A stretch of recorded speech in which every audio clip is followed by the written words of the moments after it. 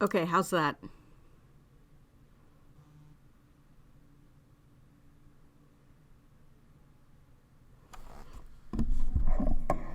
And I'm bringing the mic a little closer. It might pick up my mouse.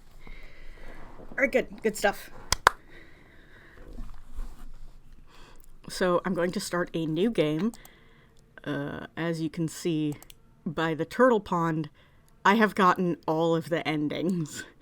I have gotten every single ending, including both of the special endings. And I have unlocked all of the CGs because I downloaded this and then I was up all night playing it. And I do mean all night. Like, I blinked and it was 4 a.m.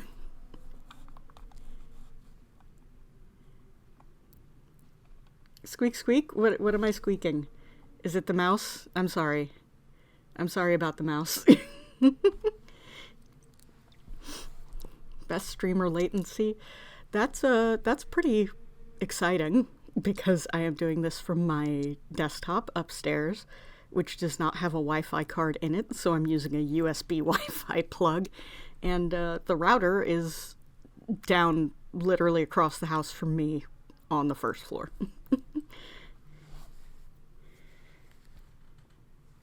Alright, let me just move some crap off my desk so I have more room to use the mouse.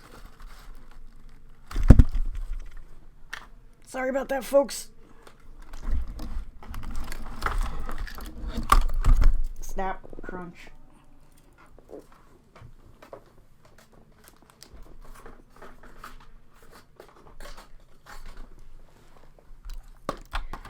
Good God, Lemon.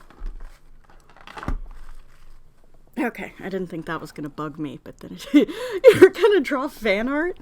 Oh my God, I love that. Yeah, this was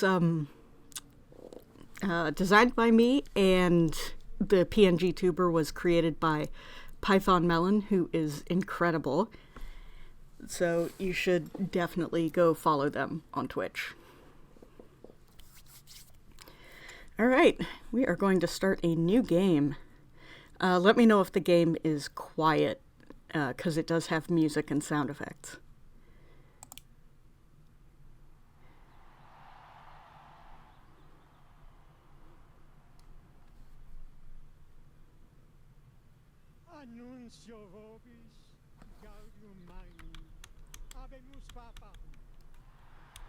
We have a potato.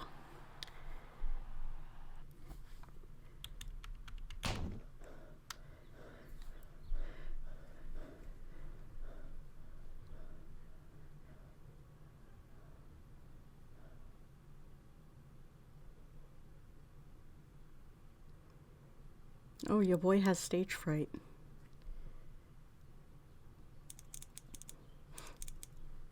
In the official chambers of Pope Innocent XIV, 1 hour after the coronation.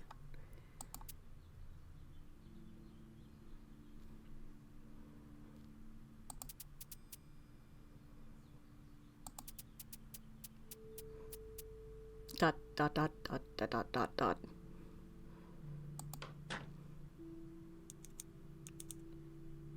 Good morning, Your Holiness. I'm going to try and do voices. They are going to be very bad, even though I just watched the movie again last night. Good morning, Thomas. The world is very proud of its new pope. You had an excellent coronation. Ah, so it has been told to me. But, Thomas, I have my worries. Worries?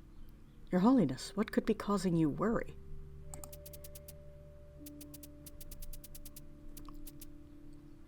In 1 week is All Saints' Day. Every year, the Vatican hosts a large mass and celebration in the middle of St. Peter's Square, as you well know. There is only a week to prepare for the millions of people and pilgrims who will be flocking here. And I know I must put forth a good first impression. You must? I am well supported by the College of Cardinals, but there are many in the Curia and the outside world that need convincing that I belong in the position of Pope. If I should fail next Sunday, there are many who will look at it happily as a sign from God that I am unfit. Whatever you need, Your Holiness, I am at your service. ...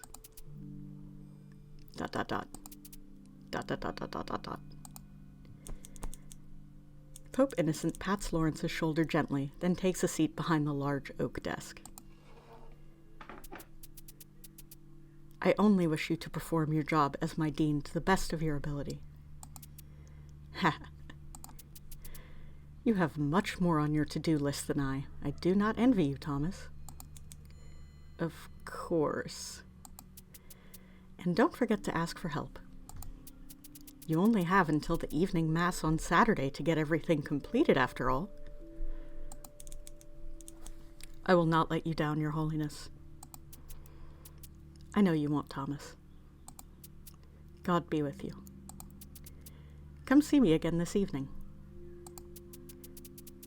I would like a rundown on how my first day as Pope went among the Holy See.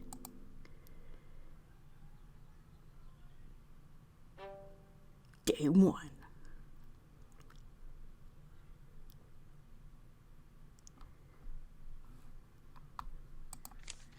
It's your boy. Ugh, we love Pope Innocent, don't we, folks? Start day 1.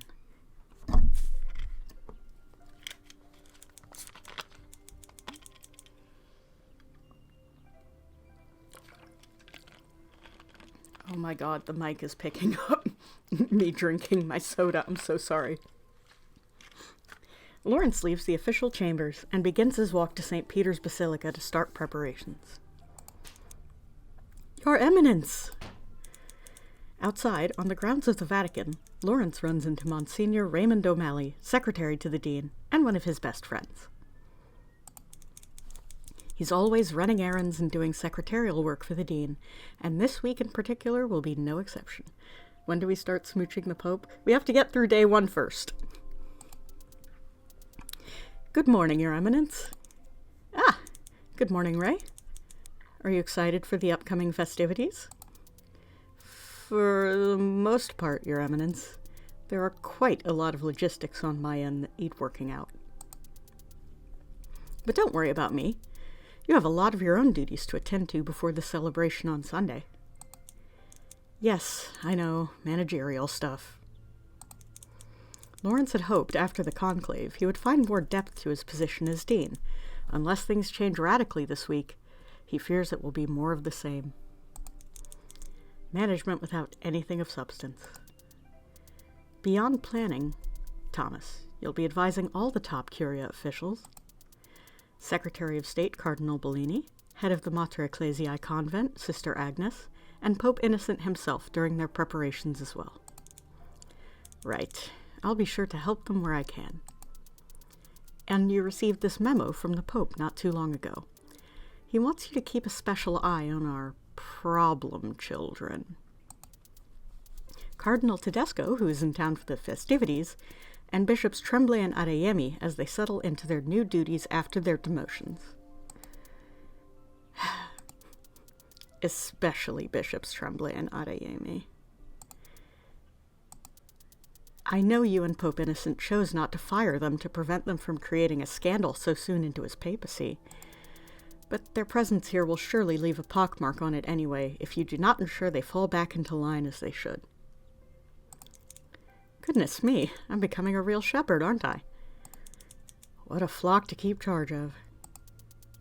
You'll only have time to speak with 3 people daily once the preparations really begin, so do try your best to manage that. Everyone else is just as busy, so you'll only have 3 opportunities to meet with them. Make it count. One more thing. Please do your best to speak with everyone as often as possible. Showing preference for one person and not speaking to anyone else would be frowned upon by the Curia. I'll try my best to remain neutral. I'll keep an ear to the ground for you as you talk with them throughout the week, and make a chart so you know how you're doing with supporting them. We love flowcharts, don't we, folks? The closer you get to someone, the more likely it is they'll want to have you take their confession about something that's troubling them. You can either return the sentiment or absolve them of it. I know this, Ray. I know. But after such an intensive conclave, emotions are very volatile and raw, so keep this in mind as you interact with everyone. And be careful if you return the sentiment on too many confessions. People don't like to share who they tell all their secrets and sins with. There's nothing sacred or special about the role of confessor if everyone in the Vatican has the same one. Your boy's just sweating. I'll keep this in mind, Ray. But I highly doubt I will ever need to heed this advice. It won't come to that. ...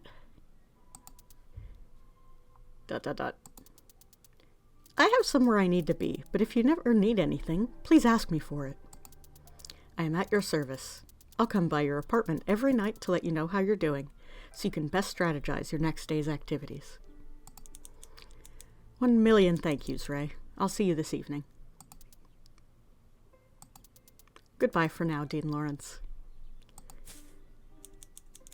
Monsignor O'Malley walks off towards the administration buildings. Lawrence resumes his attempt to visit the basilica. Bonk! He is, of course, stopped again, this time by his oldest and dearest friend, Secretary of State to the Holy See, Aldo Cardinal Bellini, who is carrying paperwork to the office of Pope Innocent. This is my baby girl. Yes, my baby girl is a 64-year-old man. My baby girl is Stanley Tucci. Leave me alone. He looks troubled as he stops Lawrence. Good morning, Thomas. Good morning, Aldo. Two of them just staring silently at each other. Is something the matter? I was just thinking about how we have not spoken much since the end of the conclave. I just wanted to tell you how sorry I am, again, at how I behaved last week. It was foolish of me to call into question your intentions when I have known you for so long. I truly should have known you better than that. Baby girl's the best way to describe middle-aged old men you like. Okay, we have our first choice. What do we say? Do we forgive him? Do we brush past the awkwardness? Or do we make fun of him?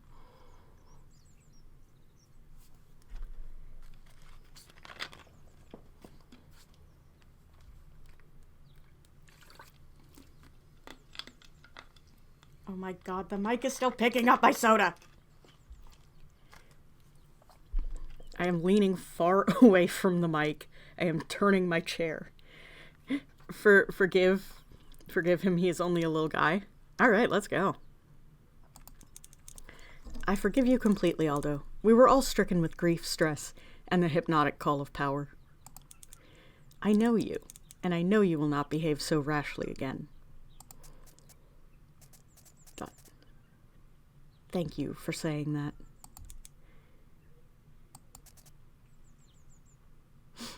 Awkward. It's silent for a beat. These two old men need to talk to each other.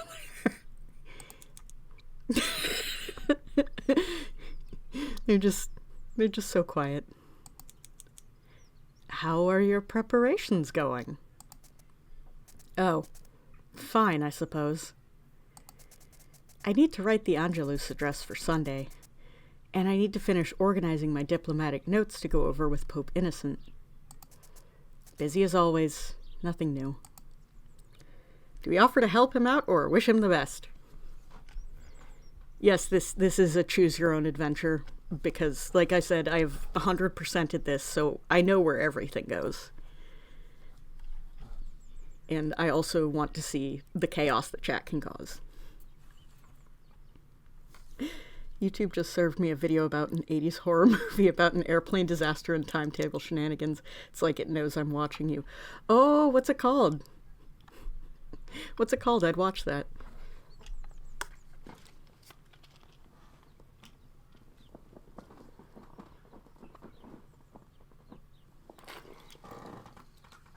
I'm like 3 feet away from the mic. Are you kidding me?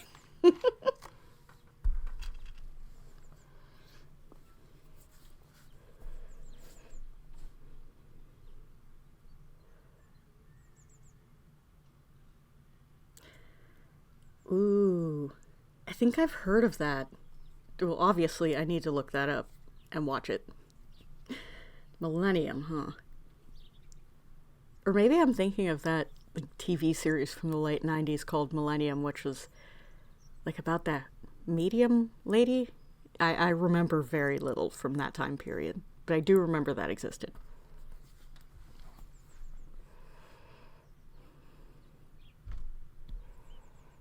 No, if we don't pick an option, I'm going to flip a coin. Okay, which of my challenge coins am I flipping?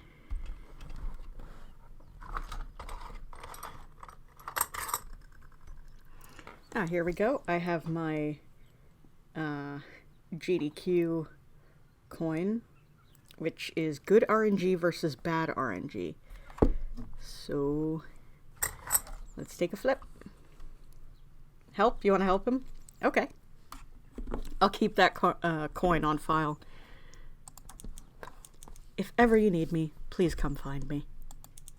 I am at your disposal, as always. Gay! I appreciate that. Thank you. Silence. More silence.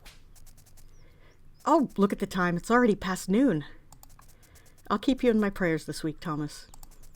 I hope this week treats you so very kindly after everything last week. This poor guy needs a vacation. And an eighth of weed. I'll do the same for you. Farewell for now. Goodbye. He watches as Bellini hurries off, giving a polite wave when the American turns back to give him a wave of his own. These old men do be staring at each other longingly. That's like the whole movie.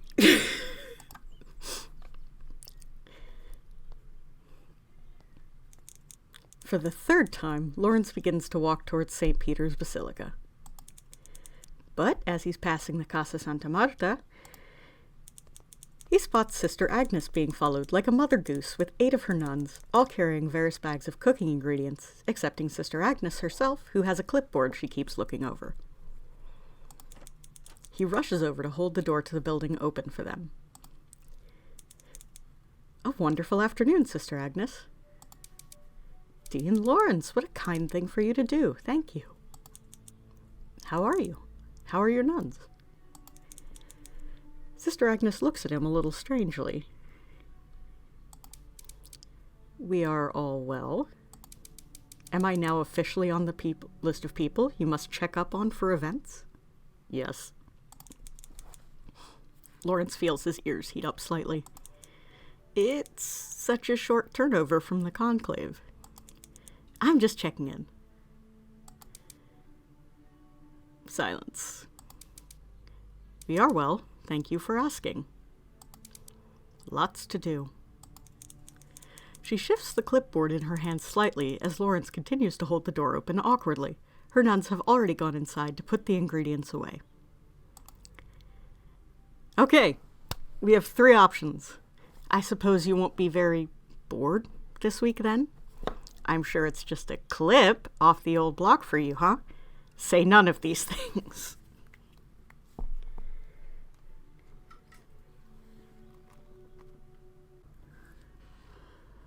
Alright, I'm going to select the pun option because it's me and I love puns.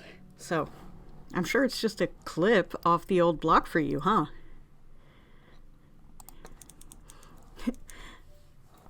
And then he says exactly that. Sister Agnes stares at him.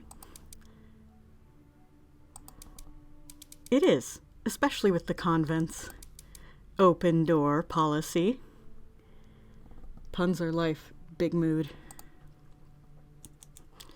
Lawrence stares at her. Did she just joke back? Interesting.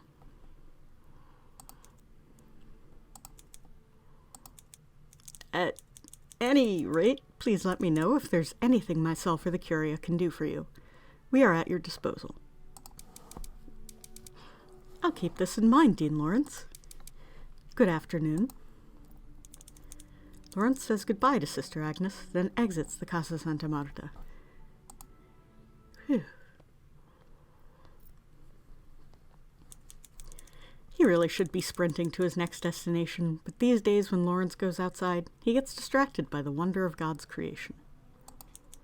It makes him stop and take in the ever-changing surroundings of the world outside. This must be the impact of the Conclave.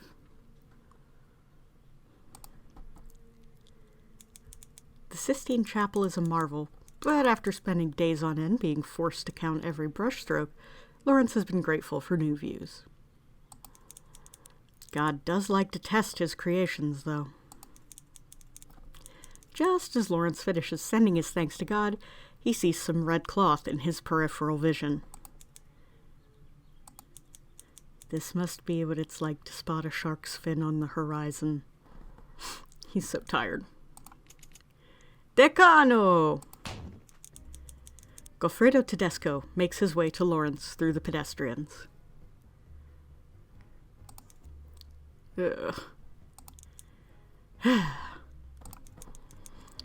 Patriarch. Patriarch? Patriarch! Are you in such a formal mood? Alright. You started it, and what about it? I'm gonna flip that old coin. Oh, and what about it? I want to see the girls fighting. Let's go!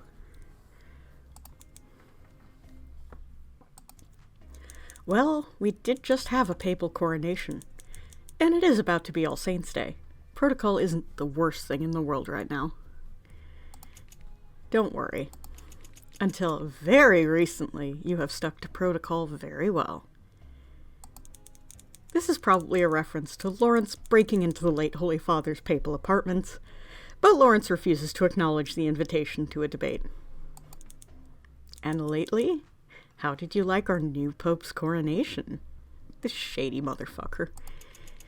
It all went off without incident, and a record number turned out to see our new Holy Father. Whether that will translate to more people returning to the fold, well, who knows? For now, Pope Innocent is new and exciting, and he knows how to speak persuasively to a crowd. I have no complaints, for the moment.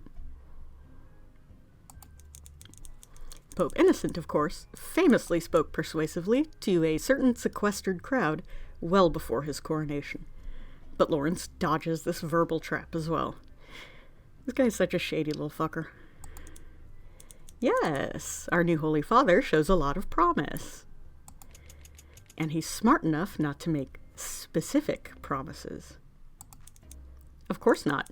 He's been busy seeing to the welfare of people who are injured and mourning because of the attack. Yes, it's the least he can do. This bitch is so salty he didn't become Pope.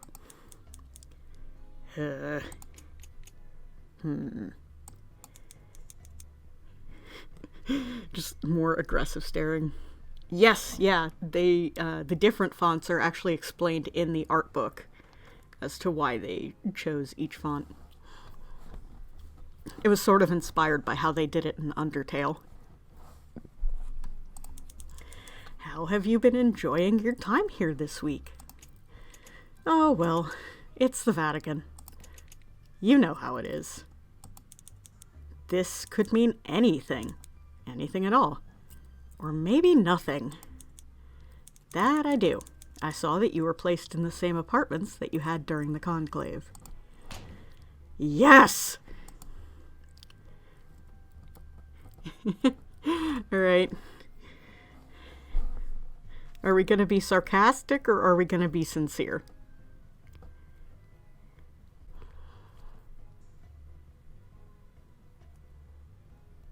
Is that even a choice? Oh, hell yeah, the sarcasm. Are you gonna leave us a bad Google review? Is something not to your liking? You know those rooms are terrible, Tommaso. They do get cold quickly. And it's nearing winter. You do have that fancy cloak to keep you warm. Ha! And should I sleep in it like I'm a bat? Will it be intolerable to stay there for the week? Intolerable? No, I can tolerate a lot of things. Would you prefer to be moved to a different building? Definitely. Today, if possible.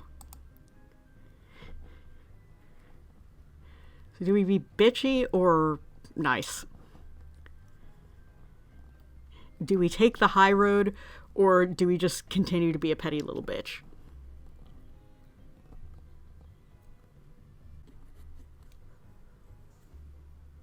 That didn't work at all. Okay, we got good RNG. So, I will select. I'll figure it out for you. We're gonna be nice. Archbishop Wozniak might know if there are any empty apartments in the Curia's living quarters. I'll ask him today. Thank you, Tommaso. Of course, Goffredo. Now go scurry along. I'm sure you have a million more things to do this hour. I do. And you still wasted time with me? Ha! I hope our new pope really does keep you on as our dean for a long time to come. That sounds almost like a curse. Lawrence walks away, wondering if Tedesco meant it that way. Probably not. Still, it's an accomplishment to leave a conversation with Tedesco on a good note. He can be secure in the hope that Tedesco won't be causing any trouble in the next few hours, at least.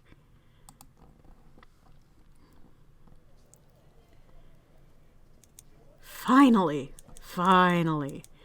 Lawrence reaches St. Peter's Basilica at last.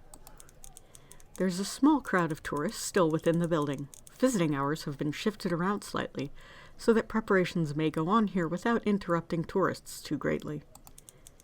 He spots Father Joseph Tremblay in the corner, after talking with one of the workers on a large ladder.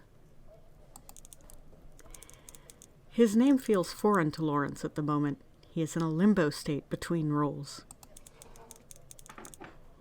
Lawrence watches as he moves to sit in one of the oak pews in the back of the church. Tremblay wears basic priest garb, no longer allowed to wear the cardinal red, not yet appointed to wear the bishop maroon. He looks so visibly out of place, it hurts Lawrence to see. He turns his nose up at the sight of Lawrence. Good afternoon, Joseph. Tremblay does not look at him. Reason with him, apologize, or ask how he is. Why are they all acting like stupid teenagers? I do not understand. I mean, I do. And it's because they're all petty little bitches at heart. Actually, what I'm gonna do, because it's less, loud than flipping the RNG coin, I am going to roll a d4. And if it lands on 4, I'll just roll again. Number 3. Let's ask how he is. How are you handling things, Joe? Tremblay does not respond. Are we teenagers? Why are you acting this way, Joseph? He actually... Good shit. Tremblay, still ignoring him, finally speaks. I'm going to follow in the actions of Christ and forgive you, Thomas. To save both our mortal souls. What a bitch. Oh, brother, he's still doing this, isn't he? That's very kind of you, Joe. Thank you.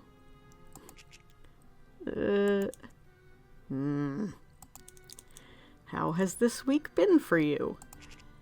Fine. Just fine? Actually ask this or keep it to yourself.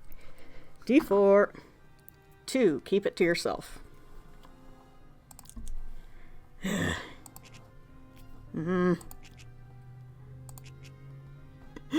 It's just... There are too many people here to pray. It's quite annoying. One wants to find absolution before the destruction of one's dreams. There are too many people around to do it.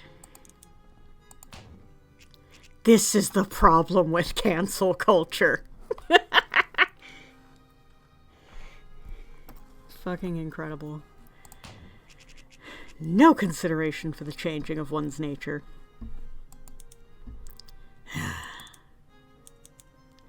I'll leave you, Joe.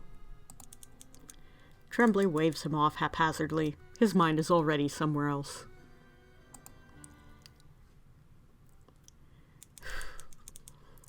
Before he can leave the basilica, he's stopped by Bishop Wozniak, who is visibly sweating despite the brisk weather. Dean Lawrence! Good evening, Janusz. Could you deliver this to Bishop Adeyemi for me? One of his cardinal friends left it in the Casa Santa Marta for him, but he was unable to retrieve it. It is a small piece of memo paper with a message on it in Igbo. Sure I can. Heaven's blessings upon you. I cannot find him anywhere. Perhaps you will have better luck. Bishop Wozniak walks away in that pathetic shuffling manner he is known for. Lawrence leaves the basilica and spots Bishop Adeyemi chatting idly in the square to a few other Curia members. Lawrence pinches the bridge of his nose. Bishop Wozniak did not try very hard, did he? Good evening, Joshua. The shorter man's face lights up into a smile. He turns away from the other bishops who keep walking without him. Dean Lawrence, what a wonderful coincidence to run into you. Not a coincidence, sadly. I was told to bring you this memo. Ah, this is from Cardinal Nakitanda. I heard he left me something, but I haven't been able to visit the Casa Santa Marta in person with everything going on. Thank you very much for bringing me this. How are you? I have been better, this is true, but I feel well all the same.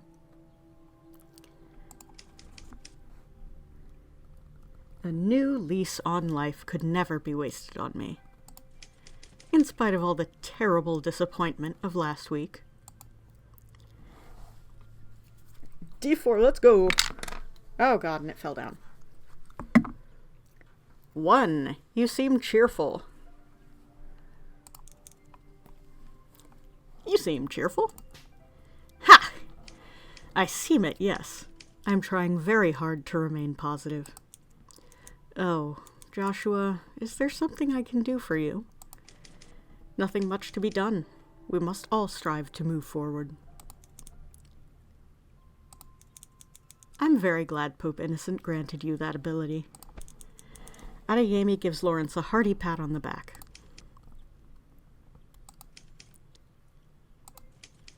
I must catch up with my colleagues. Excuse me. Lawrence watches him walk away with the start of a headache approaching. He's gonna have to monitor Adeyemi closely, isn't he? Someone get this man some Imitrex. Oh dear.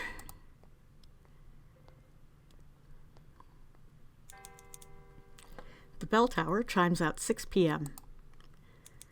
On one hand, the day has felt incredibly long. On the other hand, it's like Lawrence blinks and suddenly he's back in Pope Innocent's office again. The lack of light outside is the only thing that shows any time has passed. Lawrence is strangely sad that Pope Innocent only has his lamps on. There are no lit candles in sight. Welcome back, Your Eminence. Thank you for waiting here for me. I hope I'm not keeping you from anything. Not at all. I asked to meet at the end of the day. Please, take a seat. Tell me, how did the day go? Lawrence takes a seat. All the practical work seems to be going along smoothly. I'm glad to hear it. How was the mood among the Curia? Most seem excited and relieved by your coronation. People often told me they felt the Holy Spirit today. That was not an opinion I heard very often in the first few days of the conclave. Give this man a vacation and an eighth of weed. You say most? It would be prudent of me to pay particular attention to some members of the Curia. Monsignor O'Malley has a plan in place to handle that efficiently. Good. I wish everyone was equally happy. I do too, but I think I would feel nervous if things seemed like they were going too smoothly. Alright, D4 time, let's go. 4, so that's 2. Should we make a run for it? After such a chaotic conclave, I'm also struggling to accept that these past few days have gone so smoothly. Well, God gave us the strength to get through all of our trials so far. We can get through this week. Yes, we must carry on. Would you like to hear more about which members of the Curia I will be focusing on this week? Definitely. All right. I think it makes sense for me to keep an eye on the members of the Curia who came close to being elected. Not to spy on them, but to see to their well-being. I agree. Cardinal Bellini is glad to be reinstated as Secretary of State and has been gracious the last few days. However, he may still be struggling with the loss of the late Holy Father and the chaos of the ensuing weeks. Lawrence still has hopes that they can rebuild their relationship into something stronger from the ashes, but that's private. The Patriarch of Venice was in a decent mood today, but can't be very happy about the results of the conclave. I'll try to get ahead of any complaints he might have. Keep Tedesco happy without being a pushover. This is always a difficult tightrope act. Lawrence has never gotten it completely right, but he'll have to really try this week of all weeks. They're not sequestered after all, and the Vatican is teeming with reporters. This time around, Tedesco loses nothing by talking to the press. So gotta make sure that he's not an asshole. Former Cardinal Tremblay was distant and combative when I spoke to him. It was difficult to tell what he was thinking underneath his bluster. I'll do my best to figure it out. It all sounds so clinical spoken out loud like that. In some ways, one has to be extremely practical when managing the cardinals. However, Tremblay has looked like a shell of his former self ever since the conclave. There's something haunting about it, even if Lawrence and Tremblay were never particularly close.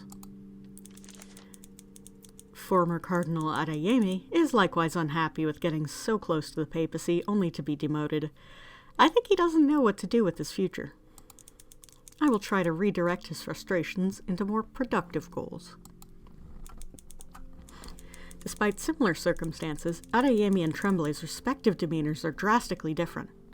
While Tremblay comes across as defeated, Adeyemi seems like he has a lot of internal strength.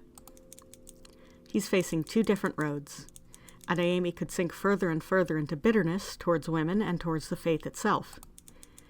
Or he could do some soul-searching and find the happiness and purpose more meaningful than the pursuit of power. He's a recovering misogynist. I gotta move my chair closer. I'm sorry. I'm shrimping. Those are the names I expected to hear, which makes me happy. We are on the same page, then. Yes. Bring up Agnes? 2. No, I don't want to make the Holy Father think she's not loyal. That's all for now. Are you sure? Well, I will also try to connect with Sister Agnes. The conclave was a chaotic time for her as well. She and her sisters will be a big part of this week's success. I think better communication with them will be good for everyone's morale. And if he's honest with himself, he'd simply enjoyed their conversation together. He's known her as long as he's known many members of the College of Cardinals. It's time to act like that. Very good. That list seems complete to me. I'm glad you think I'm on the right track, Your Holiness. It's getting late. I should let you get some rest. Would you like to pray with me before you leave? Alright, do we want to pray with the literal Pope? Let's find out. 3, so that's the first option. You can hardly say no to the literal Pope when he wants to pray with you. I mean, that is true. I'm not even Catholic, and if the Pope asks me to pray with him, it's just, you gotta. Of course, Your Holiness. Prayer noises. Praying with Pope Innocent always leaves Lawrence feeling better. Because he's got a big-ass crush. Sometimes his thoughts flow smoothly and he hears the voice of God. Sometimes God is silent, but not in a way that's condemnatory. It feels more like the Lord has gone quiet so that he doesn't override the relief that comes from intentional inner reflection. And when Lawrence struggles to focus, he looks to Pope Innocent's fingers going from bead to bead on the rosary. Gay! He can fall into the rhythm of Pope Innocent's prayers and find God that way through him. Pope Innocent's eyes open after a while, and he looks determined but reasonably happy. May the peace of God be with you, Thomas. May the peace of God be with you as well, Your Holiness. I ain't even monotheistic, and I'd pray with the Pope if he asked me personally. Right? The following week will be busy and stressful. There's no doubt about that. However, for a few shining moments, Lawrence feels at peace with himself and with God, and with his faith in the new Holy Father. Bro, he has the biggest crush on Vincent. It's crazy. Exhaustion and doubt creep back in soon after he leaves the Pope's presence, but he will remember this meeting fondly.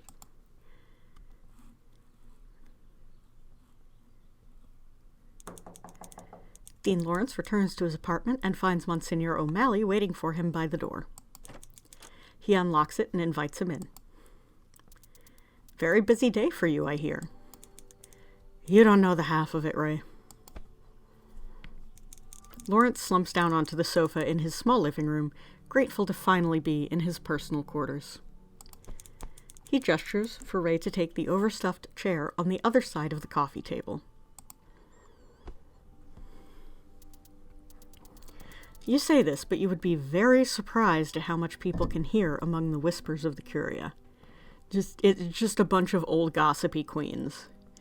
That's the upper echelons of the Vatican. They're just a bunch of old gossipy queens, and you can't convince me otherwise. Ray rummages through his paperwork and pulls out a small sheet of parchment he has taken the liberty of drawing little faces of the flock upon.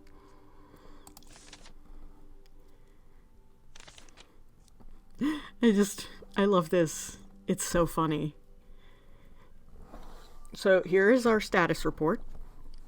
This is basically where we're at canonically at the end of the movie. So we're not having a great relationship with our problem children. Sister Agnes is a little bit wary. Poor Alda, they basically tanked their friendship. And Thomas has a big-ass crush on the Pope, so they're doing pretty well. I'm denoting here how strongly someone feels about you with an eternal heart. 1 means they see you as an acquaintance, and 5 means they see you as their sole confessor. It seems like right now you're closest with Pope Innocent. I'm very glad to hear you're such a strong supporter of his, especially given that he is an outsider. I also see that you aren't very close at all with Bishops Adeyemi and Tremblay. Perhaps you should take more time to get to know them and help them out with their duties. That's very informative, Ray. Thank you. You're welcome. I'll let you rest for the evening.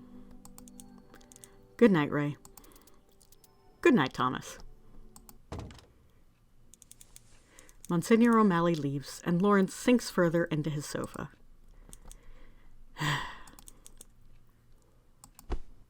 Flomp. This is going to be a long week. Which means it's time for me and Thomas Lawrence to crack open a Red Bull.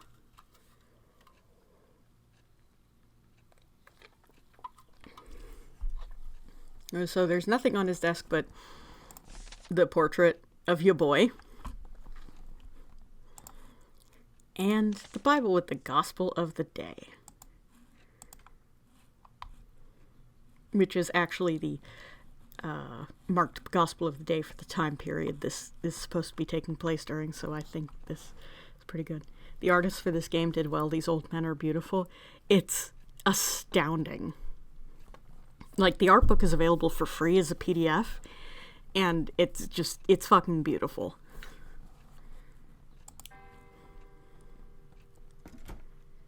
Okay, let me grab a D6.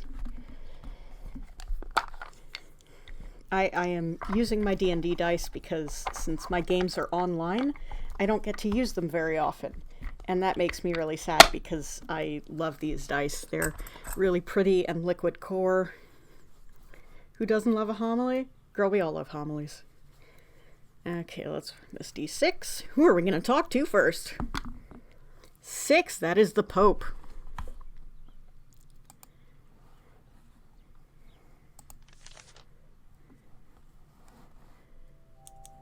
It is morning, and Dean Lawrence and Pope Innocent are in the midst of one of their very long meetings about All Saints' Week logistics. Every time they come close to finishing, one or the other will remember yet another matter that needs their attention. And I think finally, that may be it for the moment.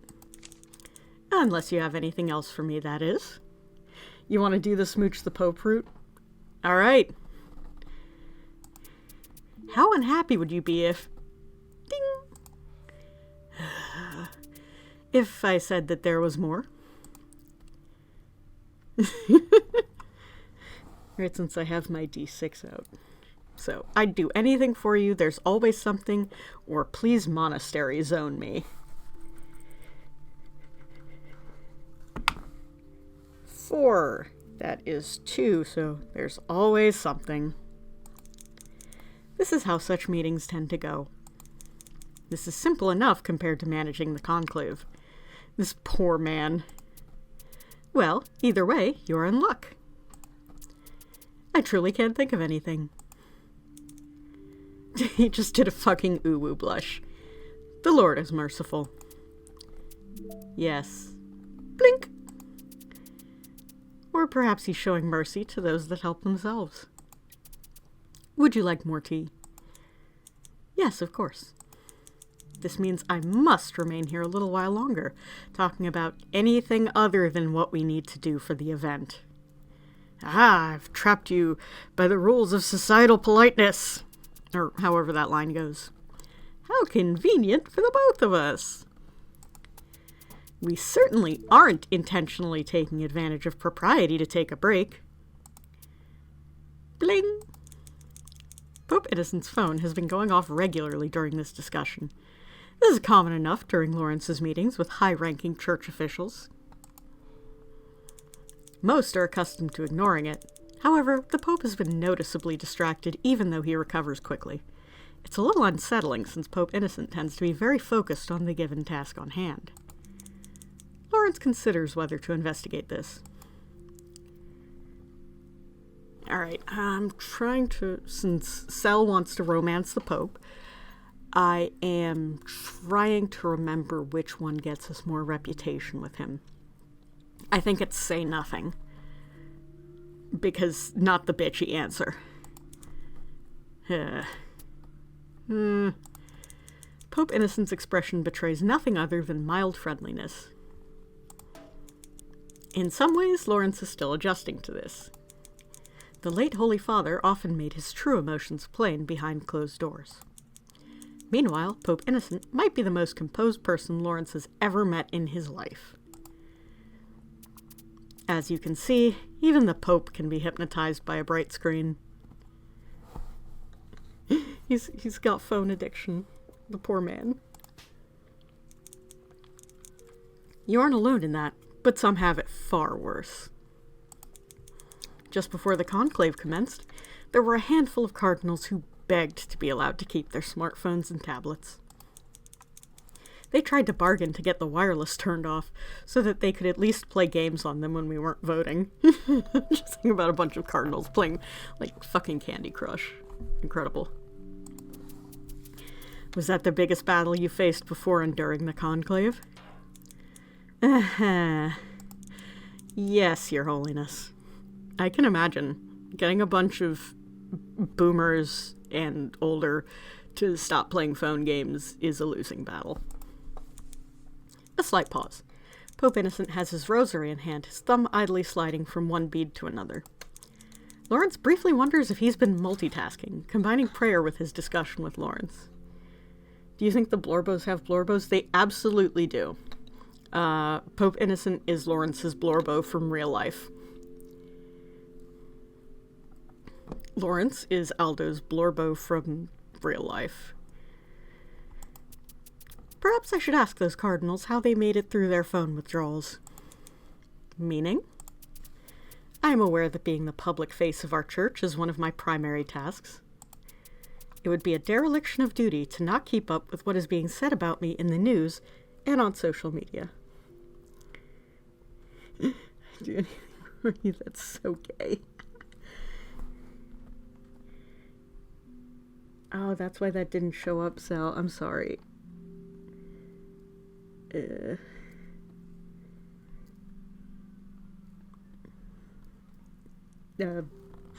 Because Twitch flagged that is so gay as a slur. It's not, though. It's real. It's real. I do find it overwhelming, though. I seem to take everything people say to heart. Okay. D6, help me out. That is 2. I think they call that too much information. The Holy Father and I sometimes spoke about how the human mind isn't built for fame in this day and age. Knowing the entire world's innermost thoughts really should only be something for the Lord. Bro, Twitter addiction is real. You and the late Holy Father spoke about things like this? I'm gonna press him, because that is one way to up the relationship. Yes, we had to be able to be reasonably candid with each other to perform our duties. Sometimes that included being frustrated by misinformation about what was being said in the media, and trying to figure out when and if to respond. I do feel a great deal of responsibility when it comes to misinformation or harmful gossip. Girl, you are the head of the harmful gossip machine. I am sorry to tell you this, but all of your subordinates are bitchy queens. It spreads so quickly, and it makes one feel as if they should respond right away or face bigger problems in the future. Just know that you don't have to deal with public relations on your own, Your Holiness. Public relations. An ugly phrase, but that is what we're dealing with here. Yes, I... Bling, bling, bling, bling. Hey, boy.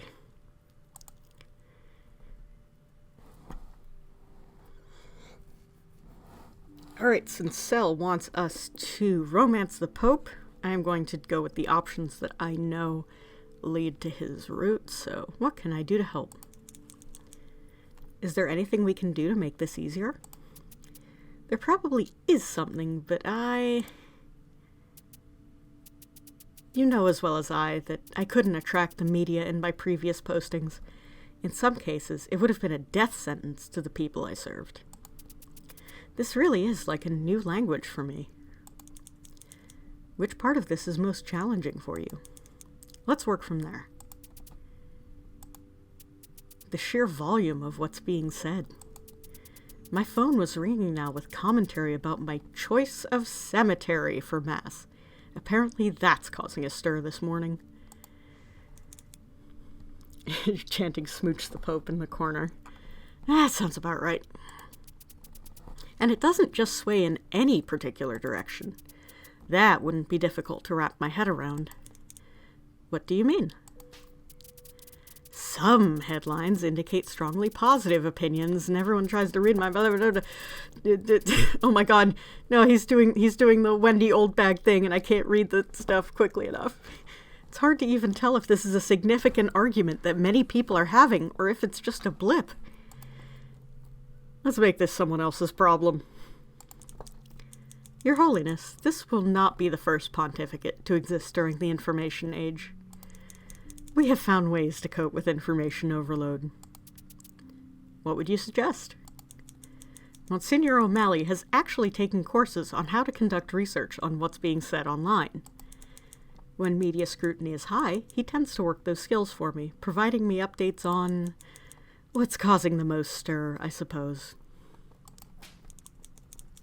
I wouldn't know the first thing about how to do that myself, so I'm glad to have someone working for me that does. Fucking boomer. I love him. It's helped me more than once. Monsignor O'Malley has a formidable array of life skills. Is that something you think would help you? Yes. At worst, I will just be in the same predicament. At best, I think this could give me more insight. Then I will ask him to do this. Thank you, Thomas. Of course, Your Holiness. Companionable silence. What are you doing after this meeting? You want to meet up and get some drinks? Well, the first thing I'll do is delete the news alerts I set up the other night. Good!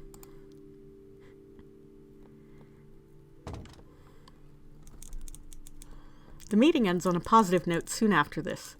However, Lawrence is somewhat uncertain as he departs.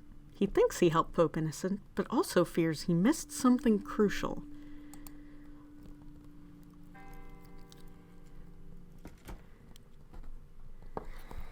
Alright. John D6. Let's see what you have for me. And if we get 6, I'll just roll again. 3. That would be Sister Agnes. Let's go. The Pope was addicted to doom scrolling. Yeah. He's addicted to doom scrolling. I mean, whomst among us? It is a crisp fall afternoon, and Dean Lawrence is on his way to do his preliminary check-in with Sister Agnes, head of the Vatican convent and the Casa Santa Marta.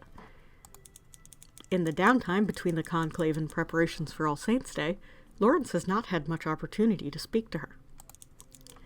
He is looking forward to today. He had grown quite close to her through the stress and flames of it all. She stands near a window, her silhouette saint-like in the afternoon sun. The beams fall around her as if she is Mary herself. I also want you all to know that Thomas Lawrence is canonically bisexual, especially if you take info from the book where the character is Jacopo Lomelli, but basically the same guy. There is a line that's like pretty much explicitly confirms that he's bisexual, and I love that for me. Think the pontiff would know better than to Google himself? Sometimes the lure of self-Googling is too strong. Lawrence gives her a deep bow when she turns to face him. Good afternoon, Sister Agnes. It is wonderful to see you again. It is a very nice afternoon, Dean Lawrence, is it not? I am very pleased you wanted to have this meeting in person. I am getting quite tired of Zoom calls. Lawrence chuckles at this. No need to worry about me, then. I don't think I could operate one if I tried.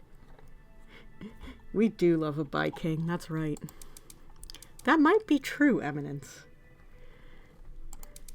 I've seen you handle a photocopier. Fucking incredible scene in the movie. Lawrence gives her a warm smile, which, to his surprise, she returns. Please, call me Thomas, sister. We have been through too much together for you to refer to me so formally. If you insist, Thomas, I'll relent to you. In private, at least. I have an image to maintain around the Curia, you know. She beckons for him to sit down on one of the plush chairs near the window. He obeys instantly. I suppose I'll start.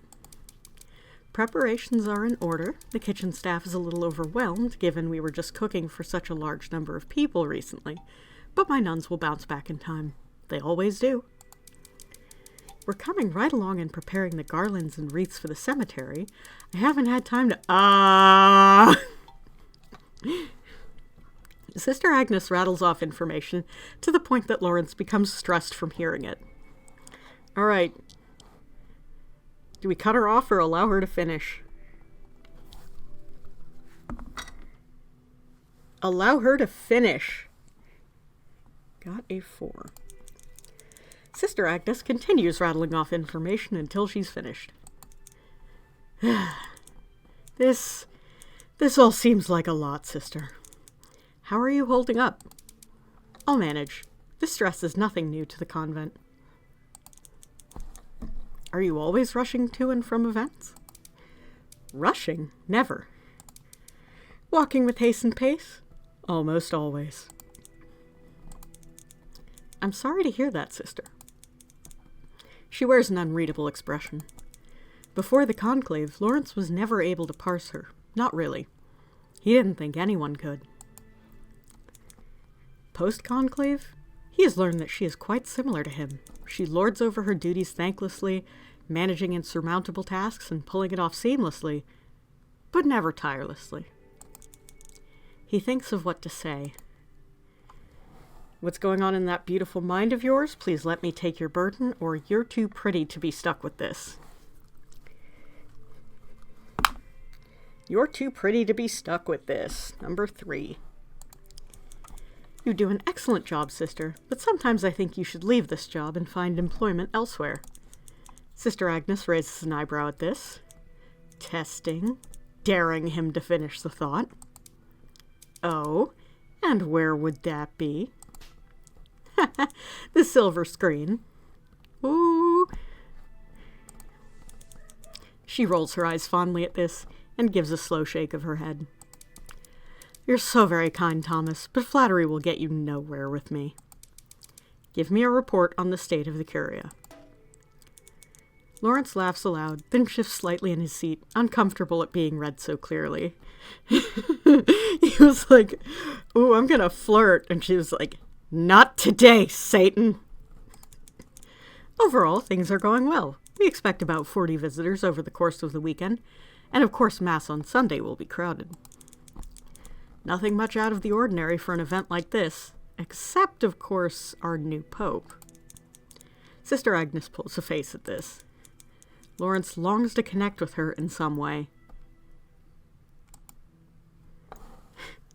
I'm scared too, you're not weak, Agnes, or I want you.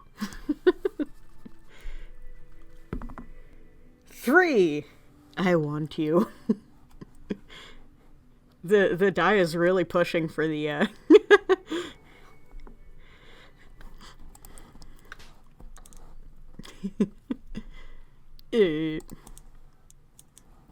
I want you to know that I'm also feeling the pressure of this schedule. This man's hopeless.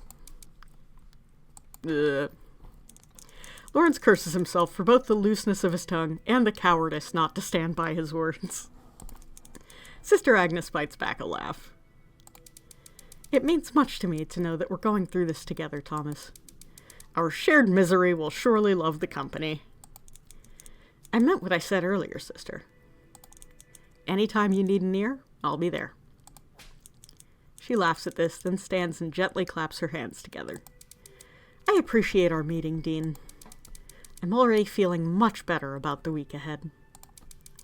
I look forward to our next chat. As she walks away, Lawrence feels disappointed. He feels good about his relationship with Sister Agnes, but he wishes there was more he could do for her. He will just have to keep trying. He can hold both the Pope's hand and Agnes's hand. All right, for the evening, Let's see what we got. I'm just going to roll the d4 here. Number 2, we got Bishop Tremblay. Let's go. Let's talk to sad Lord Farquaad. It is evening in the largest Catholic church in the world, St. Peter's Basilica. Dean Lawrence and Monsignor O'Malley are hard at work directing workers who are putting up festive fall garlands and decorating the bones of the dead while making finishing touches themselves. Dude, All Saints Day sounds fucking baller. How are you feeling, Your Eminence? Are you excited for the upcoming celebration? Excited most definitely or no?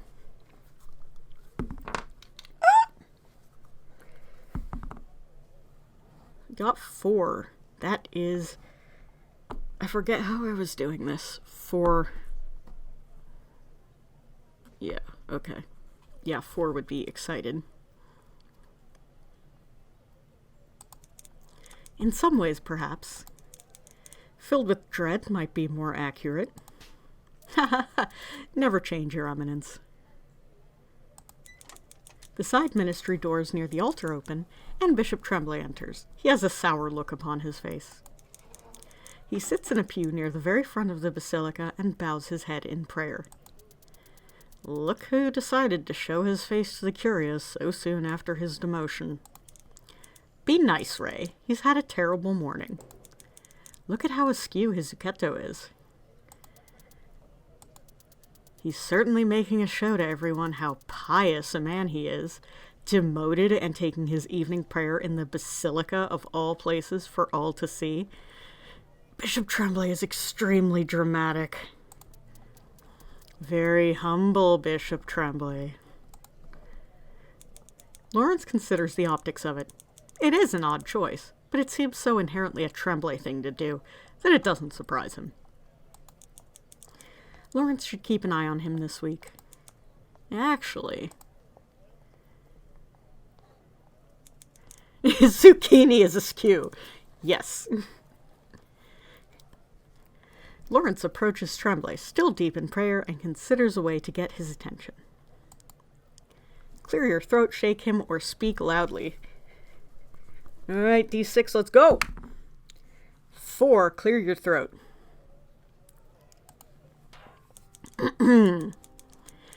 Tremblay turns to Lawrence, a frustrated look on his handsome features. Wait, handsome? At being so rudely disturbed.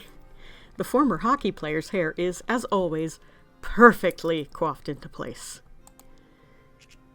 Good evening, Your Eminence. Good evening. How are you holding up, Joe? Tremblay looks away, his jaw set. He blinks rapidly as if pushing through tears. This man is so dramatic. The moment only lasts a second before the mask that Lawrence is more familiar with appears again. Tremblay looks back, an eyebrow raised. I'm fine, no thanks to you. Very busy morning, lots of things to do. Life of a bishop. But I can't complain. He's so dramatic. What a bitch. I'm being serious, Joe. Tremblay sighs and a weary look crosses his face. I'm disappointed, Thomas, but the only person I have to blame is myself. I must continue on. What did you want from me?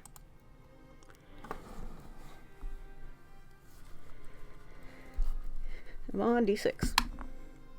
That is 6. Get over it already. Your behavior was intolerable. I'm glad you feel responsible for your actions. It takes good character to do that. I'm glad I can still elicit such pride from a man second only to the Pope. He's such a bitch. I told you this whole game is full of bitchy old queens. What is your new schedule as bishop? They've put me in the Department of Foreign Affairs. All I do now is translate French to English and Italian, and vice versa. To be frank, I'm already bored of it all. Bored? Perhaps we could put you to use here if you're finding yourself bored, Joseph. Oh no. I can find... Ray, come here for a moment. Thomas, Yes, Dean Lawrence. This is ridiculous. Thomas, Ray, is there anything we could have our esteemed Bishop Tremblay help us out with? Damn it all. This is why you don't complain about being bored. He will find something for you to do. Help us out? Are you sure, Thomas? Perhaps Bishop Tremblay is busy? Should Bishop Tremblay help out? The D6 will decide your fate. 4, of course. Of course, Monsignor. Between Bishop Tremblay's return to his title and his wise eye for details, I could think of no better way to start off one's newfound reordination than to remember we are ever faithful in our service of others through God. What a bitch! If you insist. I suppose my other busy work can wait a little longer while I assist you in decorating the basilica. To be frank, I've noticed the garland this year looks more sparse than usual. If you'll allow me. Lawrence steps back, pleased to have given Tremblay what he knows is a much-needed outlet. The other man is already beginning to climb up a ladder to take down a particularly sad length of garland.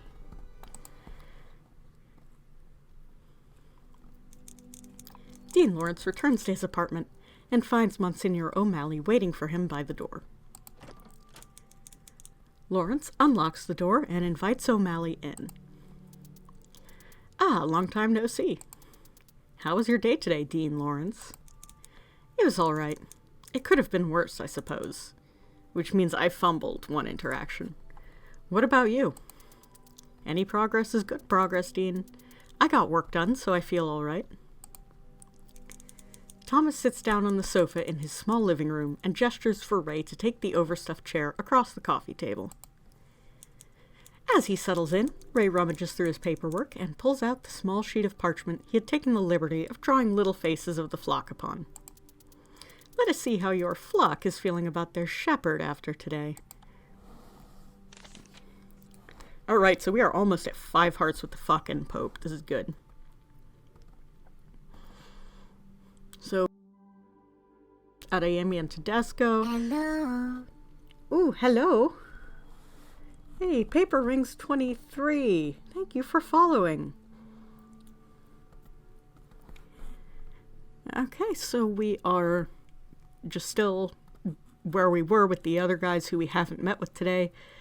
We got a little bit with Tremblay, and I think that's because I was bitchy at him. And Sister Agnes, we've got a little, but we really, really got close with the Pope. Yes, smooch the Pope. It seems like right now you're closest with Pope Innocent the 14th. I'm very glad to hear you're putting in the work to get him to trust you. So, you really think I can push a button that scours every corner of the internet for discussions about our new Pope, I see. You can't?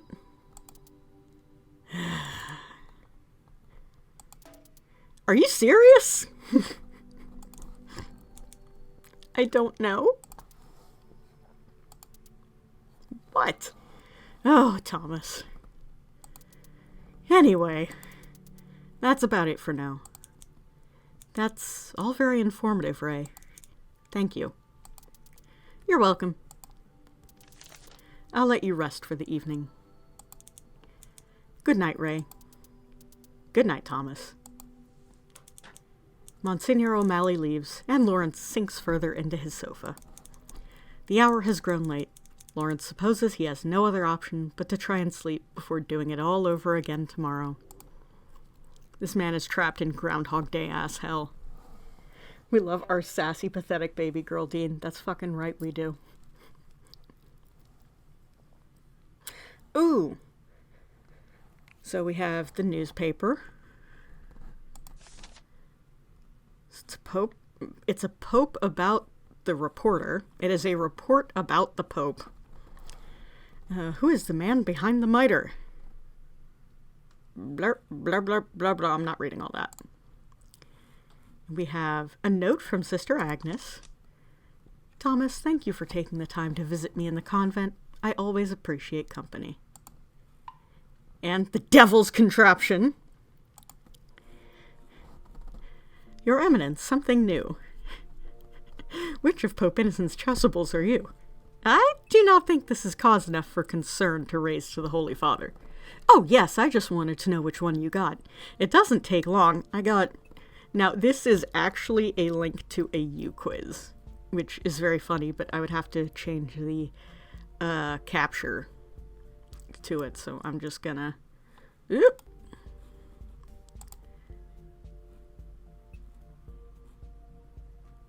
It's gonna open my browser and probably crash the stream because it eats up so much data. But I will grab the U-quiz and drop it in the, in the chat. First, though, I am going to save the game and then pause for a bio break.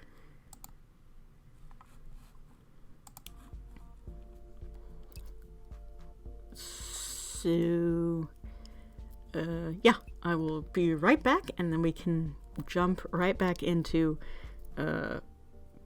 Pope shit. I'll be sure to tell you what I get in the quiz. Good, you better.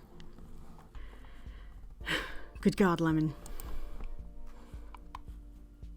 Alright, let's start day 3. I said let's start day 3. Okay, so since we met with the Pope, Sister Agnes, and Tremblay yesterday, I'm going to roll the d6, and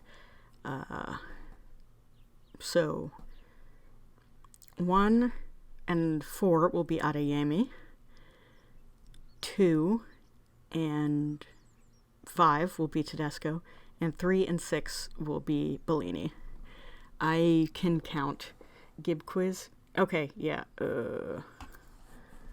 crap, I can't go back. I will get it. I will find the quiz. 3. We are talking to my boy Aldo Bellini, the most stressed man aside from Cardinal Lawrence. Let's go.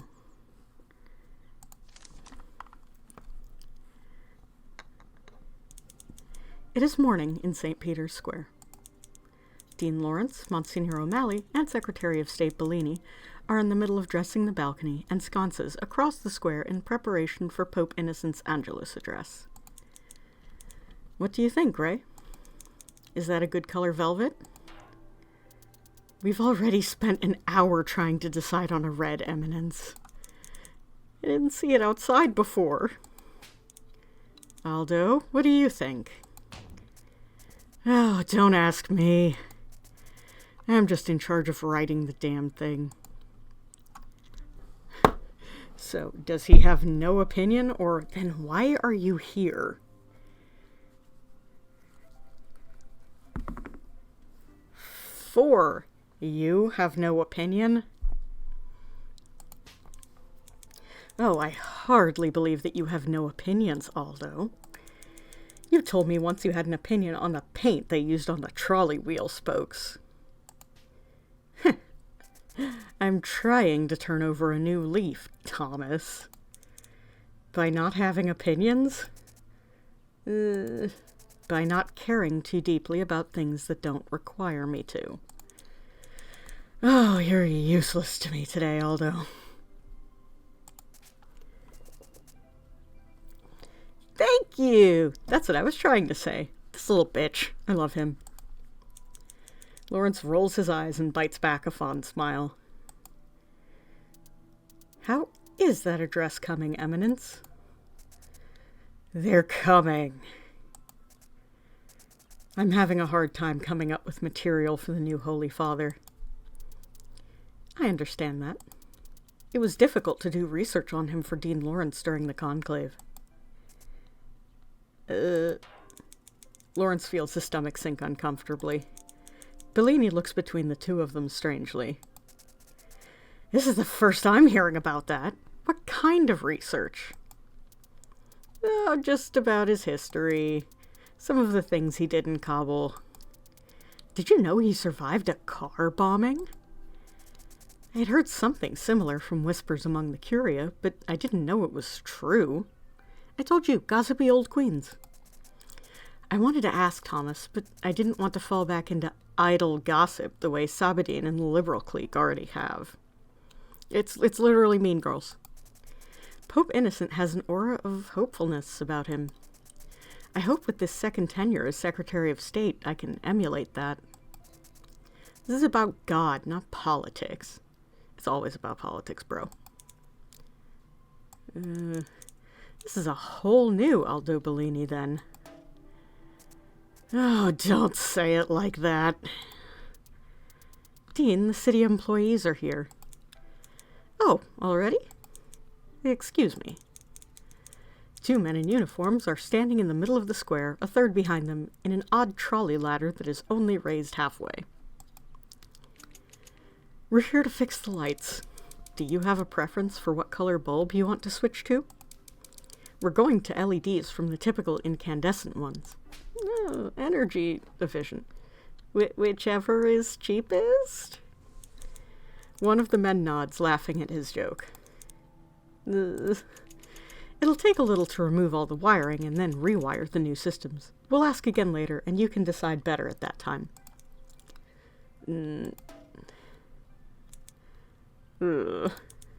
Thank you, gentlemen.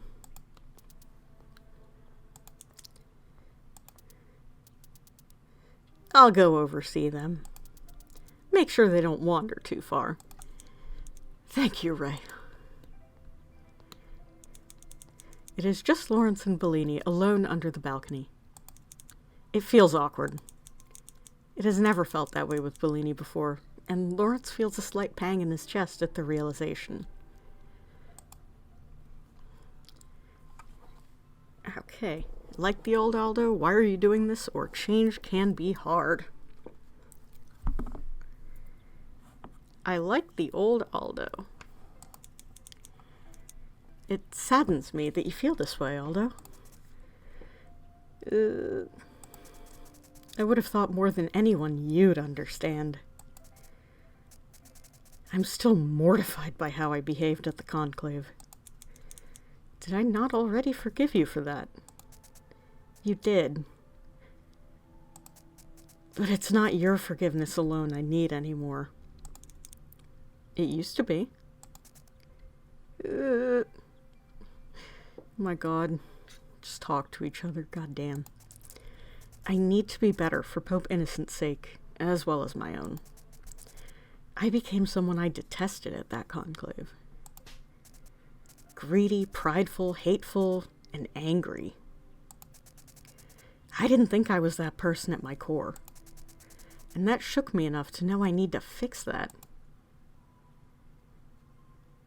Okay, I'm not even gonna roll. I need to tease him, because it just slaps his bald head to the tune of Blue Monday. That's true. You're usually just angry. Thomas! Sorry, continue.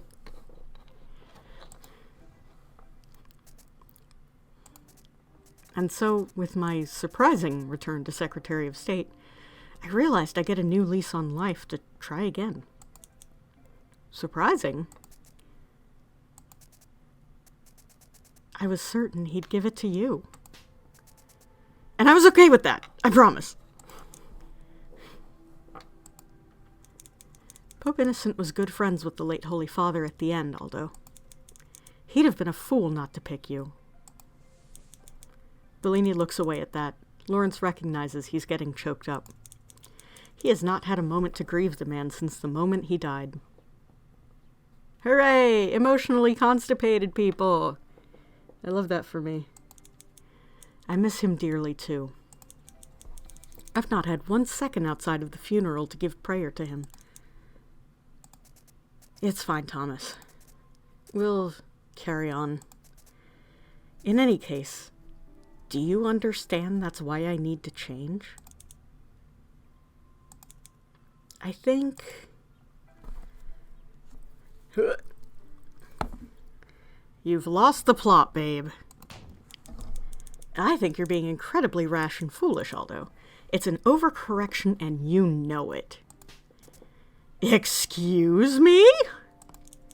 This is just another form of self-martyrdom, and no amount of pretending that you are blind to it will deceive me. Emotionally constipated sounds like an excellent way to describe me right now. Oh, big mood. That's why I'm projecting all my emotions onto these old men. I've known you far too long. It offends me almost that you think you could even try it near me. Bellini replies quickly with an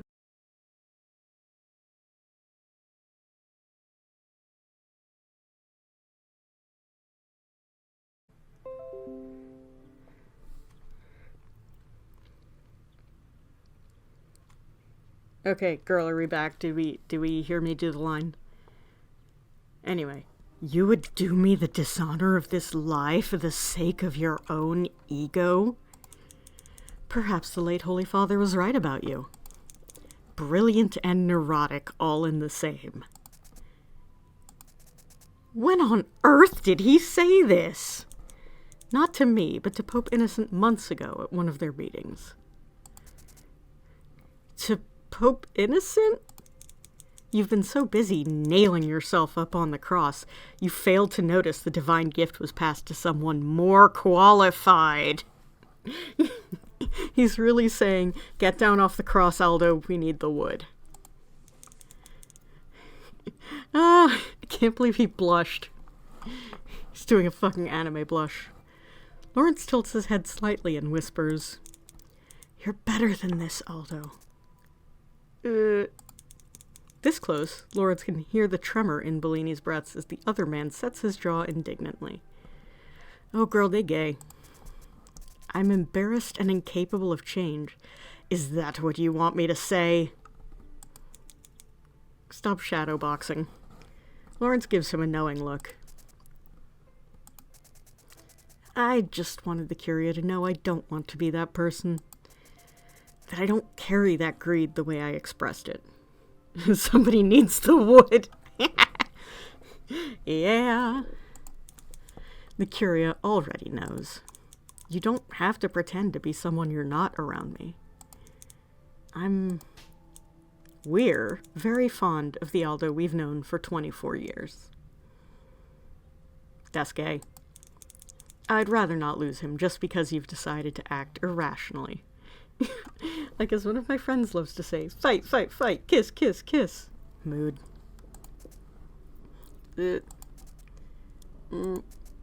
I'm sorry. Apologize for nothing. He can't stop himself from placing a hand gently on Bellini's shoulder. Lawrence takes a step back and pushes his shoulder slightly. Go take over for Ray. I know you well enough to know you have opinions on LED lights. Pick some good ones. Bellini gives him a little mock two-finger salute. Of course, Dean. This is for the Pope, after all. Lawrence watches him walk over to the city employees and immediately begin haggling over wattage and pricing. Ray looks visibly relieved and walks back over to Lawrence. I'm glad you sorted him out. Nobody will ever sort him out. But I am absolved. For now. Don't tell him I said that. Ray mimics a zipper over his lips, ever the comedian.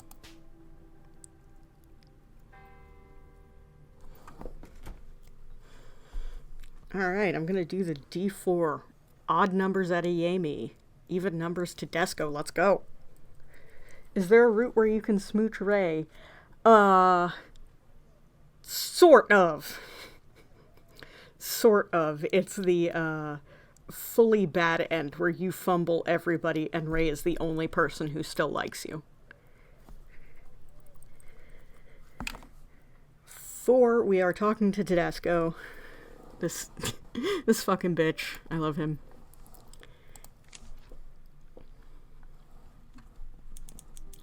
Lawrence tells himself he's visiting the Vatican gardens to check whether there's been progress on decorations for the public-facing portion.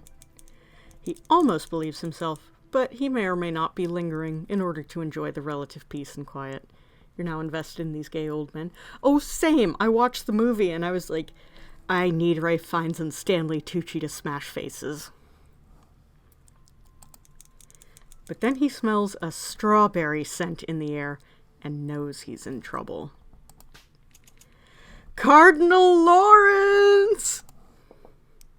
Act like you don't hear him, smile, wave, and try to walk away really fast, or hello, Goffredo. D6! 5. That is smile, wave, and try to walk away really fast. You can't avoid him. The vape smoke. Decano! Tedesco catches up to Lawrence. He looks cheerful enough, but that could mean anything. Aha! You're a hard man to track down. Everywhere I thought to find you, I was told you had just left. I love the little detail that in all his dialogue boxes there's vape smoke.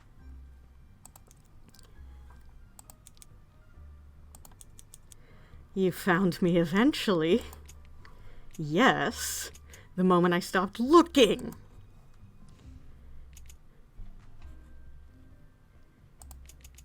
But doesn't it always work out like that when you're looking for something or someone? That's been my experience at times, yes.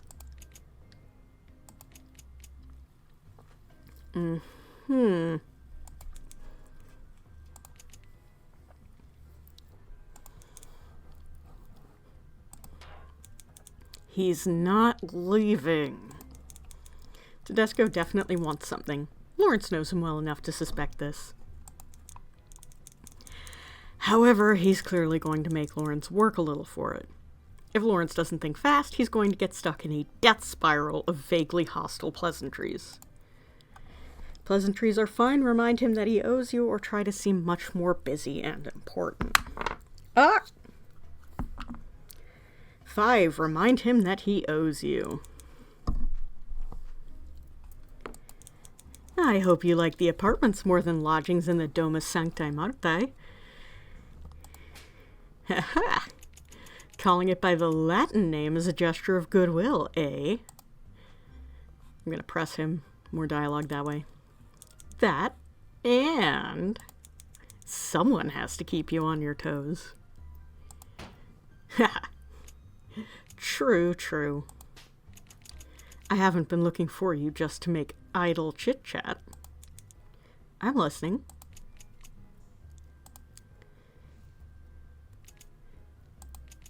There were historical artifacts unearthed during repairs after the explosion. Yes, the Pontifical Commission for Sacred Archaeology has been examining them. Ah, I imagine the secular archaeological authorities have been beating down your doors to get them back. No, there's been no acrimony as such. Did they find anything worthwhile, or is it just another fancy house owned by our delightful friend Caligula? So, be nice, you're also an egomaniac who lives in a nice house. Isn't Nero the one you should be mad at? Or heavy sigh because you're done with his bullshit. Isn't Nero the one you should be mad at? Now. Caligula mostly left our forebears alone, and everyone only knows him by an embarrassing nickname. Little Boots. He suffered enough posthumously. Ha! You're right, of course. It's the season to be charitable to the dead. I know you didn't seek me out to talk about Caligula. No, I haven't. As fun as it is to gossip about the Julio-Claudians. Dork! I have heard an interesting rumor. Supposedly, a relic of St. Mark turned up because of the explosion. Lawrence has also heard that rumor. However, nothing has come of it for a while now. He'd like to think he'd be told about any significant development in that area, but the events of the Conclave thoroughly demonstrated he is often not told important things. Tommaso. Possibility, don't get your hopes up, or no bones here. We got don't get your hopes up. There are a lot of rumors flying around. We won't have the full picture for several more months yet. Yes, but this is the only time I will be in Rome for the near future. Goffredo, please. We don't actually live in antiquity. You can call the commission at any point. Takes a hit off of his vape. You have more sway with them than I do. I've been going to voicemail every time I call to set up a meeting. They'd take your call without question. Would you like to hear from me every time I ask them a question and I get waved off? What I want is to be kept informed about potential archaeological discoveries that are significant to my city and my diocese. St. Mark is, of course, the patron saint of Venice. Lawrence knows this, but sometimes it's easy to forget that Tedesco has a passion for history beyond weaponizing it to make trouble for others. I've cornered you, and I'm sorry about that. But I know you're smart enough to understand why this is important to Venice. To me. Fine, you nerd, or you don't own St. Mark. Let's go. Ugh, fine, you nerd. I'll look into the matter for you. Tedesco gives Lawrence a hearty pat on the shoulder. I knew I was right to look for you. Enjoy the rest of your day, Tommaso. You as well, Goffredo.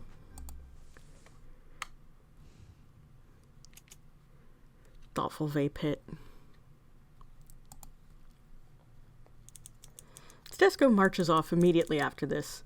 Lawrence stands in the garden for a few minutes, alone. Conversations with Tedesco always drain him. He'll keep his word, though, and contact the commission when he has a free moment. It's clear he won't know a moment's peace until he does.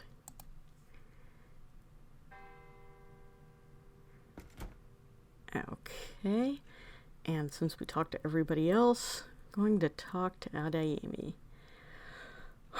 Let's go!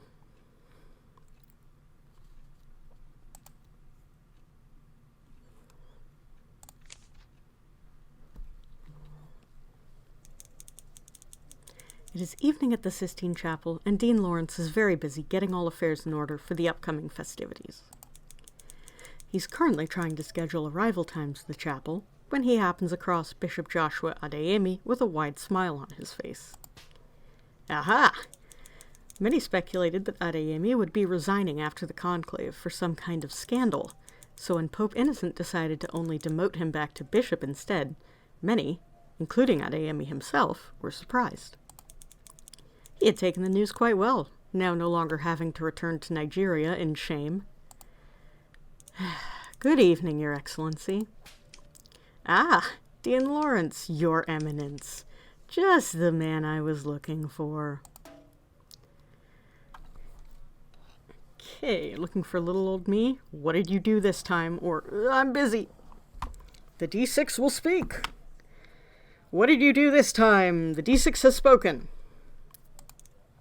Well, here I am.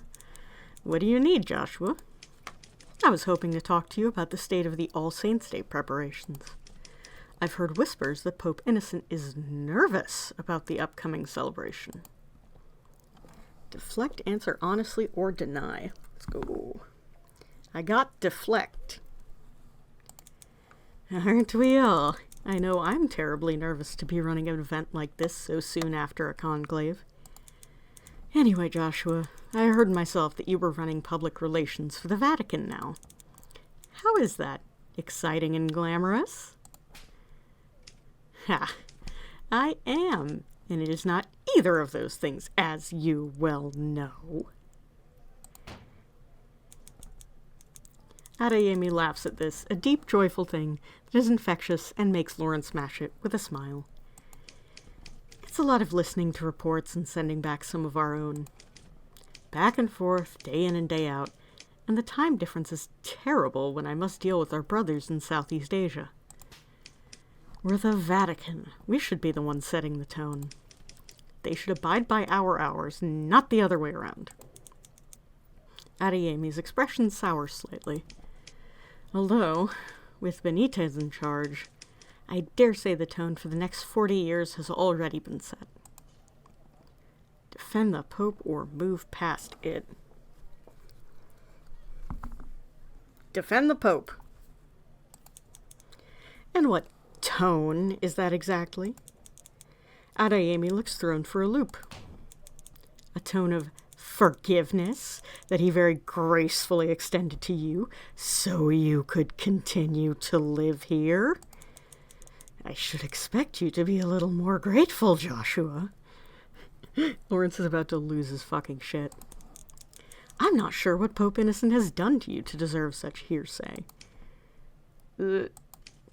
Saving the job of a loyal servant means little in the ways of the Lord and the service of his church. The job of the papacy is difficult. If he is not cut out for it, he should resign immediately. Anyone who parades around as though they are the second coming of Christ makes me raise an eyebrow. So, second coming of Christ, or is he jealous? The D6 will speak. Are you jealous? Green is not a good look on you. This jealousy is beneath a man of your stature and aptitude. I'm not jealous. I just find it hard to believe such a man has never had aspirations. It's insulting to the rest of us to act above it all. Spare him his dignity, you're projecting, or relent. Number 2, you're projecting. Oh, we got a CG. Lawrence wills himself to calm and places a hand on Adeyemi's broad shoulder. He tilts his head slightly, trying to say what comes next as gently as possible. Not everyone is you, Joshua. Sometimes people are good for the sake of being good. No strings attached. I am worried you may be projecting too much of yourself onto our new pope without getting to know him first. Adeyemi stills. He looks furious for a moment before regretful disappointment washes over his charismatic face. He leans ever so slightly into Lawrence's touch, embarrassed at being known so well. You're right, Thomas. You're absolutely right. It was my mistake to make such broad assumptions without truly knowing our new mouthpiece of God. My disappointment from the Conclave has made me a bitter old man. I'm sorry to have taken it out on you a second time. Thank you for catching me once again. I'm indebted to your wisdom. Lawrence gives him a feeble smile. He lets his hand linger for only a moment longer. He's so glad to see the humble side of Adeyemi peek through again. He no doubt returned to his proud antics to try and keep himself steady during this tumultuous time for him. Lawrence knows he is capable of change. He knows there is a wonderful heart of gold beneath the facade that Adeyemi wears. He wants only to see that man again, the man he prayed with during the conclave.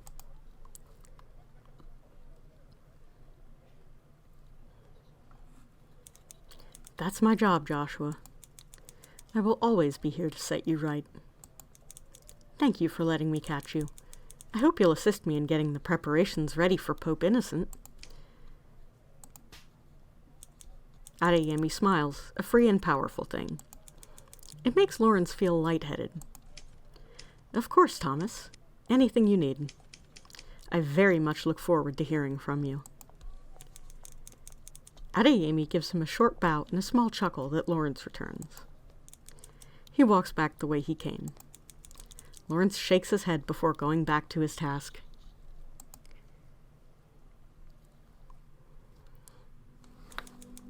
Dean Lawrence returns to his apartment and finds Monsignor O'Malley waiting for him by the door. Lawrence unlocks the door and invites O'Malley in. Ah, long time no see. How was your day today, Dean Lawrence? Excellent and most productive. Thank you for asking, Ray. What about you? Productive as well. We're making good progress. Thomas sits down on the sofa in his small living room and gestures for Ray to take the overstuffed chair across the coffee table. As he settles in, Ray rummages through his paperwork and pulls out the small sheet of parchment he had taken the liberty of drawing little faces of the flock upon. Let us see how your flock is feeling about their shepherd after today. Okay, we are at 2.5 with Ariami, 1.5 with Tremblay, 2.5 with Agnes, 2.5 with Tedesco, 3.5 with Bellini, and 4.5 with the Pope.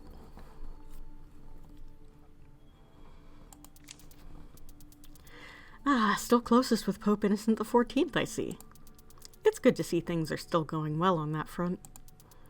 I also see, oh my, you got close today with Cardinal Bellini, Cardinal Tedesco, and Bishop Adeyemi. I'm glad to see you still feel close enough with Cardinal Bellini to be able to both support him and call him on his nonsense. It's a difficult edge to stand upon. He is my dearest friend, Ray. It is my responsibility to bear this burden for him. A touching sentiment. Ray, only teasing, Eminence. Anyway, how was your meeting with our dear Patriarch of Venice? Not so bad. Are you being sarcastic? I'm not. Well, it's a good week for miracles to happen. Agreed. Bishop Adeyemi is certainly something, isn't he? You kept your cool with him today well. Almost too well. Just what are you implying, Ray? Nothing. In any case, that's about it for now. That's all very informative, Ray. Thank you. You're welcome. The local newspaper ran its official piece on Pope Innocent this morning. I saw. Do you have any idea about how the public is reacting to it? Surprisingly well. It seems a lot of people liked that he was so recently a missionary. We may be getting bigger crowds than expected. I can't tell if I believe this to be good news or not. Neither can I, but we'll have to plan accordingly. I'll let you rest for the evening. Good night, Ray. Good night, Thomas. Monsignor O'Malley leaves, and Lawrence sinks further into his sofa. The hour has grown late. Lawrence supposes he has no other option but to try and sleep before doing it all over again tomorrow.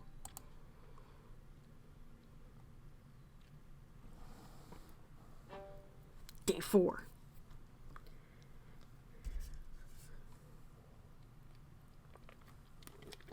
Nothing new exciting on the desk.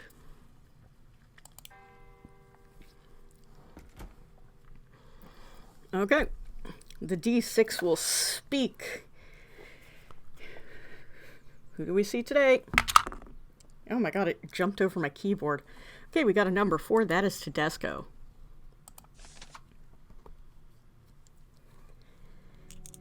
It's morning, and Lawrence and Monsignor O'Malley stop by the Casa Santa Marta dining hall. They realize they have a 15-minute window of time to eat something. They have high hopes for a relatively peaceful meal because it's outside the rush for breakfast. But sometimes hope can be in vain. Dean Lawrence! Archbishop O'Malley! Vieni! Tedesco calls out for Lawrence's attention while witnesses look on. It's enough to cause déjà vu. They're even in the same dining hall. Lawrence looks at O'Malley, silently pleading with him to make up a reason to leave. Ask for help or refrain. The D6 will decide your fate. 3. Please help. Lawrence instinctively looks at O'Malley, hoping he'll manufacture an excuse so that they can leave. Ray does pick up on the hint, but just tilts his head. Lawrence has known O'Malley for years, and the message is plain. Are you sure, Your Eminence? It reminds him that running away will likely make things worse in the long run.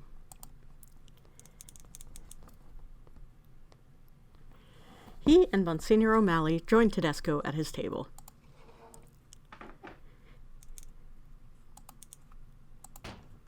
Finally! Goffredo! For a few minutes they make small talk. I'm sure you can guess I did not call you over just to talk about the weather and how much we hate the coffee here. Did you speak to the commission about the relic? No. Goffredo. I thought so. Typical. I guessed as much when I saw the look on your face. If you would let me finish. Tedesco remains silent, but he is clearly belligerent. He gives Lawrence an irritated glare. But I did have Monsignor O'Malley look into the matter. Instead of answering Lawrence, he turns to look at O'Malley. Anything interesting, then, Monsignor? Well, do you want the bad news or the good news first, Your Eminence? Whoever asks for the good news first?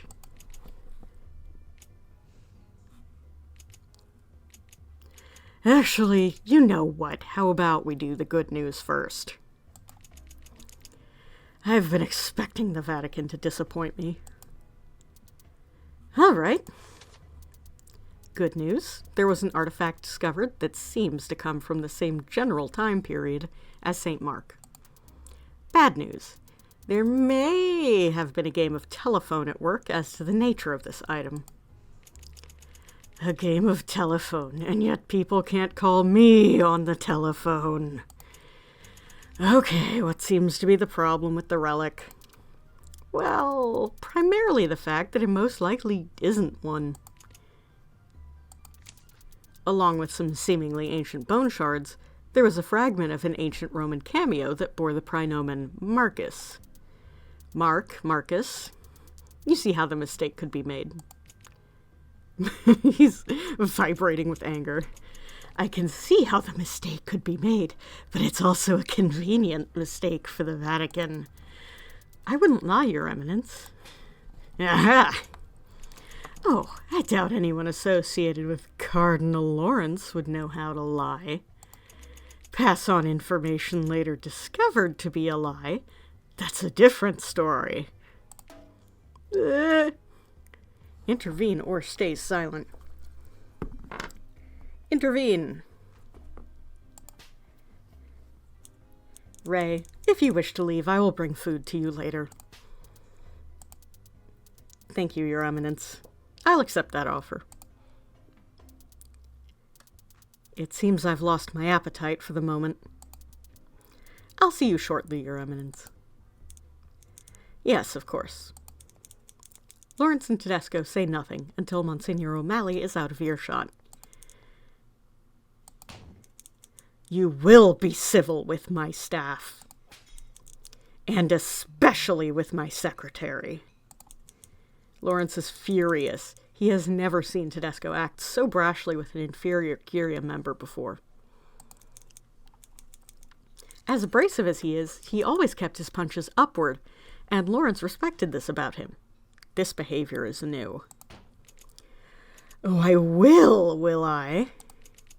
I wasn't particularly civil just now. He almost sounds contrite. Almost.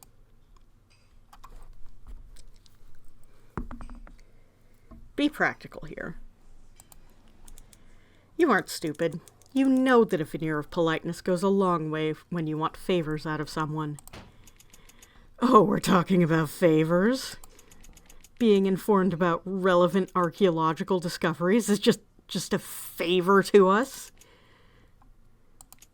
Yes, why not use one of those insipid terms the ancient Romans had? The Vatican doing a favor to us plebeians in Venice. Oh, you know that's an exaggeration.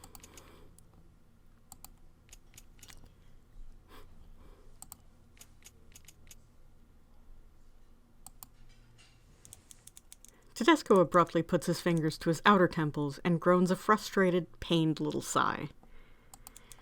Lawrence briefly worries Tedesco's going through a medical episode. Lightly touch his shoulder? Yes or no? No, we are not touching him. Goffredo? Tedesco removes his hands from his face. He only takes a moment before he looks completely composed again. Sorry. Ignore that. That will be difficult for me to do.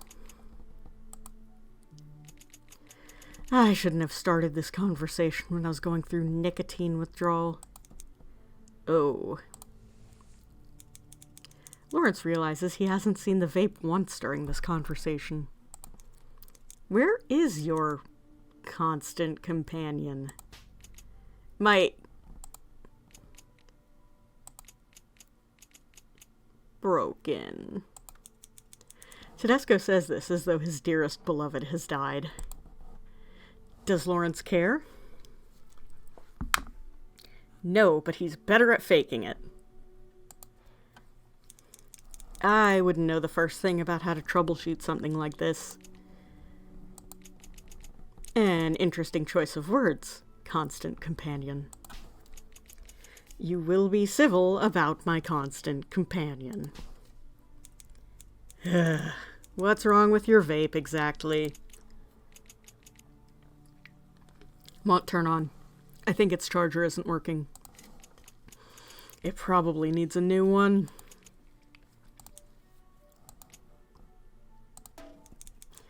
Tedesco gives Lawrence a pathetic, expectant look. Choose not to address, or oh hell no. Oh hell no. I'm not arranging for someone to buy you a new vape charger, Goffredo. I didn't think you would help. It's in your best interest that I get a working vape one way or another, or I'll become so ill and cranky it will make my conversation with Monsignor O'Malley look like a chat between best friends. This little bitch, I love him. No. No.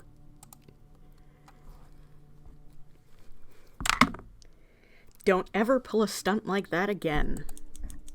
I was serious about my warning. I have my limits.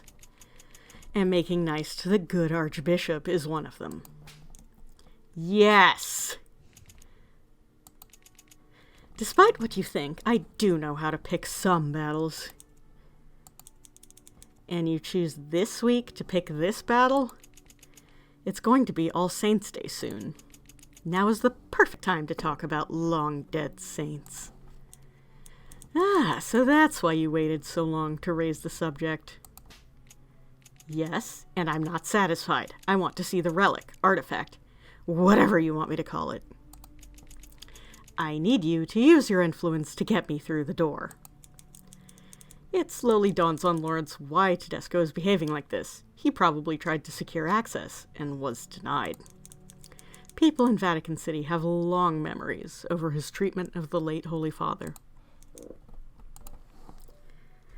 Promise to help him? Sure. Fine. I'll reach out to the commission later. Thank you. I know how busy you are.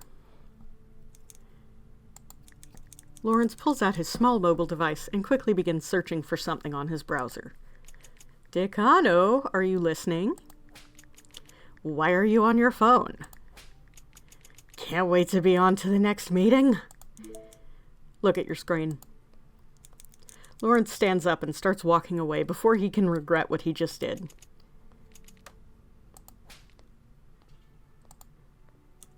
Tedesco's laughter echoes all over the hall as he comprehends what Lawrence just texted him, and addressed to a vape shop in Rome. You're gonna yeet Tedesco into the stratosphere? Yeah, it's a good call. Usually Tedesco's laughter doesn't bode well, but it's not so bad right now.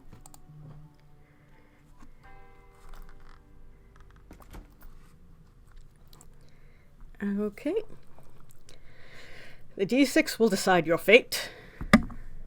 2. You're talking to Bishop Tremblay again.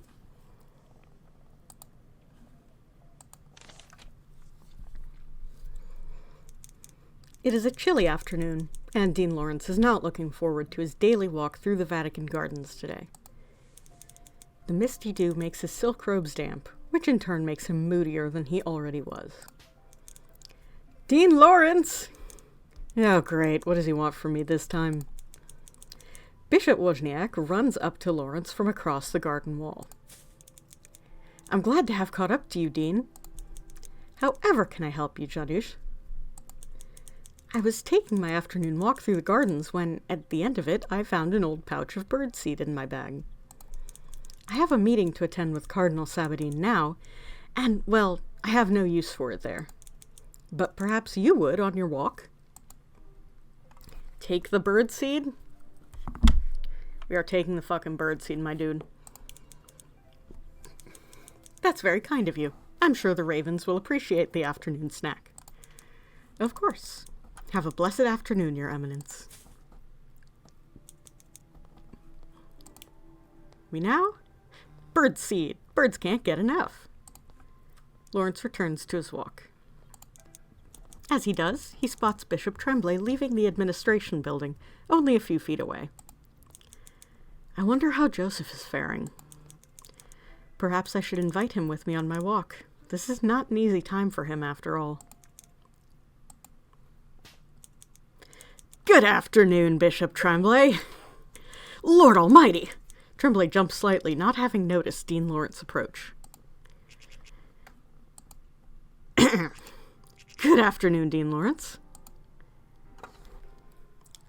Tell him how perfect and distinguished his hair is as usual, grab his hand and ask how he's doing, or come around here often, winky face. Tell him how perfect and distinguished his hair is as usual. You're looking very well today, Joe. As you always do. I trust you had a pleasant night's sleep last night.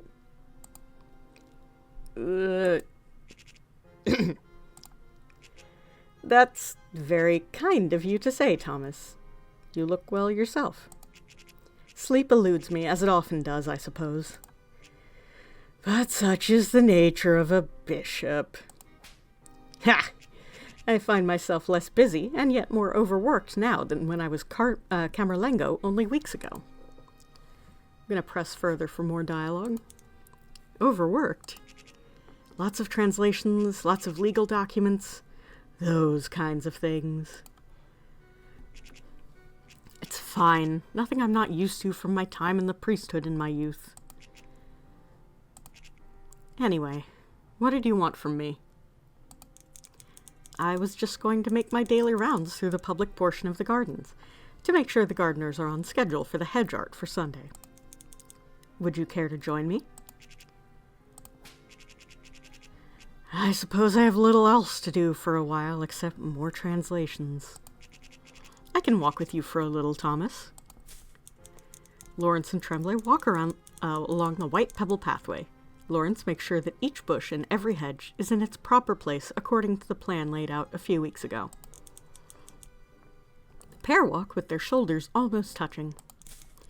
But suddenly, Tremblay comes to a stop. Do you hear that? No. Lawrence stills. Nothing. Then, a faint chirping noise. He listens harder. It comes again, a weak, exhausted little sound. Tremblay and Lawrence walk to the nearest bush, looking gently but quickly through the formed hedges. Wait, I see it. It's a small blackbird. It looks like it's gotten caught between two close branches. Should Tremblay reach in and save it, or should he hold the branches for us? He is going to reach in and save it. Why don't you save it, Joe? I'm already holding the bush apart. Okay. Tremblay reaches in hesitantly before carefully freeing the exhausted blackbird. It puts up a bit of a fight before finally allowing itself to be saved. It does not fly away immediately when Tremblay puts it down. It stops for a moment, as if to give thanks to its saviors. It's probably hungry. Feed it, let Tremblay feed it, or do nothing. That's a let Tremblay feed it, baby. Joe. We got a CG. Yes. Lawrence pours some of the birdseed into Tremblay's cupped palms. Tremblay gingerly places his hands near the small black bird. It stares at him for a moment before gently eating each seed one by one. When it finishes, it steps up into his hands before giving a small whistle and what almost looks like a bow. It then flies off into the trees behind them.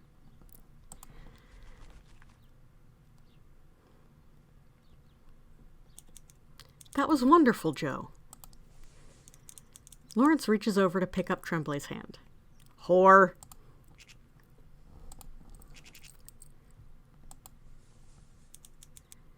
Tremblay squeezes back in response. Thank you for encouraging me to save it. It's been some time since I've saved a soul so directly.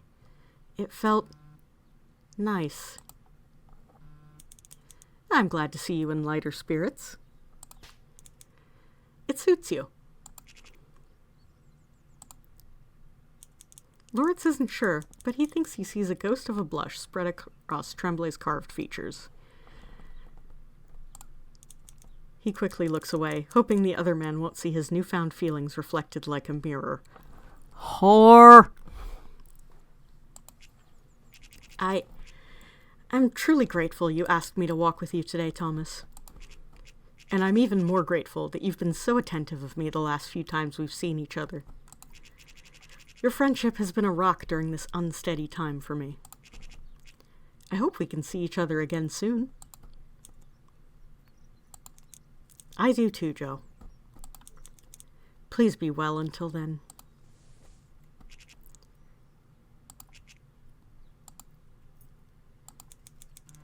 They separate, perhaps a bit too slowly for two men of such positions and dignity.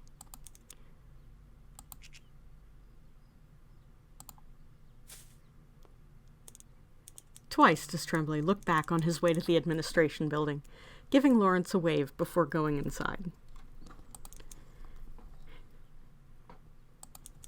Lawrence waves after him and continues on with his afternoon, with a lightness, a softness in him that carries him forward despite the stress this week has brought him. Okay, who are we? Who are we romancing this evening? We are romancing Sister Agnes again. Let's go. Yes, we shall talk to Sister Agnes.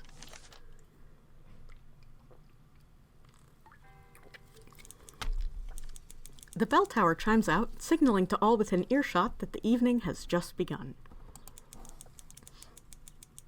Dean Lawrence is doing a once-over of the Vatican gardens, and is in the middle of checking over the fountains when he spots Sister Agnes a few paces over, carrying a large bag of flour. She adjusts her grip on the bag to give him a wave. Say a regular, normal greeting that a normal person would say, or try to flirt. Try to flirt it is. Are you sure? No, wait! It's too late. It seems the good Lord has granted my prayers once again. Whore. He has? In what way? Well, I asked for a vision of the heavens, and here you are. Oh my god. Sister Agnes stares at him, nonplussed. A moment of silence passes. Then two.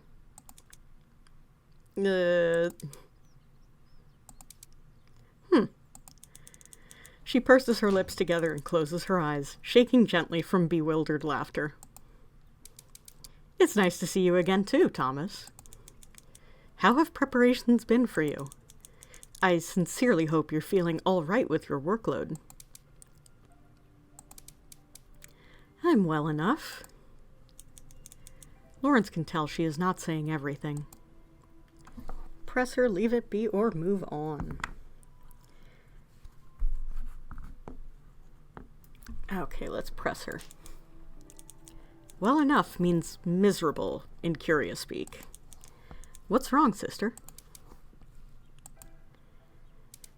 The late Holy Father spoke often of your pushiness.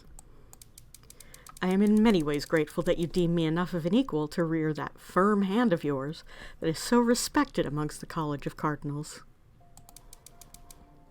And in many other ways I am vexed by it. I am overworked. This is the life I have chosen and will continue to choose. I serve God. I am not significant enough to need this much consideration for my emotions, Thomas.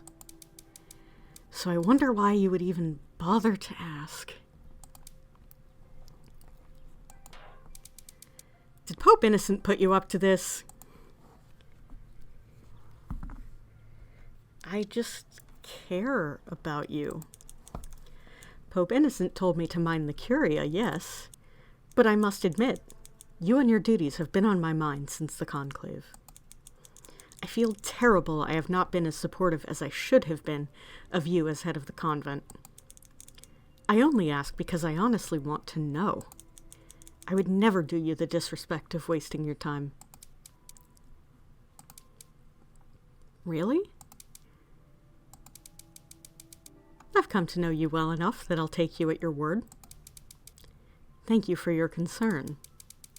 To know my well-being is so important to you actually does lift a little of my burden. Thank you. It breaks Lawrence's heart. But for her sake, he acts as though it is no different than remarking on the state of the fall weather. Enough about me. How have your preparations for All Saints' Day been coming along? They've been well enough. I was actually on my way to do a once-over of the fountains. I noticed earlier today several spouts had become clogged. I need to mark them for the gardeners to fix before all the camera crews arrive. Would you like to join me? I know you're busy, but I'd be delighted to have your company. Well, I could use a bit of fresh air after all my time inside. I suppose I could walk with you for a little while.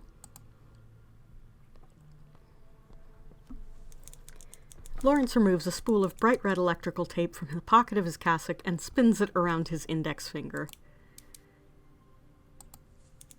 Sister Agnes gives a soft chuckle at this and shifts the weight of the flour sack onto her other hip.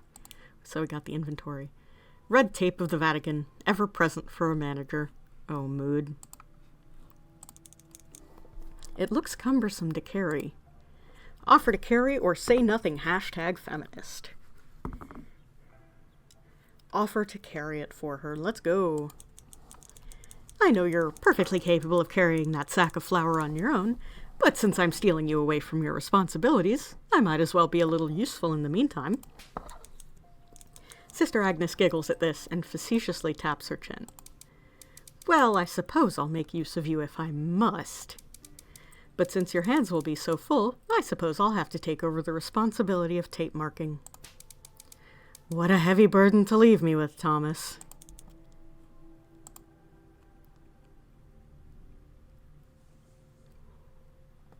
Oh, we got a CG.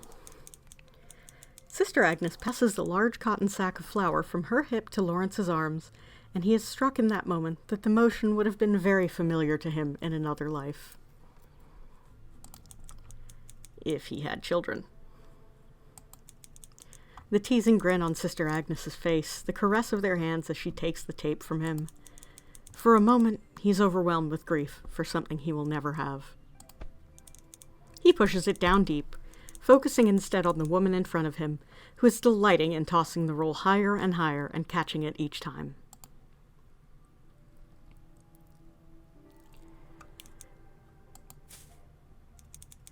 Lawrence and Sister Agnes walk to each fountain, doing a thorough once-over and placing a large strip of tape around any spouts that have even slightly decreased water pressure.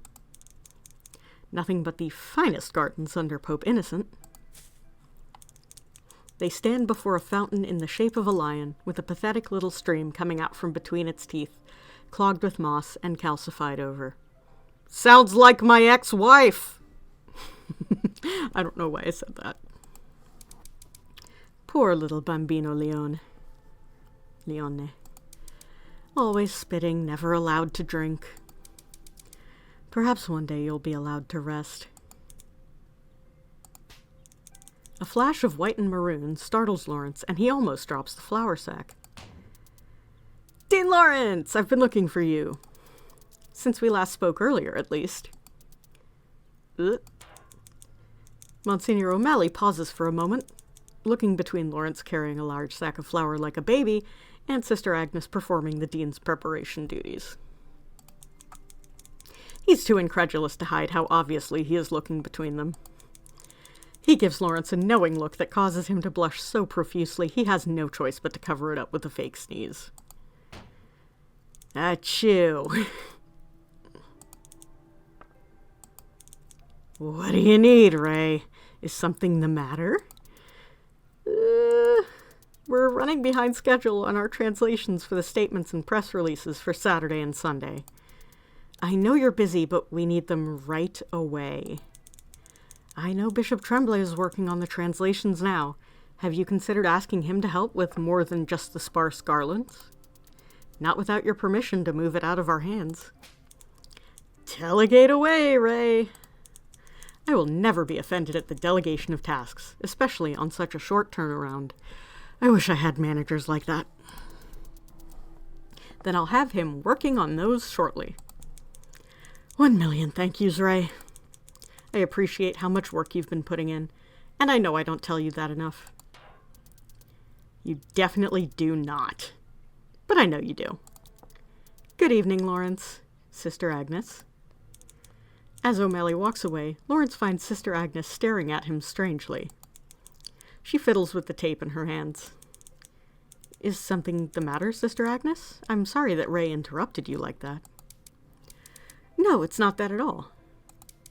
I'm just confused, is all. Confused by what? Only days ago, you led the charge to get Tremblay exposed as the con artist he is. Then I hear you and Pope Innocent went out of your way to keep him residing at the Curia. That you've been going out of your way to comfort him, and now you're entrusting him with the press release translations for All Saints' Day? I trust your judgment, Thomas, but I wonder how you can be so trusting so easily in spite of everything. I don't think I would ever be able to do that. I'd always fear I'd be let down again, and it would be my own fault. Okay, glutton for punishment, no other option, or I'm an optimist. Glutton for punishment. I'm aware that disappointment sits at the forefront of all human interactions, especially with those who have disappointed us before. But that's a part of connection, I suppose. I always forgive. Remember, sister, our Savior once said we must turn the other cheek. I am certain Tremblay, Adeyemi, and Tedesco, and even Aldo and Ray, will come to disappoint me in time. But I'm not going to let that fear prevent me from doing my job or from connecting with them. My faith in God is no different from my faith in man. I know I too will disappoint them, and I hope they will come to forgive my sins as easily as I forgive theirs. Such is life. Such is friendship. I suppose that's true. Perhaps I've been too judgmental of their characters. I've never been able to think that way. I think my biggest sin may be my inability to forgive. One day you must teach me how to be so easygoing, Thomas. I don't think I've ever been described as easygoing in my life, sister. You're a step closer to St. Francis than I'll ever be. She looks considerate for a second, runs a hand over the snout of the tired little lion. I notice you didn't include me on your list of future disappointments. Well, that's because I know you're too virtuous to ever disappoint me, or if you did, too formidable for me to ever say anything about it. She gives a hearty, honest-to-goodness laugh at this. It rings out across the small clearing like a bright and wondrous bell, filling Lawrence with a sinful sense of pride at honoring her so. At humoring her so, I can read. Oh, you always say the most fanciful things, Thomas. I'm delighted we're becoming closer. But you must tell me when I disappoint you. It would break my heart to know I've done something to displease you. I will, but only if you promise to do the same for me. Sister Agnes draws a large X with her pointer finger across her chest. I promise.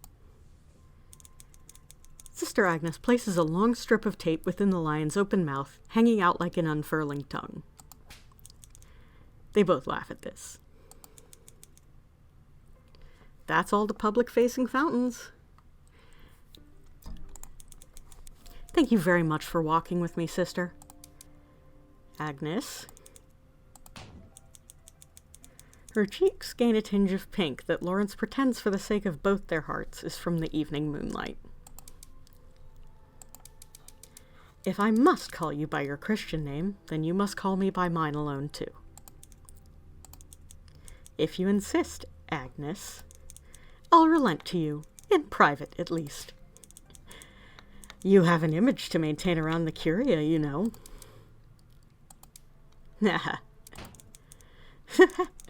Agnes beams at this. Lawrence can't remember if she has ever expressed herself so unguardedly before now.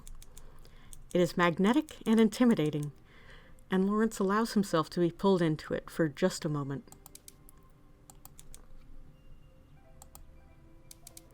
You're very welcome, Thomas. Thank you for inviting me. Lawrence hands her back the sack of flour, giving a slight bow. Flour bag removed.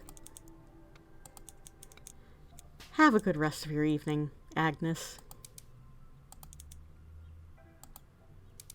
You as well, Dean. I thoroughly enjoyed today. Please come and see me at the convent soon.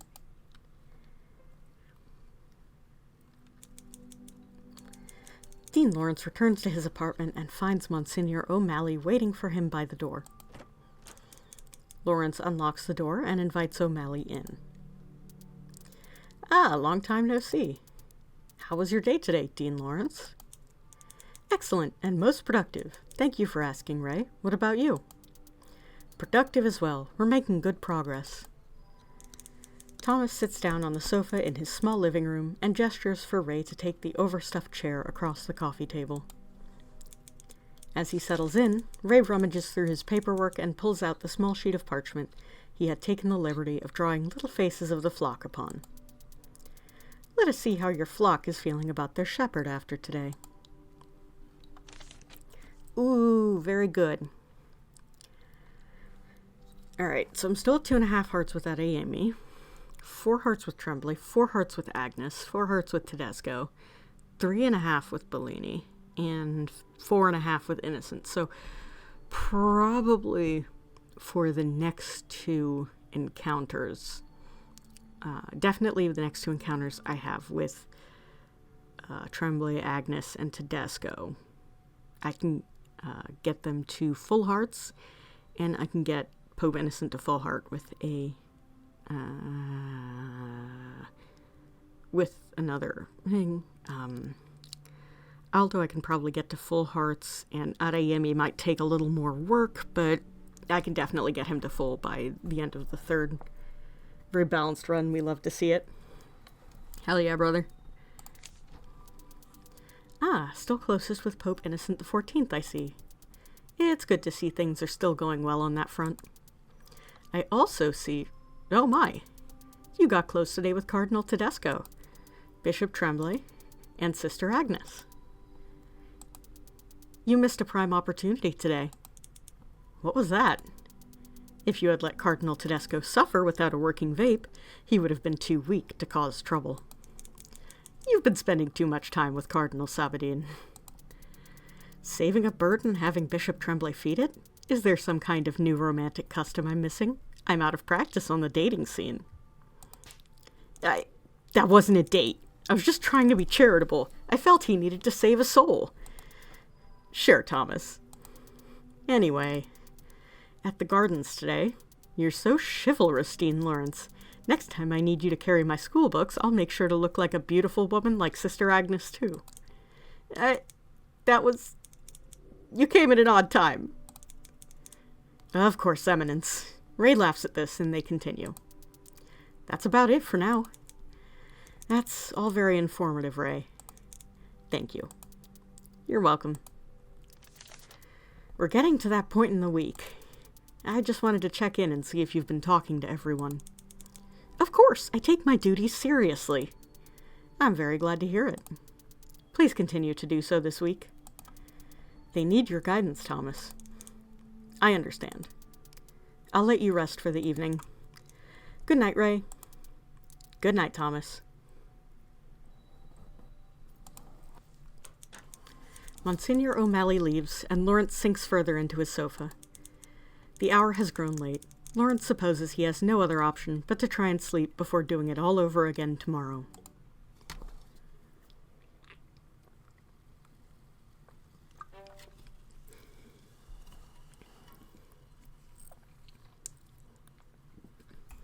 Ooh, we got another card. Thomas, thank you for your chivalry yesterday.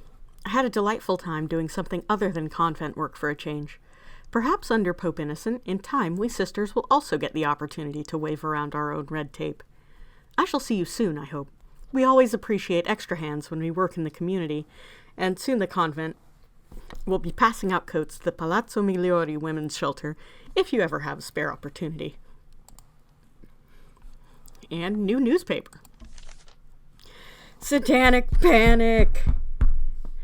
Yesterday marks the second instance of an anti-Catholic demonstration, as seen with the defilement of a church only 5 miles from the walls of the Vatican. As we close in towards Halloween, it makes many suspicious of the timing. Is there to be a neo-Satanism movement in Italy? Many believe blah blah blah blah blah blah blah. Okay, let me save here.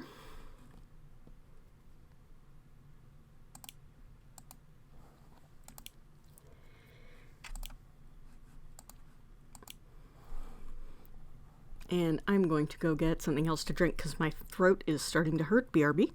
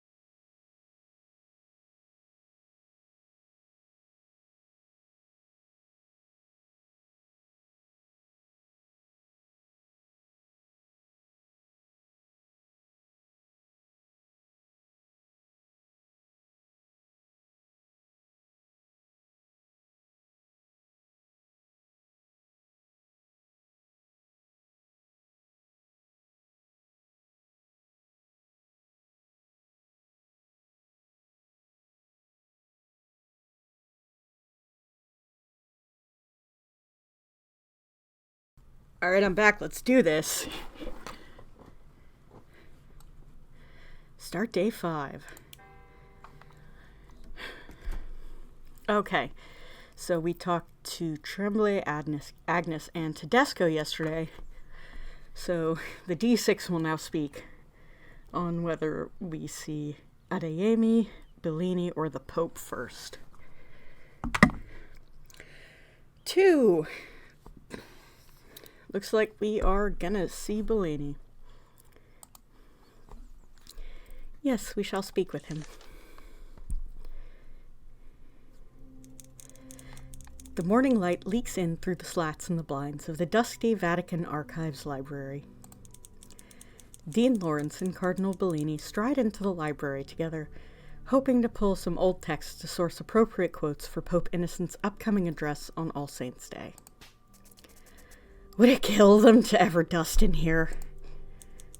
Who else comes in here but us these days?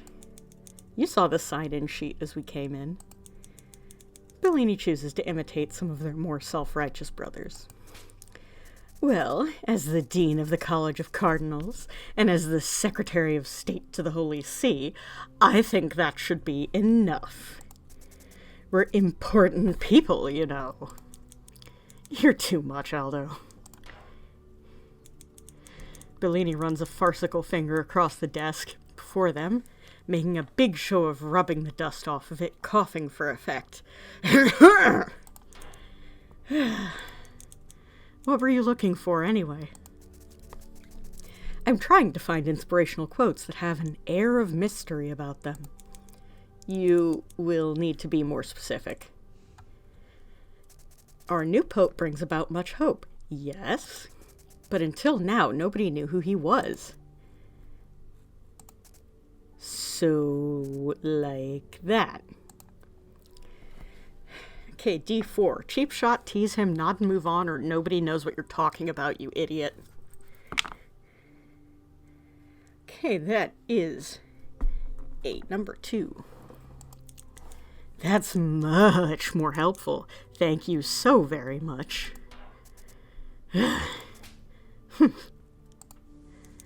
Bellini pushes him towards a bookshelf. Oh, you want to be funny? Go look for quotes, funny man. The first few searches pass without much success. 8 books of various centuries of age lay open on the well-polished wooden desk. Not like old times, huh? Running frantically through here. You know, sometimes I miss how wonderful this library felt when I was a stranger to it. What do you mean? When we came here for our first conclave 24 years ago.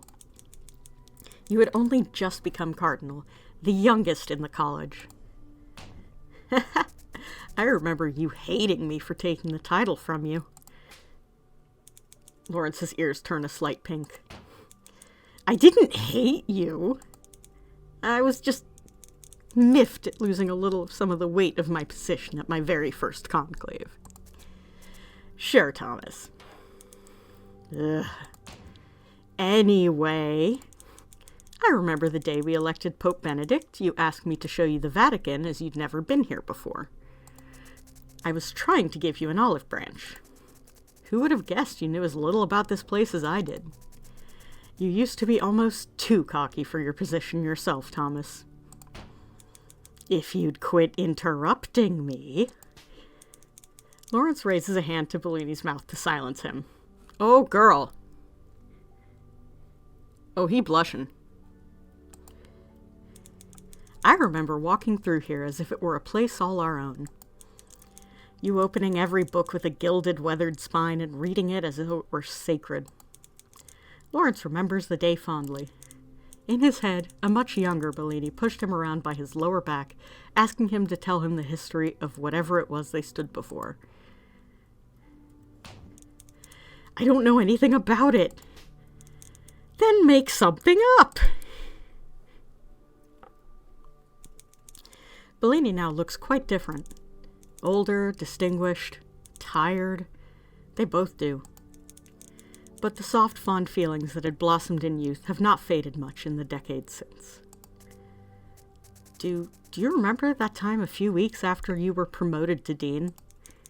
How could I forget? You dragged me in here the second morning mass ended like a dog on a leash. Redeem drink water. Well, I have seltzer. Is that good enough? It's seltzer water. 5 years ago. It's lemon-flavored seltzer water, and no, it's not alcoholic. But if I drink it too fast, I'll burp into the mic, and none of us want that.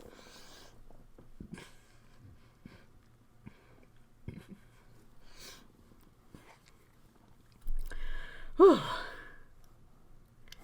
Yeah, I've had to keep reasonably hydrated because I'm doing a lot of speaking. And since I'm not on the phone for work anymore because I'm not at work anymore, I don't really talk that much. Oh, here we go. The seltzer bubbles are activating. 1 minute. Okay. 5 years ago. Doodle-doo, doodle-doo, doodle-doo, doodle-doo. I don't know what you want from me, Aldo. I told you I was perfectly capable of writing my own homilies. Yes, but now you're the Archbishop of Ostia. You have to strive for better. You wound me. They had spent the entire afternoon looking over old texts, some helpful, some old doctrine that shouldn't have been saved. Bellini sat on the edge of one bookshelf, a green leather-bound tome spread open in his lap. Aha! Look here! These are some old notes and journal entries from Pope Leo XIII. Lawrence approached, tired, and came up close beside him to look over his shoulder onto the page.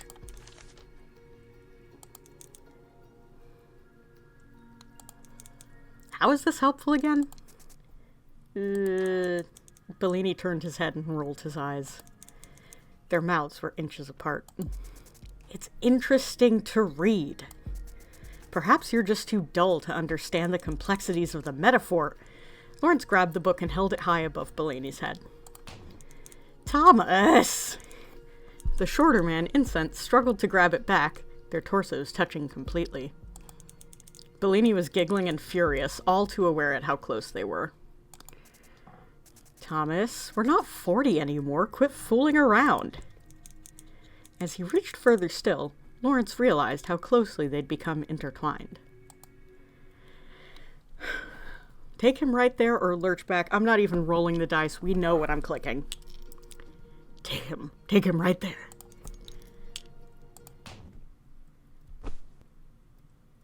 Old man Yowie alert.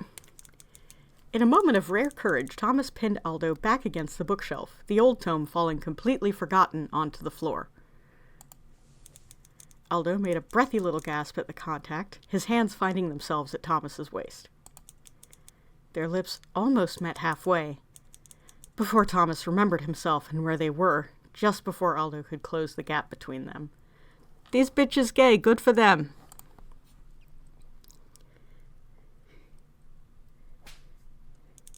Lawrence jumped back like he was burned. Forgive me, Aldo. I don't know what came over me. I didn't mind, Thomas.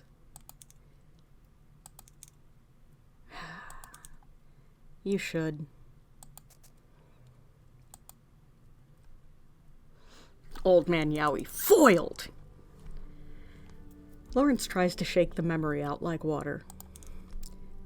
Why do you ask? I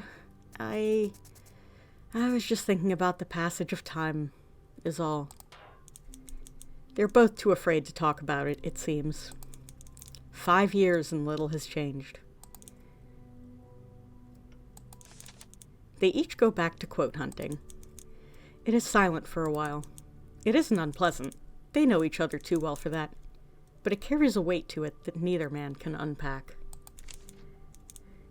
I'm not finding anything, I'm afraid. Me neither, it seems.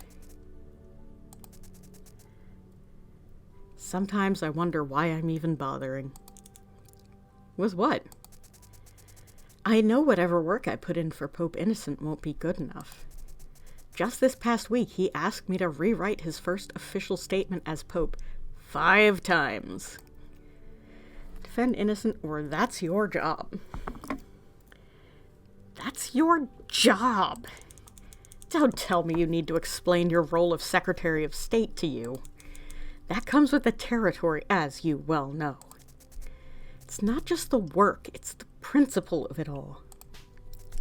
It's frustrating that the Pope should ask so much of everyone, and we have barely known him long enough to trust him. He's quite allowed to do that. We did vote him into the position. The alternative was Tedesco. It wasn't like there was much of a choice.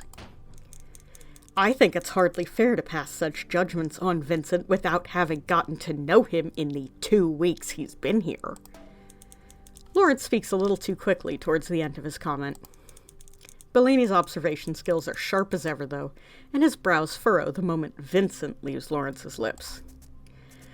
I have tried, but your Vincent seems far above the delights of normal conversation. Anytime I try, he always makes the subject about the papacy, or my role again. Are you fucking stupid, a tough pill to swallow jealousy, or just do your job? Are you fucking stupid? Are you joking? Joking? Of course he turns the subject back to the papacy and your role as secretary. He's asking you for your guidance because you've been at the heart of the Vatican for 10 years now. Bellini stares at him, almost dumbly. I'm certain he's been working you so hard because he knows you're capable of it. It's a compliment, Aldo. He has a lot of respect for you and your position. He's the one who gave it to you, after all. He's just stressed about All Saints' Day, isn't he? Lawrence nods. I've been taking things too personally again, haven't I? Lawrence nods again, a fond little smirk working its way across his features. I suppose this makes me a bit of an ass. Nothing new there, I'm afraid. Bellini pushes him slightly and rolls his eyes. I'll have to make it up to Pope Innocent somehow. The best way to make it up to him is by doing your job as best you can. After another half hour of looking, Bellini throws in the towel. He begins picking up the books and returning them to the shelves. Between the two of us, I think we've gotten enough partial quotes to make something interesting and unique all on our own. Oh, don't ask me to be a creative too, Aldo. I'm terrible at it. Lawrence joins in, being careful to put each book back into its correct place. Because it's you, I'll give you a pass just this once. Come Christmas, though, you better be prepared. What makes you think I'm helping you again at Christmas? Bellini bumps his shoulder against Lawrence softly as he brushes past to place a book just to Lawrence's left. Because if you don't, then I'll tell Pope Innocent you're refusing to be a team player. Lawrence gives a sarcastic gasp and grabs his arm before he can put it up. You would do no such thing. I would, and there isn't a thing you can do about it. This little shit. Yeah, they went from romantic tension to full tension. Lawrence pulls him slightly so they're fully facing one another. They're on the edge of too close. I bet there is. Bellini visibly swallows and stares heavily at Lawrence for several beats too long. He looks starved and conflicted. He then pulls his wrist out of Lawrence's loose grip and sidesteps him, placing his book back on the shelf. I suppose we'll just have to wait until December and see, won't we, Thomas? I suppose so. As Bellini leaves, he turns back to wave at Lawrence, who returns it with gusto. Another zero-sum game. More and more Lawrence finds himself getting tired of those. It would be nice to win something, for a change.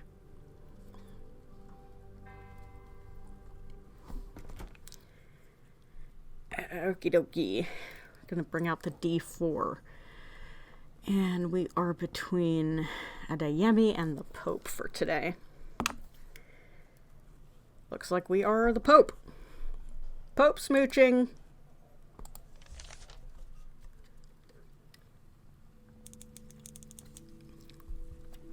It's afternoon, and Lawrence is having his daily meeting with the Pope.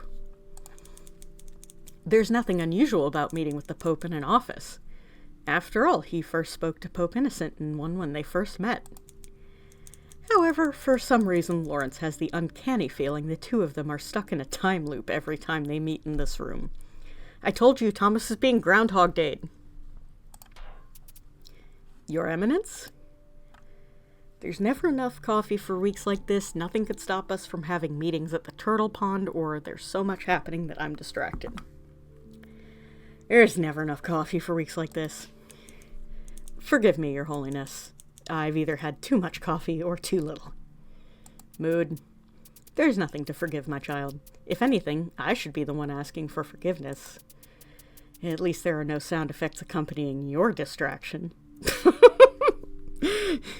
Stop breaking the fourth wall. I took no offense. I hope you really did delete the alerts you set up, though. For your sake, that is. I did. Good. Your Holiness? I met with Monsignor O'Malley today. We discussed my goals and wishes for the reports he's going to do for me. Did he answer all your questions adequately? Yes, he did. It feels like a hard stop to the conversation, even though Lawrence isn't sure why. Press further or let him gather his thoughts. Got press further. What's on your mind, Your Holiness? It's strange that people live this way now, isn't it? Make a joke or let him gather his thoughts, and the answer to that is bump my mic. Make a joke. Most don't have access to Monsignor O'Malley's help. I genuinely think it's too bad they don't. Can't be everywhere at once. Even if he would probably like to be. He needs to rest at some point. Anyway. I have a feeling you think I'm still looking at news alerts. For what it's worth, I'm not. I'm happy to not be looking at them. But something troubles you. Yes, my mind feels much clearer after disengaging with all of that. Yeah, you have to not be addicted to doom scrolling. Isn't that a good thing? Yes, but as you say, many people don't have access to an expert like Monsignor O'Malley. From my brief attempt at monitoring what people say online, it left me feeling awful, but I felt like I couldn't look away. Doom scrolling! I feel better, but also somehow worse for stepping away. Thank God we don't have to do Ray's job, or glad I barely know how to use a copier. Glad I barely know how to use a copier, then. You should still stay away. Most of what people say online doesn't matter. Yes, but every so often there is a kernel of truth to the headlines and the jokes. And what do I do then? What if I miss something important? What if the people need a response and I only have silence to offer them? If the late Holy Father were here, Lawrence would joke, only God is omniscient. He still can't be sure if Pope Innocent will accept jokes like that. If I may speak plainly, always.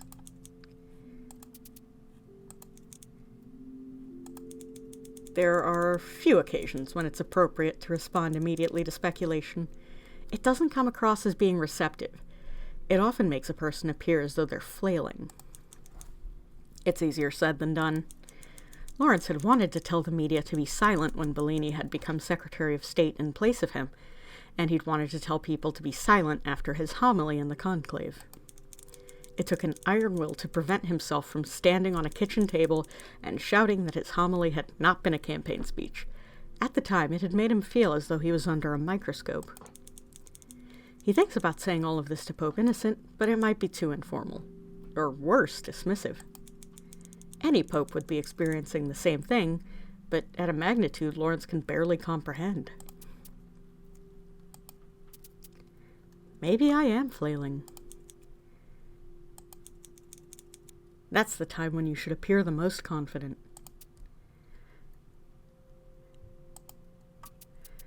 I wasn't completely isolated when I was abroad. I would make use of the internet to, I don't know, be aware of bad weather or outbreaks of hostilities, things like that. But I wasn't paying attention to articles about cats that look suspiciously like the new pope. I had to keep moving. Everyone comes to the papacy with some skills they need to learn. The church is obligated to understand how people are using the internet these days, but I was always bound to be the least equipped to deal with it. I'm sure the nature of your ministry precluded that, not any failure on your part. We aren't meant to know the future, but sometimes I do wish the Lord had given me an inkling that I would need to navigate this one day. The world is so unstable, there's no time for me to fail in this. Homily isn't just short for homo family. It can be. You aren't failing, or we can't change the past. We can't change the past. Lawrence spontaneously reaches out for Innocent's hand. Ooh. We got another CG, fam. They're holding hands. Lawrence has held Pope Innocent's hand many times now, usually for the purpose of quick genuflection. It's interesting to linger over it this time. The fisherman's ring catches the light, and Lawrence remembers putting that ring on his finger while the whole world watched the inaugural Mass. No doubt every step of the Mass had inspired jokes and speculation, but during that one moment, the crowd had disappeared. Here and now, Pope Innocent isn't pulling away. If anything, he's holding even tighter. Pope Innocent XIV remains silent, breathing in and out until he calms down. May I paraphrase your own words back to you? The church is what we do next. The past is set in stone, and there's no use regretting it. You have many resources at your disposal and a will and desire to learn how to manage this incredibly difficult aspect of your job. You've taken steps to improve your approach on this matter. You're already doing all you can. And now I wait to hear the Lord's directions for my next steps.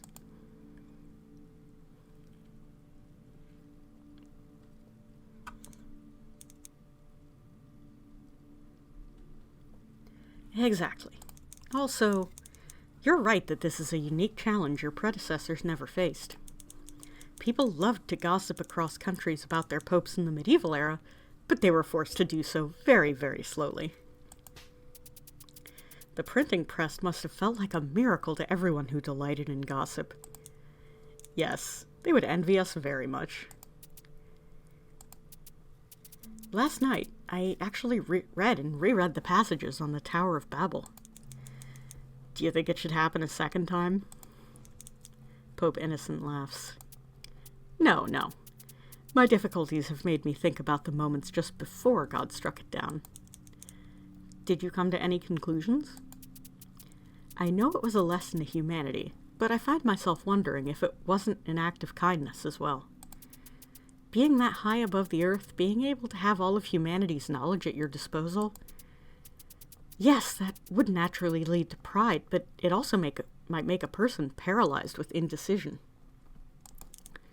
And so from this interpretation, God was protecting them from seeing the world the way God sees the world. Yes, that is... Yes, that precisely. Will this come up in one of your homilies this week? If so, you run the risk of Tedesco thinking you're pointing out flaws in the Tridentine Mass. Subtweeting his preference for Latin, you mean to say? What does that mean? Don't worry about it, Your Eminence. He really said, don't worry about it, kitten. Okay, yay. I will, of course, pray that God delivers the guidance you seek. I am grateful. Cat memes or glad to be of service. cat memes. I can also ask Monsignor O'Malley to highlight some positive commentary on actions you've taken. That might help you focus your efforts as well. Yes, I'd be interested in that. Thank you, Thomas.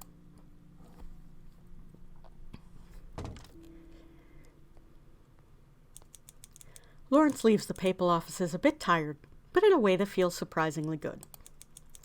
Before the late Holy Father's isolation and paranoia took root, he and Lawrence often had discussions about the intersection between faith and practicality. This meeting with Pope Innocent reminds him fondly of those days. However, like Pope Innocent, he sometimes scolds himself for not paying enough attention to important things in the past.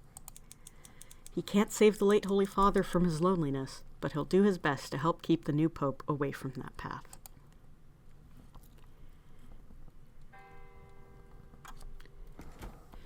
Okay, and now we talk to Adeyemi.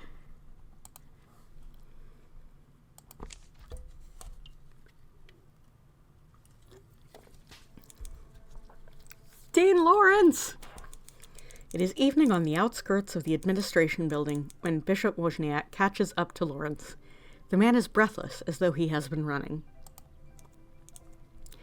Ah, brother. Janusz, what can I do for you? I just had a meeting with Pope Innocent, and he asked me to take this to Sister Agnes at once. But I've been scouring the convent, and I cannot find her. I have to meet with Secretary Bellini in 15 minutes, and I need someone to deliver this memo for me. Accept or decline the memo. Accept the memo. Of course, Your Excellency. I'll get it to her as soon as possible. What's the memo say? A message from Pope Innocent to Sister Agnes about bringing back desserts to the Casa Santa Marta. Ooh, your boy has a sweet tooth. Do not worry at all. Thank you, Your Eminence. I will see you around. He leaves, sprinting off to the offices of the Holy See.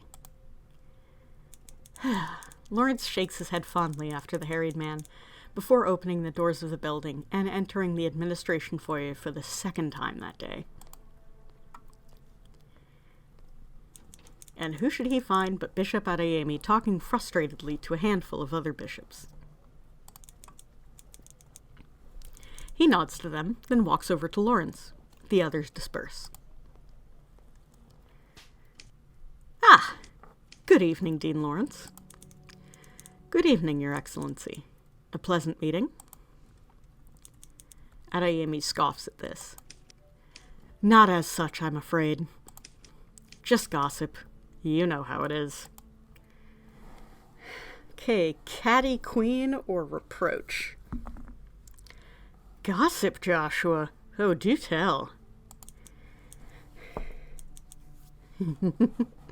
One of the few instances where he says what's in the, what's on the prompt. Just idle nonsense among the bishops. Linen's not folded well, meals undercooked, that sort of thing. That doesn't seem much like gossip to me. Apparently, the convent keeps tabs on all of us. I thought that was known. Adeyemi leans in.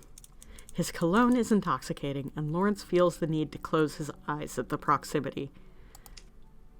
No, I mean, they keep tabs on us. The whole convent has it out for me, and that's why my clothes are too starched and my dinner's inedible. No way, that's crazy. Or, are you stupid? All right, we got, that's crazy. That's certainly a thought. I've never had that happen to me before. And the other bishops can confirm this? Not as of yet. I'm the only one this is happening to with this level of frequency. But they all believe me.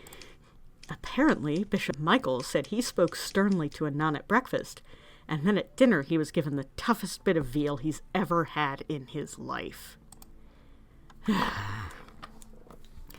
Oh, wow. You don't believe me? I scarcely think I deserve this level of sarcasm from you, Thomas. Adeyemi looks a little miserable at that, and Lawrence immediately feels guilty. Apologize or ignore. Apologize. I'm sorry. You're right. That was rude of me. It's not that I don't believe you. This seems like it's just the paranoid ramblings of tired old men. Lawrence thinks for a moment. Can you think of any reason why they would do this? Adeyemi stares at him, confused. Not one. Give it to him gently or give it to him hard. Give it to him hard, baby. Don't be a naive little fool, Joshua. Not to me. Adeyemi's taken aback by this. An awkward smile forms on his lips before turning into laughter that spills over. He claps Lawrence hard on the side of his arm. You make me laugh, Thomas. You mean Shinumi? Is that what this is about? Okay, Sister Shinumi, who else could it possibly be about? Or are you willfully being obtuse? Sister Shinumi. All right, I get it. I just don't understand what the issue is here, I suppose. I've paid my penance 1,000,000 times over. I don't understand why these women are punishing me so. She's returned to Nigeria now. All is well. Lawrence considers how best to word things. Consider her perspective. We will never understand her, or you just don't get it. We will never understand her. Joshua, we will never be able to understand. The lives we lead in our roles as heads of the church are entirely different from that of our sisters. They have solemnly sworn their lives to quiet labor, and we have the audacity to get upset when they dare to express themselves. You are not viewing Sister Shinumi's harm as legitimate. You won't even recognize your son as your own. You are not viewing our sisters as people. Don't you understand that? Adeyemi looks floored. He crosses his arms and has the decency to sound ashamed. I hadn't considered that. I know. I'm unsure how to make amends. Okay, just so I get it out of my inventory, take this memo to Sister Agnes. Take this memo in my stead to Sister Agnes, and use the opportunity to apologize to her for putting one of her nuns through such terrible trials. When you finish, I expect you to write a full letter of apology to Sister Shinumi back in Nigeria. You need to own up to your actions, Joshua, and take some responsibility for everything, past and present. Recognize what you've done to her. Recognize your son. She deserves to hear that from you. It was all she wanted at the Conclave. It's the least you owe her. Adeyemi nods profusely. I won't disappoint you further, Thomas. What I did was unforgivable. I know that. I want to be a better person. I'll take my leave now. I'll deliver this to Sister Agnes right away, and I'll pen my letter to Sister Shinumi as soon as I am able. I can only hope my letter will bring her closure. She did not deserve my terrible pride. Excuse me, Thomas. He gives a slight bow, then exits the admin building's foyer. Lawrence, with an odd sense of pride, walks up the stairs to the second floor. Perhaps being a manager isn't too terrible after all.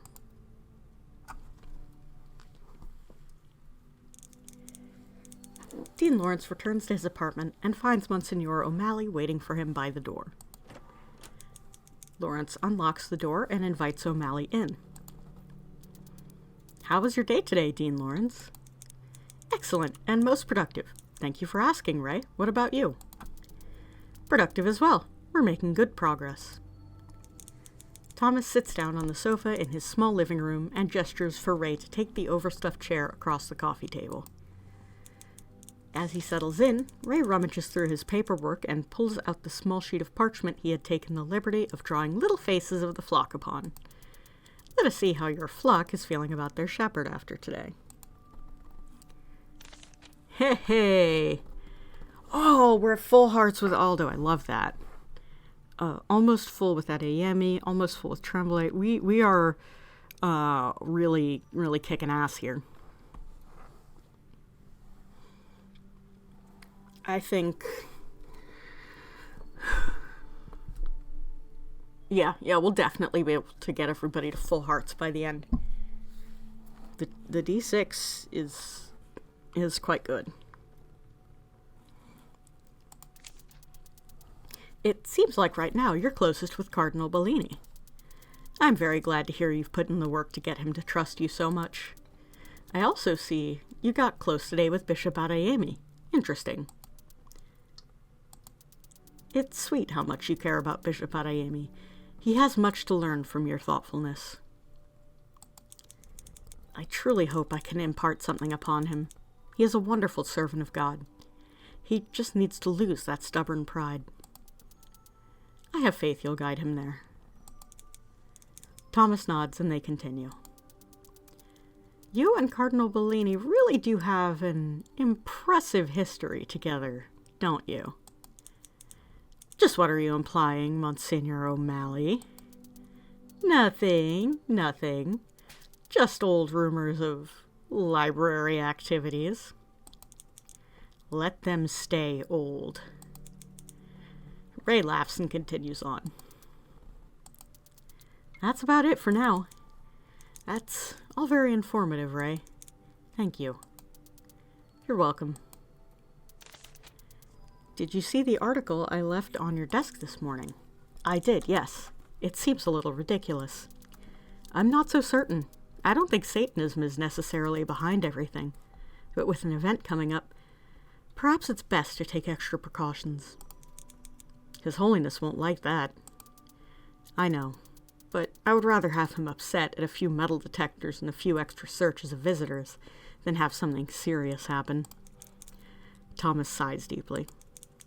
If you think it's best, I trust you, Ray. Thank you, Thomas. I'll let you rest for the evening. Good night, Ray. Good night, Thomas. Monsignor O'Malley leaves, and Lawrence sinks further into his sofa. The hour has grown late. Lawrence supposes he has no other option but to try to sleep before doing it all over again tomorrow.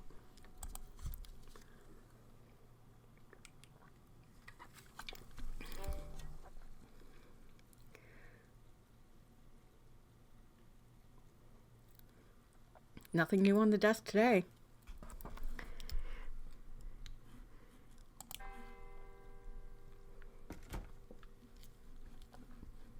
All right. Let's see who the D6 has in store for us. Number 5. Ooh, we get Cardinal Bellini's event again. Yes.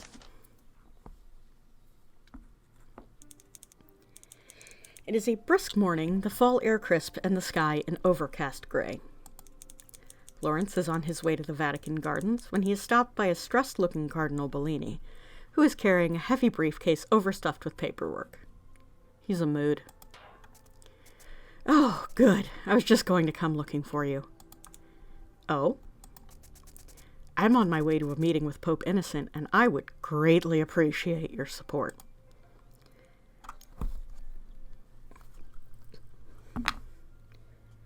Okay, 1. How could I ever deny you? Yay. Of course, Aldo. I am at your disposal. Excellent, thank you. Thank you, Thomas. I'm planning on going over the diplomats and officially setting their itineraries with the Pope. How would you like me to help? Bellini looks at him, and Lawrence can feel the anxiety reeling off of him in waves. Just make sure I don't say something foolish. Lawrence feels a part of him ache at the mere thought of Bellini being so nervous for anything, much less a standard meeting with Pope Innocent. How many guests do we expect to arrive on Sunday? Approximately 46. Assuming everyone shows up, which they never do, and assuming everyone stays the whole 3 days, which they never do either. Not as bad as Easter, then? Bellini shakes unconsciously at the memory. Several cardinals, bishops, politicians, and world leaders had all decided that, with the slight decline of the late Holy Father, Easter was the time to pay a visit to the Vatican to see him one last time. Just in case. During the weeks of Easter festivities, they had hosted almost 200 people of varying levels of fame or import. It had been exhausting. And thank the Lord for that. Amen.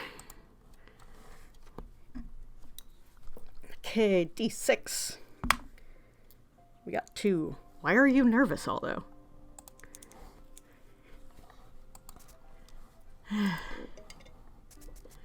You know me too well, Thomas. The late Holy Father and I understood one another perfectly. We had a system for these kinds of things. But I don't know Pope Innocent's temperament. I don't know his limits. I don't know how he feels about small talk or big talk or political affiliation. The late Holy Father clearly intended for him to be Pope, and I trust his judgment implicitly.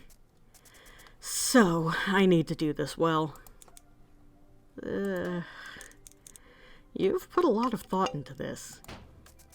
Of course I have! The Pope sets the tone for the papacy, and we must all strive to match that.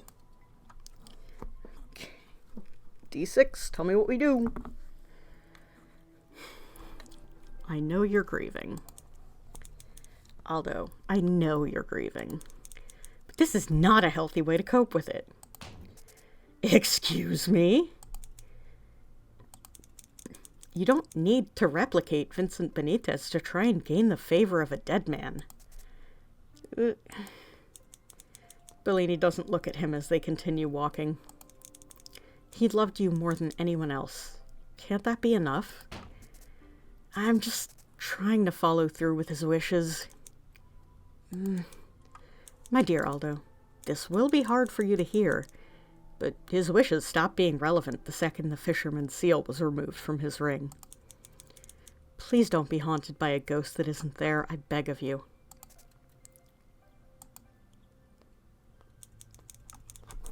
Bellini does not say a word the rest of the walk to the administration building. They enter without comment. It's Captain Vape! He's back!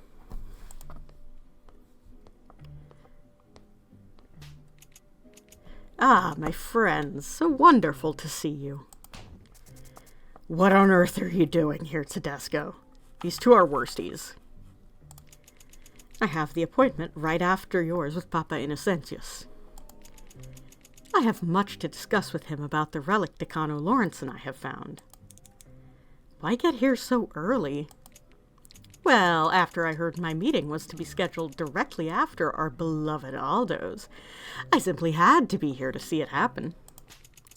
I look forward to seeing him fumble his way through his meeting with our new Holy Father. I'm sure you remember that Aldo has occupied the role of Secretary of State for some years prior, unlike yourself, Goffredo. He's more than capable of holding court with His Holiness. Tedesco raises his eyebrows, humored. Of course. That's why you're here, Tommaso.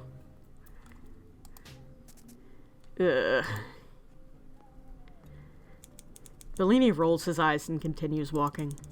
Lawrence gives Tedesco a small nod before following after him into the Pope's office.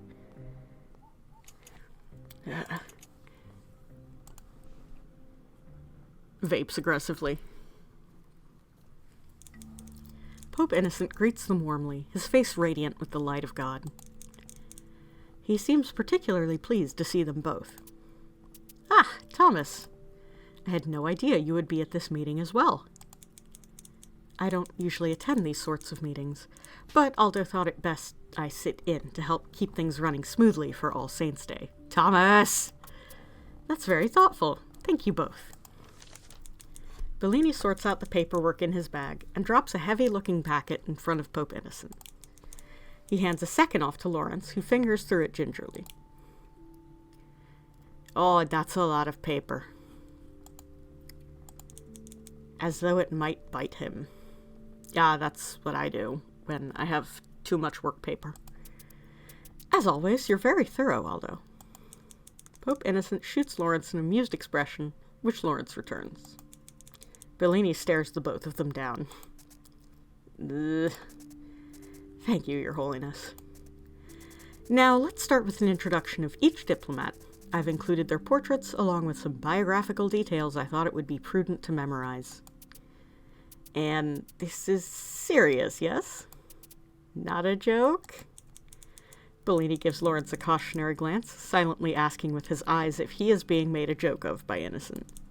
Lawrence returns one of assurance. He is not. Unfortunately not, Your Holiness. Ah, the Lord is not so kind to me. Please continue, Eminence. After the introduction is a bulleted list of things they're likely going to ask you about. From personal experience, this is good to know before talking to any of them, especially if they request a private audience with you. A shocked look passes over Pope Innocent's face, which he quickly tries to hide. Badly. They could request a private audience with me? Not all of them. We'll discuss who ends up speaking with you in a little, but you will have to speak with a few of them one-on-one. Pope Innocent flips through the packet haphazardly. I don't want to talk to the President of the United States. He's one of the mandatories, I'm afraid. He's Catholic, and we do need to have a photo op as well. The Pope pulls a face. He looks like he's in pain. Lawrence understands, and tries to stifle the chuckle under a cough. Wonderful. I'm sorry, Your Holiness. If it makes you feel better, he'll largely speak about how annoying American evangelicals are. It does not, but I appreciate your trying, Thomas. I can schedule him first. Would that help? Yes. Perhaps it is best to get evil over with quickly. Shade! He pauses and gives Bellini a mock apologetic look. No offense, Aldo. None taken, Your Holiness. I've been a citizen of Vatican City for many years, and don't feel a particular love for my home country's government either. That's the spirit! I love him. Bellini gives Lawrence a confused stare. Lawrence just waves him off. At the end are my own personal anecdotes of interactions collected throughout the years about each figure. The late Holy Father appreciated it, and I thought you might as well. Some of these are quite verbose. You have much to say about this Spanish bishop and his Congress member brother. Yes, Your Holiness. I happened to run into their secretary, who was rather upset with them that day. She spilled quite a lot of their baggage, and I wrote down all I remembered. He's the secretary of tea. It may be useful in situations where they might try to pressure you to do or say something on behalf of the church that you'd rather not. Gossip and blackmail in the house of the Lord, Cardinal Bellini? How scandalous. I just demoted someone for that. Bellini turns beet red. Oh, Your Holiness, Okay, let him suffer, or tell him he's just teasing. He's just teasing you. It's all right, Aldo. He's only teasing. Bellini tilts his head ever so slightly, not unlike a confused dog. Lawrence finds himself deeply endeared by it. He has to physically stop himself from reaching out a comforting hand. These bitches gay. Good for them. My sincerest apologies for alarming you. I was just trying to make a joke. I actually think it's quite proactive. Thank you very much for putting so much time into this. It is no trouble at all. Thomas and the late Holy Father were quite right to speak to your qualities. I'm very grateful you accepted my offer of Secretary of State. Bellini is shell-shocked. Lawrence feels something heavy sink in his chest. Pope Innocent wasn't supposed to reveal that. Thomas spoke to my qualities? Oh, yes, quite soon after the Conclave, too. After I asked him to remain as dean, he asked me if I would consider you for Secretary of State, given you had done such an excellent job for it so recently. Bellini gives Lawrence a look brimming with 20 years of adoration and devotion. Lawrence cannot help but return it. These bitches gay, good for them. Did he now? Well, I'm very glad to have been able to show to your holiness my talents. Thank you for having faith in me. The cheerful moment is broken up by a gruff clearing of the throat near the door of Pope Innocent's office. Cardinal Tedesco, vape back in hand, unfortunately, stands almost gleefully at the group in front of him. Buongiorno, your holiness, eminences. You've arrived a bit early, I'm afraid. We're not quite finished with our meeting. But how may we help you anyway, Cardinal Tedesco? Nothing to help. I just wanted to come and see the circus for myself. Bellini rolls his eyes and places a hand on his hip as a warning, anticipating what's to come. He just defaults to sassy gay position. Pope Innocent looks between them, observing. Circus, Eminence? The vape smoke is just filling the background. Incredible. Yes, your holiness. Circus. The spectacle of another tenure of Bellini as Secretary of State for the Holy See. I'd best settle in to watch the schism that follows. Defend his honor or say nothing and hope that Tedesco goes away. We're defending his honor, baby. That's enough, Goffredo. If there's nothing you need, kindly leave us so we may do actual work. And stop smoking indoors, you look like a teenager. Grazie, Tommaso. I've been told I age like fine wine. It's unbecoming. Tedesco barks out a laugh, gives them a rude wave before stepping out, chuckling audibly to himself as he walks back down the hall. Bellini gives Lawrence a loaded and warm smile from across the room. He feels his chest tighten fondly and returns it. I certainly would have liked to give him a piece of my mind. Perhaps it's best you did not. With men like him, there is a fine line between self-defense and vicious attacks. As Pope, you must avoid both. He is the face of the conservative majority of the Curia, whether we want him to be or not. That's frustrating. I know, Your Holiness. I am sorry. But I promise I'll help guide you through all the political nonsense. Pope Innocent takes his hand and pats it gently. Thank you, Aldo. You're quite welcome. Now, should we return to our studies? The two of you may continue. You have no more use of me, Aldo. I'll take my leave. As Lawrence ducks out of the room, Bellini follows after him.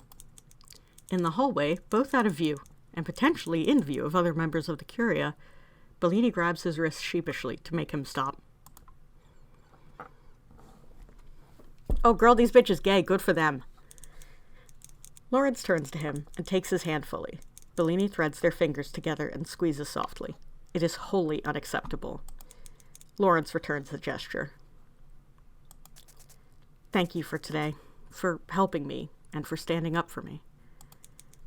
Think nothing of it.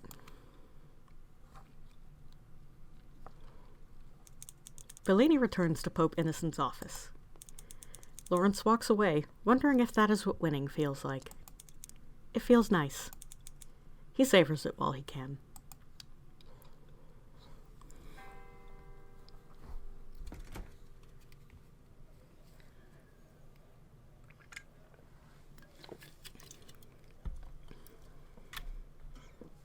All right, girl. Let's see what the D6 has in store for us. 1 Bishop Adeyemi, let's go.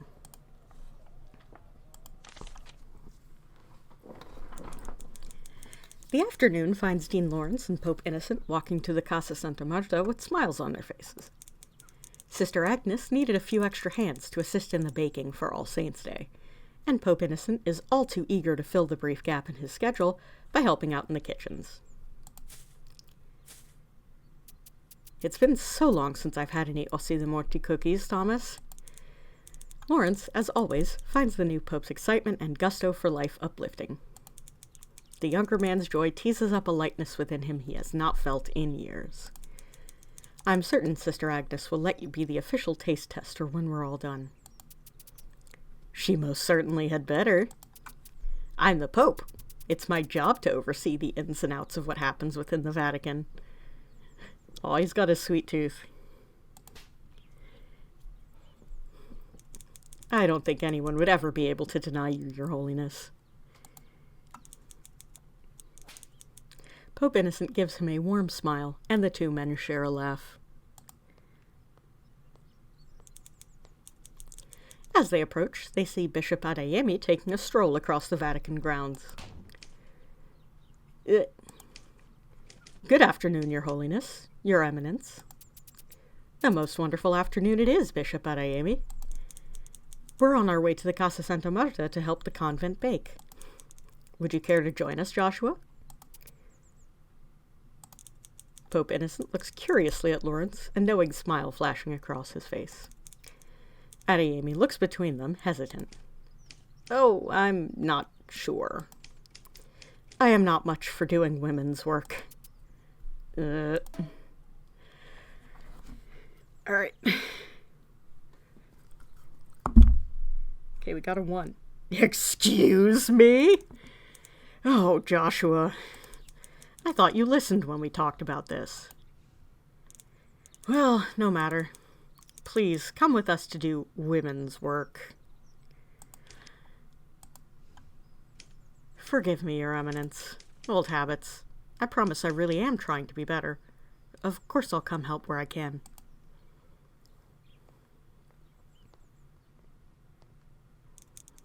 They enter the Casa Santa Marta and are greeted by Sister Agnes, who leads them back into the kitchens. Perfect timing!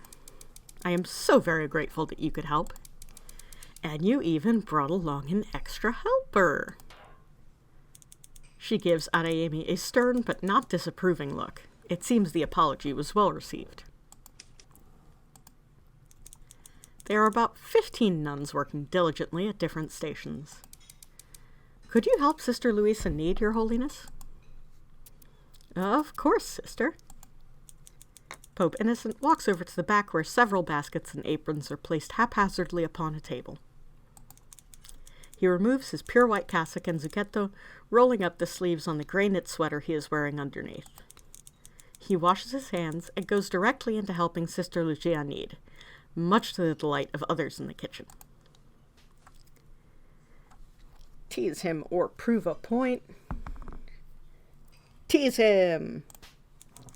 Lawrence pushes his elbow into Adeyemi's ribs teasingly. The other man rolls his eyes. Still think it's women's work? I suppose not. Sister Agnes goes back to directing different nuns here and there. Lawrence looks around for something for him and Adeyemi to do. He spots an area off to the side where dishes from the sink can be washed and dried. Come along, Joshua. Lawrence drags the shorter man over by the hand, then hands him a dry white rag. I'll wash, you dry. It is companionable for a few moments, the two of them working in relative silence, while the sisters and the Pope Innocent chat and joke amongst themselves. Adeyemi is close enough for Lawrence to smell his intoxicating cologne over the fragrant vanilla of the baking. The pair of them seem in sync, cleaning in time with one another. Okay, so we've got don't quit your day job. If I had a partner, I'd want them to be like you. And you smell so good, Josh. Roll to 3, that's what we're clicking. You always smell so nice, Joshua.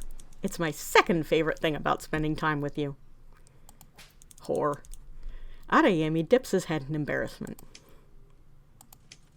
What's the first? He says this hoarsely, and Lawrence feels a blush rising along his cheeks. Whore! Your smile. The moment hangs heavy between them. Then Sister Agnes drops another pot into the sink they stand beside.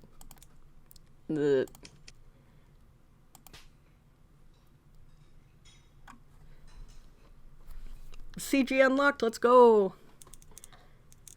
They work like that for 2 hours, washing dishes between stations. When the baking is complete, over 1,000 cookies have been prepared, and everybody begins to clean up. The fact that Lawrence and Adeyemi have been cleaning the entire time makes the final tidying go much faster.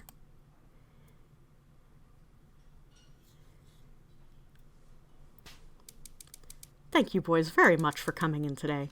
We couldn't have done it without you. Of course. Farewell, sisters. The 3 men leave, Adeyemi bowing to Pope Innocent in the Casa Santa Marta foyer. Thank you, Your Holiness, for allowing me the chance to better myself.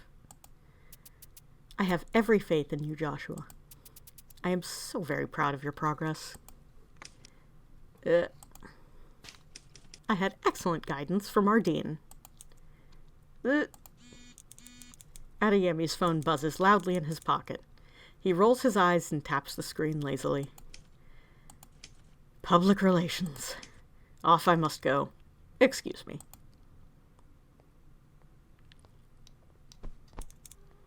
As he walks away, Pope Innocent places a gentle hand on Lawrence's back. He gives Lawrence a look that forms a pit in his stomach. How much of his interactions with Adeyemi had Innocent observed? Well done, my shepherd. I knew I could count on you to guide a lost sheep back home. Thank you, Your Holiness. I'm glad you did. The Pope is such a precious being. He is adorable. I love him. Vincent Benitez, the man that you are. Next seltzer. Okay, now let's roll the D4 to pick who's next. 2. We got Sister Agnes's final mission. Let's go. So that means tomorrow we have Tremblay, Tedesco, and the Pope.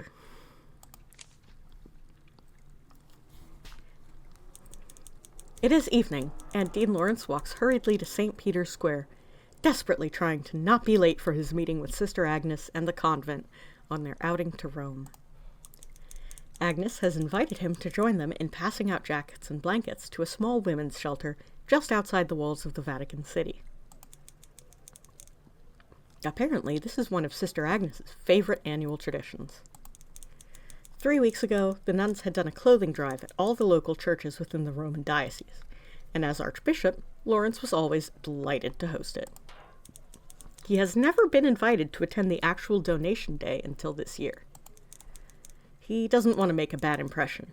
He cannot, under any circumstance, be late.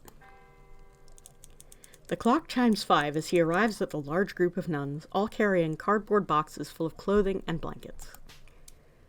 Ah, good to see you again, Dean Lawrence. And not 1 minute late. We're all excited for you to be joining us today. I'm very enthused myself. I always enjoy putting the fall clothing drive into the Roman diocese announcements. I will warn you, there are parts of the shelter you will not be permitted to enter. Please don't take it personally. I understand, sister. I'll be sure to keep a respectful distance.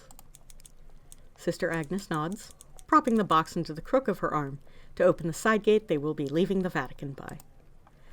Offer to help carry or say nothing. #feminism. Offer to help carry. Would you like me to hold that for you, sister? Whoop. Okay, there we go. Oh, I didn't realize that mouse wheel is how you go back.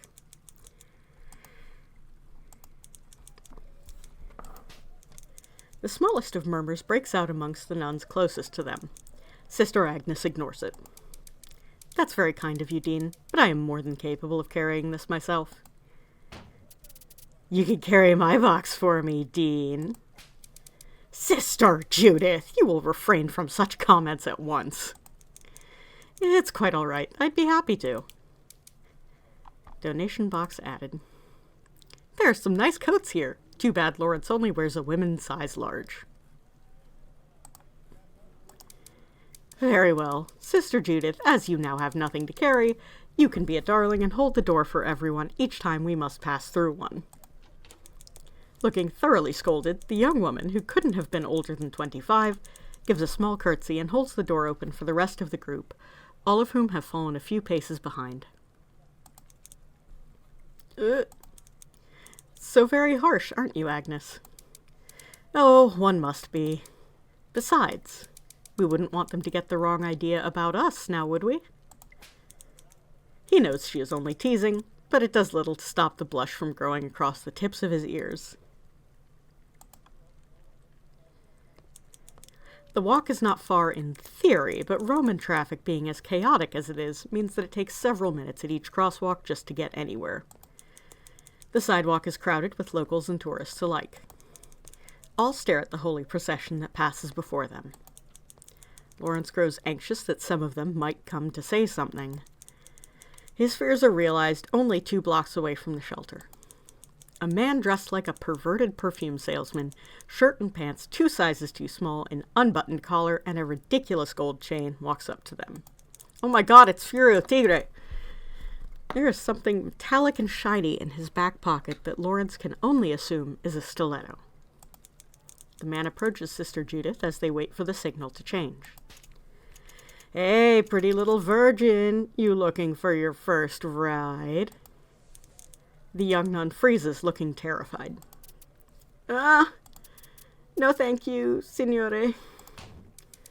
You will not speak to a sister of charity this way, you spineless heathen. Apologize now to her and to God. The man stares back at Sister Agnes. Back her up, she doesn't need my help, or drag them away. Whoop! Drop the die. Okay, back her up. Lawrence steps closer to the man, rising up to all 6 feet of height God gave him.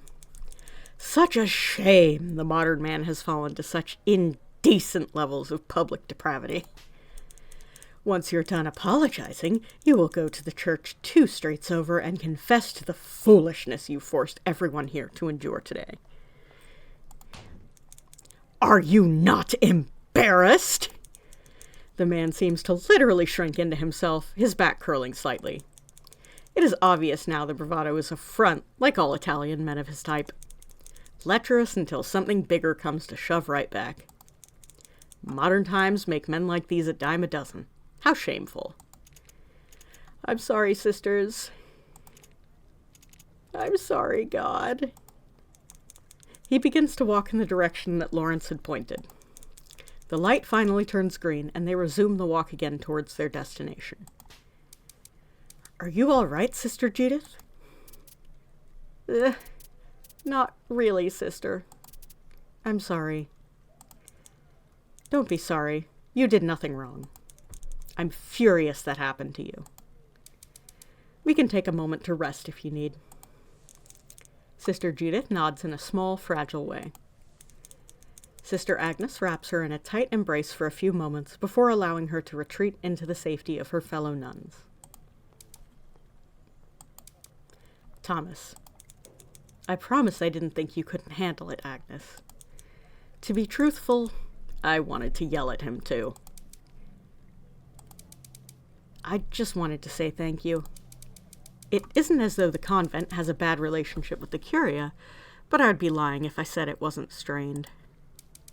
You've given me hope that there are those who care for the well-being of my nuns.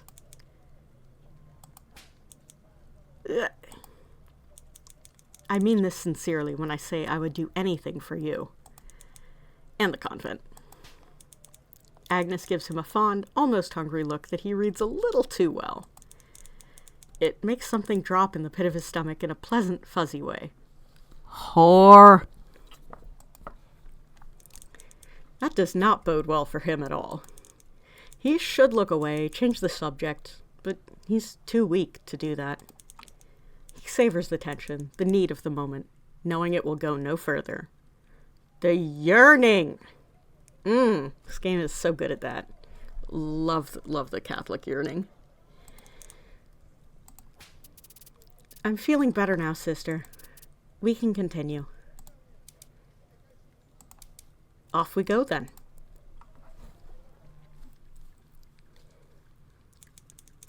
The women's shelter is sterile but still inviting. They enter through the back door into a small room that looks like an office. Good evening, sisters! Oh. And Eminence. Good evening to you as well. I hope all is well at the shelter today, Matron Viola. It has been steady, but there is an air of excitement and energy. The ladies know there are good things coming to them today. She divides the convent into groups of 6, each taking their boxes to a wing. Lawrence returns the box he had been carrying to Sister Judith, who gives him a giggling, girlish grin and curtsy for his troubles. It makes Lawrence feel so paternal, it almost brings a tear to his eye. Eminence, and Sisters Agnes, Lorenza, Celine, Gina, and Allison, why don't you go to the south wing upstairs? We have a couple families up there who would be delighted to see you. Agnes hangs back with Lawrence as the other sisters excitedly run up the stairs and down the corridor. Oh, hey! Exacorangutan, welcome! Lawrence's knees crack on the first step. Oh, that's a mood. Youth is wasted on the young. Oh, I'm not so sure about that. There's a certain distinction to growing old. A respectability and tenacity to it. Is that what the kids are calling it these days? Oh, I think we've established that the two of us would have no way of knowing that, now would we? Which room does Lawrence enter? Holy D6, speak to me. Whoop! Okay, landed on a 6. Fell off the desk, but it landed on a 6. Enter the third room. This small room only has 10 cots in it, and half of them sit empty. There are 5 girls, all between the ages of 14 and 18, talking to one another with hushed, excited tones. The eldest carries a sleeping toddler on her hip. They shout at the sight of Sister Agnes and her group. Sisters, you really came! I didn't believe Matron Viola when she said you were coming. We would not miss you ladies for anything. Come, find something fashionable and warm. Plenty of coats and jackets left. Hold up coats for the girls to try on or do nothing. Coats it is. Lawrence reaches into the box and pulls out a sturdy red wool peacoat. Why don't you try this one on? You'll look just like Joan Crawford.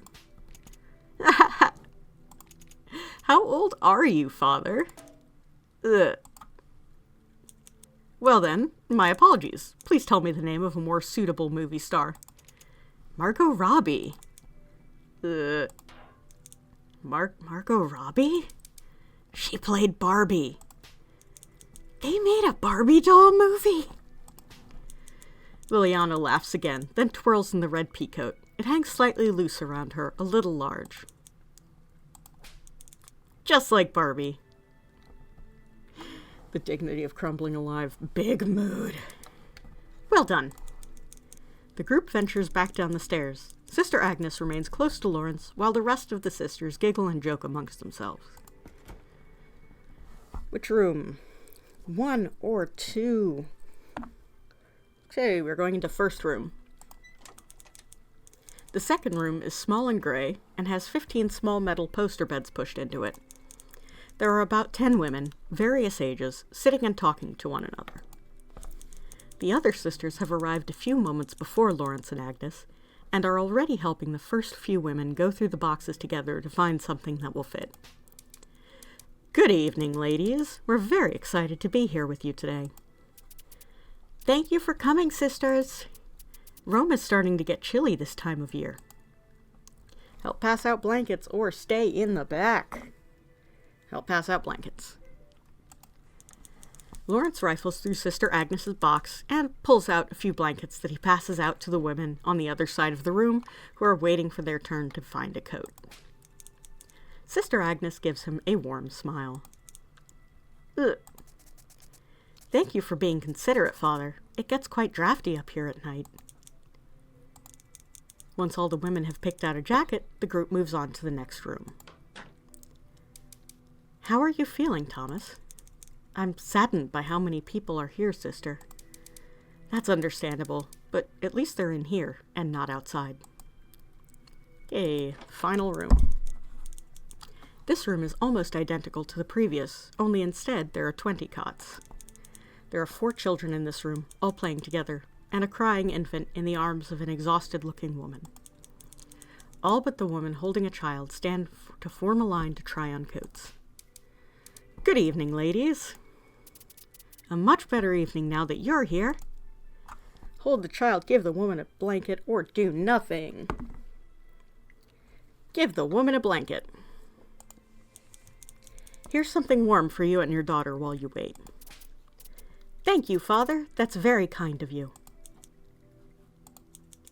They leave once all the women in this room have been given jackets and the boxes are finally empty. That child couldn't have been older than 7 weeks, Agnes. This may sound terrible, Thomas, but it's easier for younger children to be here. Older children oftentimes have difficulty adjusting. Babies don't ever know what's going on. Hopefully she'll never have any memories of this place. We can pray. You haven't had much conversation with your nuns. I hope I'm not stealing you away from them today. Sister Agnes looks like a deer in the headlights. She freezes suddenly. If I may be honest with you, Thomas, it's because you're one of my closest friends. Really? You've seen today the level of personability I have with my sisters. I am motherly and well-respected, but if there isn't Curia gossip or job duties to discuss, I find they rarely come talk to me at all. Okay. The D4 will decide your fate. Two-way street, Aggie dear. Have you ever gone out of your way to talk to them? Again, Agnes stills. I suppose I haven't. Well, then how are they to know what to talk to you about? Hardly their fault at all, is it? Perhaps you should try starting a conversation every now and again. You can do that. You vex me, Thomas Lawrence. That's wonderful to hear, Agnes. Agnes.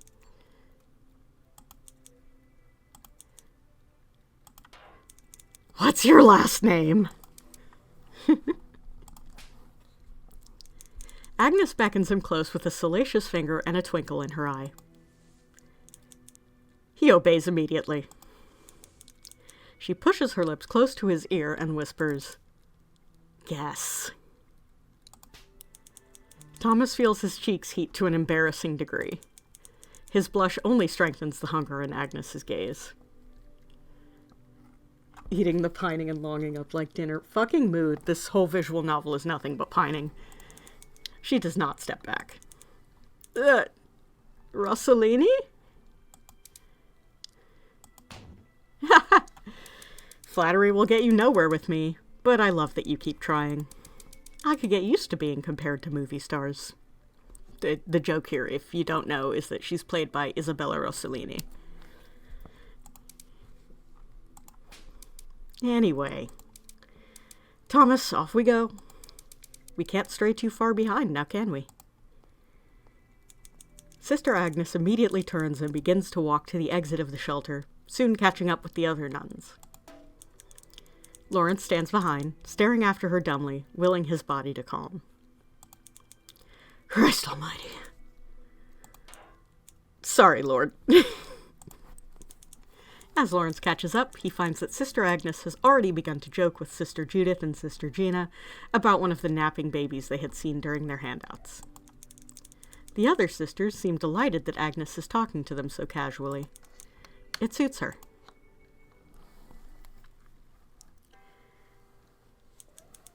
When they arrive back at the Vatican, it is time for them to part ways. Thank you very much for holding my box for me today and for defending me from that awful man, Eminence. She gives a curtsy, then becomes moved enough to forget herself and wrap her arms around him for a quick hug. Ugh. Lawrence returns it, that longing ache for fatherhood rearing its head within him once again. Please take care, Sister Judith. The rest of the nuns give him cheery goodbyes and waves as they walk back to the convent. Agnes lingers for a few moments later. Thank you for today, Thomas.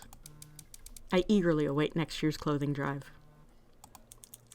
Is that the next time I will get to see you? Oh, sorry, my phone's going bananas. There we go. Shoosh!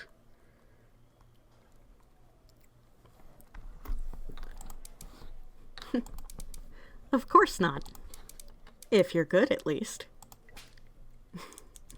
I'll be on my best behavior, just for you. Sister Agnes laughs. Have a good rest of your day, Thomas. You too, Agnes. I look forward to seeing you again soon. He watches as she walks away. She turns back once to give him a little wave. He's going to be in trouble, no doubt about that. What a remarkable woman. Messy bisexual Thomas Lawrence. Dean Lawrence returns to his apartment and finds Monsignor O'Malley waiting for him by the door. Lawrence unlocks the door and invites O'Malley in. How was your day today, Dean Lawrence? Excellent and most productive. Thank you for asking, Ray. What about you? Productive as well. We're making good progress.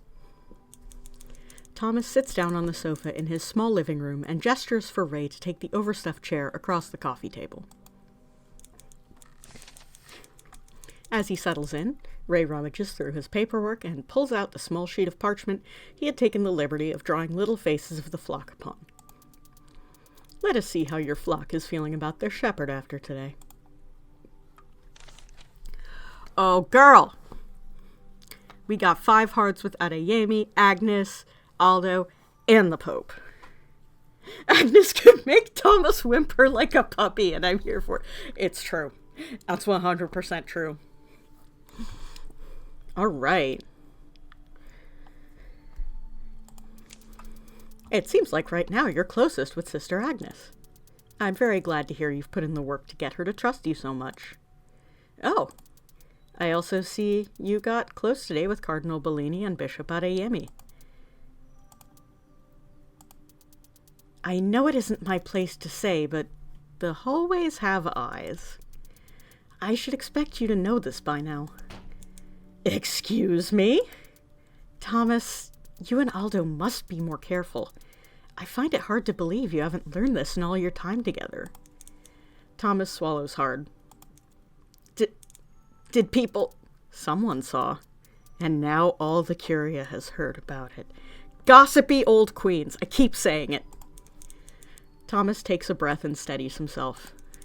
It's no matter. People may make whatever assumptions about our relationship they so choose. Are those assumptions correct? Ray? I'll drop it. Thank you. Does Bishop Adeyemi's cologne really smell as nice as you've said? The nuns have been telling everyone about your compliments to him today. I might have to pick up a bottle. How could anyone have possibly heard that? Kitchens echo, especially when 2 people think they're alone.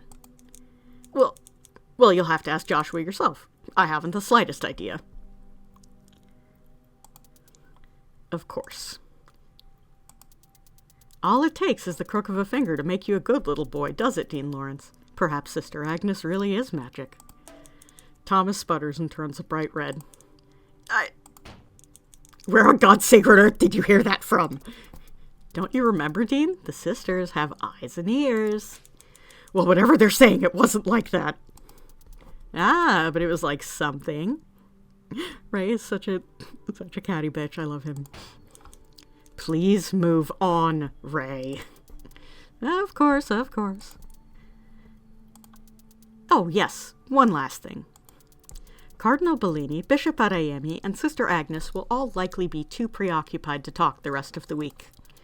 Cardinal Bellini has a speech to finish writing after all, and Bishop Adeyemi certainly has his hands full with the recent media storm. And I'm sure Sister Agnes and her nuns still have plenty of work to finish up. That's about it for now. That's all very informative, Ray. Thank you. You're welcome. I'll let you rest for the evening. Good night, Ray. Good night, Thomas. Monsignor O'Malley leaves, and Lawrence sinks further into his sofa. The hour has grown late. Lawrence supposes he has no other option but to try and sleep before doing it all over again tomorrow. Ooh. An event.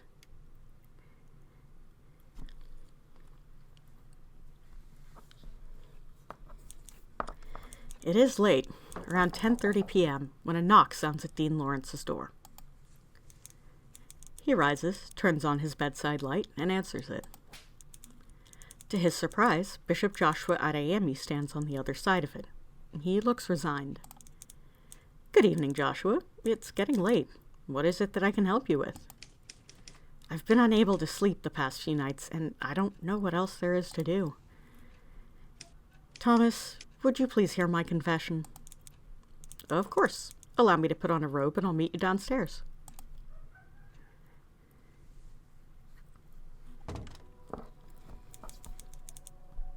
It only takes a few minutes for the two to get situated.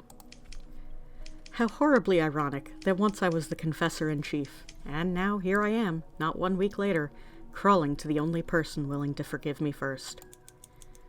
It must be said that God loves irony. Please, Joshua, feel free to continue. Bless me, Father, for I have sinned. It's been 9 days since my last confession.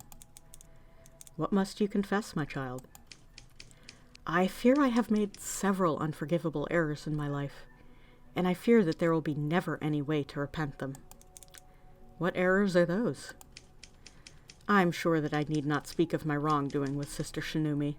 I've written to her since we last spoke, and so far my missive has gone unanswered, but you fear she will not grant you absolution?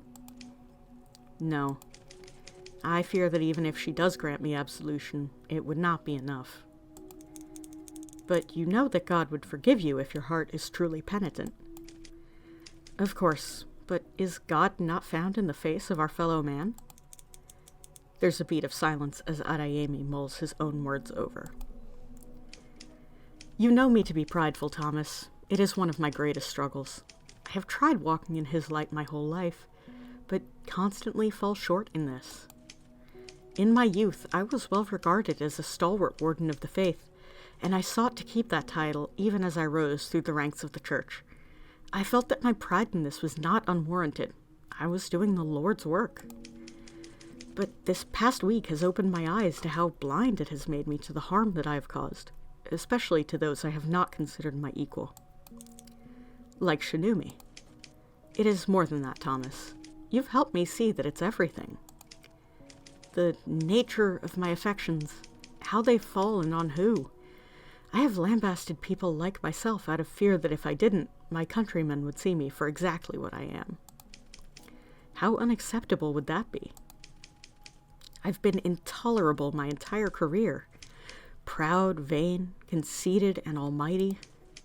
Because I fear that I'll not be taken seriously if I don't.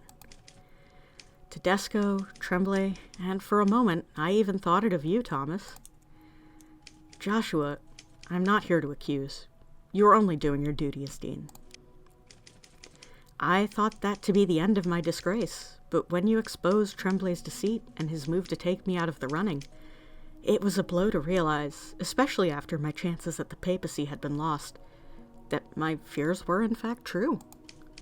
So I doubled down. This past week, my entire life, I have wrathfully lorded over those I've perceived as inferior to me for the sake of my own ego. And no matter how much I repent for that, it won't ever fix the damage I've done to them. I know you repent, Joshua. I remember well the depths of your regrets. I prayed with you in those moments, and I know you were repenting your careless dismissal of Sister Shinumi more than your loss of the papacy. You did not have to say it for me to feel it in your tone.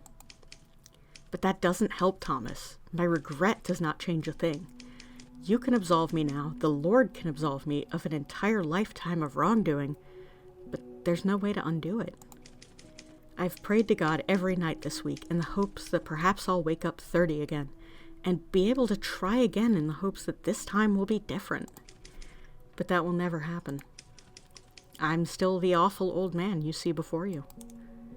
Joshua, absolve him or let God absolve him.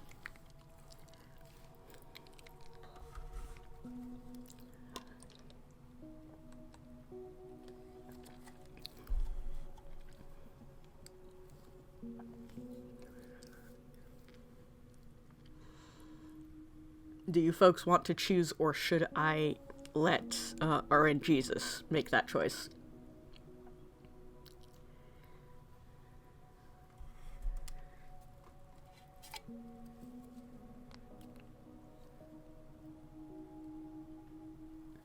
Let fate? Okay. We got 3, so absolve him.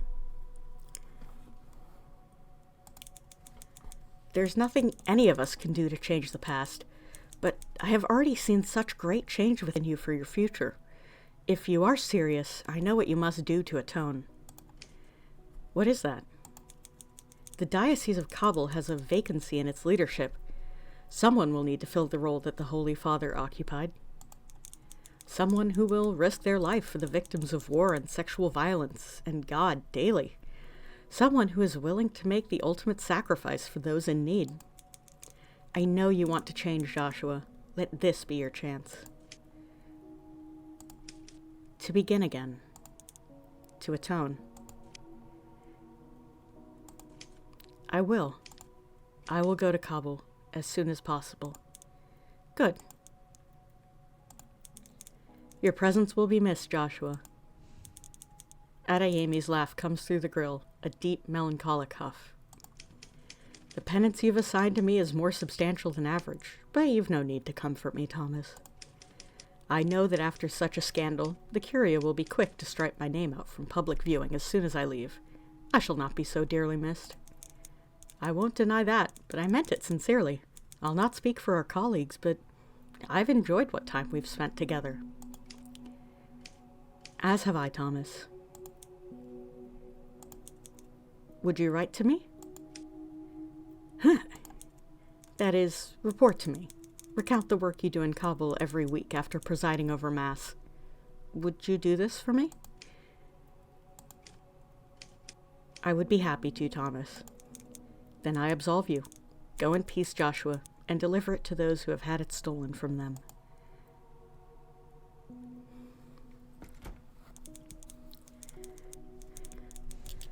Lawrence bids Adeyemi good night, and when he returns to his room, lets out a heavy sigh he did not know he was holding.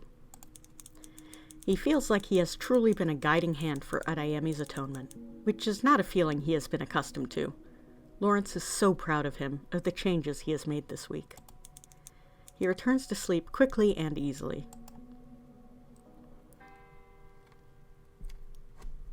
Ooh, girl, we got another one.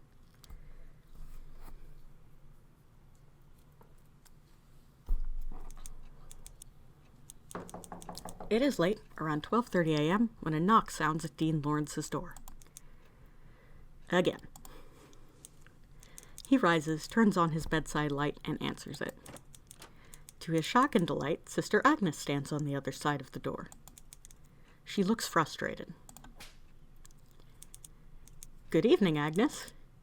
Though it is a surprise to see you outside the convent so late. Seeing you here, the Curia might talk. I'm not worried about that at all. The Curia fears me too much to even try to start gossip like that. Girl boss. A troubled frown worries itself across Sister Agnes's face. That's actually what I wanted to talk to you about. I came here to give you my confession. Of course. Allow me to put on a robe and I'll meet you downstairs.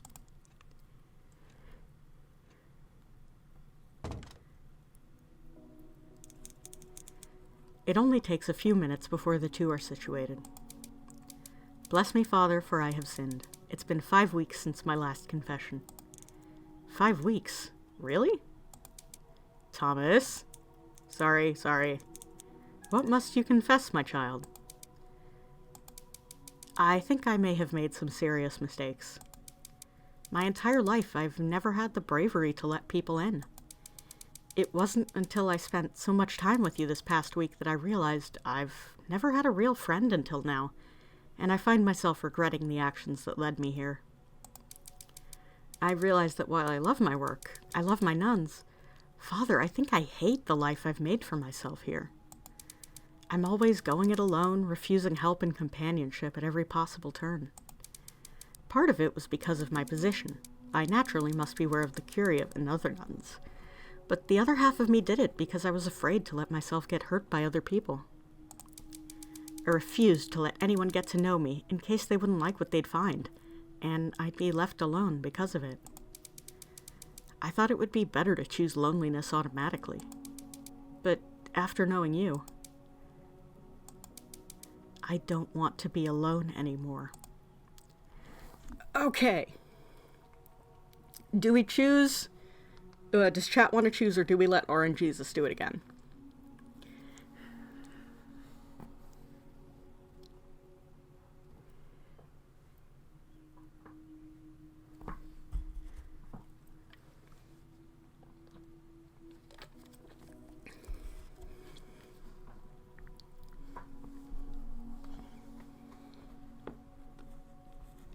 Don't let her be alone. Let the two of us never be alone again. Let's go! You have nothing to atone for. I understand this even more than you know, Agnes. I have felt similarly my entire time here at the Vatican, afraid to be anything other than neutral. But I don't want to be alone anymore either. Thomas exits his half of the booth and knocks gently at Agnes's door.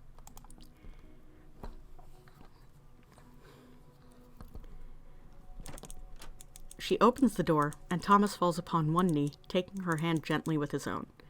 Agnes looks near tears and squeezes his hand softly in return. From this day forth, let neither one of us be alone again. You don't mean that, do you, Thomas? I do, I'm afraid. She pulls him up, trailing a gentle caress along his cheek, still not letting go of his hand. What are we going to do? What we've been doing. I can help you open up to the rest of the Curia. They all love you. They're just a little intimidated by you. For good reason. But if you give them a chance, I promise they'll disappoint you as faithfully as they've been disappointing me my whole career. Sister Agnes gives him a bittersweet smile, her eyes filled with unshed tears. She takes a few steps towards him. I've never had someone care so much about supporting me as you have, Thomas. I've wondered all week if this was some kind of trick, if you had some kind of ulterior plan. There's nothing on this earth that could stop me from bearing your burden. I mean this with all the sincerity in my heart. Agnes traces her thumb across his jaw, and sinfully, she allows her finger to... Then she pulls back as though burned. The sadness in both their faces is unfortunate, but highly necessary. It auto-skipped... but wait, hold on. Okay, yeah, it does auto-skip, but, I think she brushes across his lip. I'll leave you now. If I'm to become friends with everyone, I suppose that'll make me a subject of gossip soon enough.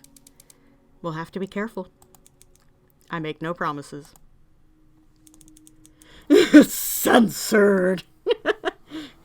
Agnes gives the side of his cheek a soft pinch, then steps sheepishly away. Good night, Thomas. Good night, Agnes. See you soon, I hope? You can count on it. Lawrence watches her as she walks away. There's an ache that buries itself into his chest, of knowing nothing more will come, of wanting it anyway, of being so appreciative of what he has discovered he has. Sister Agnes deserves all of it. She deserves to be renowned among the Curia. She deserves to have her needs met as she wishes. He is grateful, to the Lord most especially, that she has entrusted to him the ability to help her. He returns to his room and has difficulty falling back to sleep after such a day. He crosses his arms and tries to count sheep or think of a homily, anything to take his mind off it all. Oh shit! We got another one! It's getting dark in here, I have to turn on my light. It's incredibly late, around 2 a.m., when a knock sounds at Dean Lawrence's door. Again. He has dark circles. He rises, turns on his bedside light, and answers it. To his delighted surprise, Cardinal Bellini stands on the other side of it. He pushes his way into the apartment and closes the door. To say the man looks stressed would be an understatement. He looks positively frazzled. He wears a soft gray sweater that Lawrence could have sworn was the one he had gifted him for his birthday several years back. It's very late, Aldo. What is it that you need from me? I've been debating coming here for hours now. I knew it was too late to see you, but I felt I had to tonight. Oh, Thomas, I have no clue what to do. I need your guidance now more than ever. Please take my confession. Always, Aldo. Let me grab my robe, and we can head downstairs to the booth. This poor man is not going to get any sleep. The walk is short, but it feels like forever. Bless me, Father, for I have sinned. It's been 1 day since my last confession. 1 day? Who on earth did you confess to? It wasn't to me. You always confess to me. Don't be too jealous, Thomas. It was to Monsignor O'Malley. And it was about you, so I thought it best not to involve you. Oh. Forgive me. What must you confess, my child? Oh, Thomas, I feel this terrible greed within me. I have these starving, desperate desires for things I know I cannot have. I said I never wanted the papacy with such conviction because I hoped saying it enough would make me believe it myself. And it never did. That ambition, that drive, I know it's a terrible sin to feel as strongly as I do, and no matter how much I try to contain it or command it, the desire never goes away. It isn't just the papacy, Thomas. It's so many awful, hedonistic things. Power, any form of it. Or influence, connection. He pauses and exhales a shaky breath. Love. I'm terrified of how badly I want these things. I'm unable to make it submit, and what scares me even more is how afraid I am to ever receive them. Ever since the Conclave, it's been all I can think about. This past week with you, it's made me realize now more than ever how weak I am to falling for these forbidden vices, and how badly I think I want to take that first leap. I have no clue what to do. All right, chat.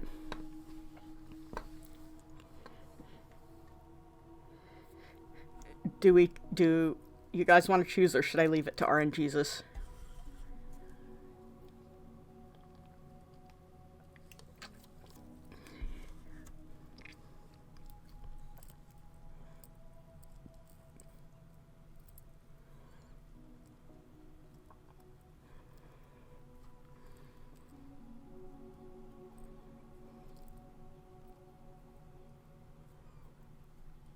How much yearning do we want? Do we want to turn the yearning up to 9,000?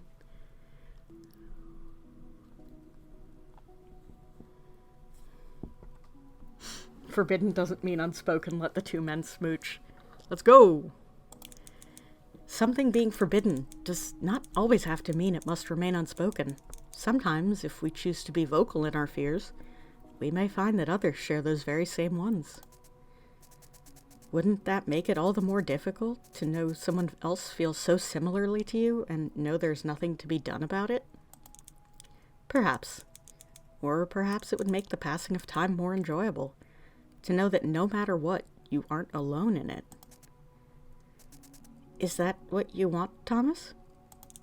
I want what you want. If you don't want to talk about it, we won't. You deserve to need things, and you deserve to have them met if you'd like them to. But I can't offer more than I'm able to give, and you can't either, regardless of needs and desires. I know, and I want to be brave, really I do. I'm tired of how we've been handling it. So let's change. Is it really so easy? It can be. Let's take the rest of this back upstairs. It's cold, and I haven't had that fancy tea you ship in from London in a while. As you wish. They exit the confessional booth, and Lawrence extends a hand that Bellini takes instantly.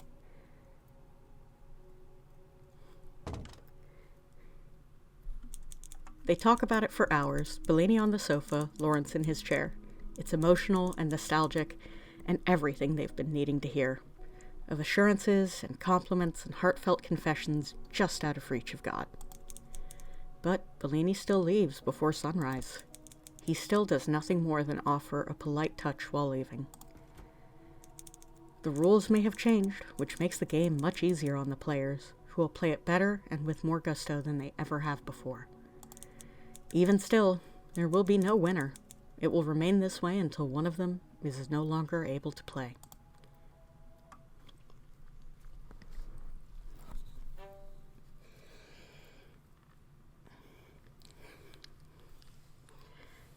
Ooh. Oh, the cookies. They're delicious. I noticed you didn't take one yesterday. Thanks for everything. Yay. And another card from Sister Agnes. Thank you for assisting the convent and I yesterday, and for taking my confession and vulnerability so gently. It is not easy for me to be so open, and I am forever grateful to you for encouraging me as you have done this week. Perhaps I could return the favor sometime and try to assist you in learning how to use Excel. Earnestly, A. Note from Aldo. On his official letterhead, are you kidding me? What a dork. Dear Thomas, I am so grateful for your help during this tumultuous week, and for taking my confession. I do not think I would have been able to write the Angelus address that Pope Innocent had decided he liked so much without your help. As always, I appreciate our time spent in the library together.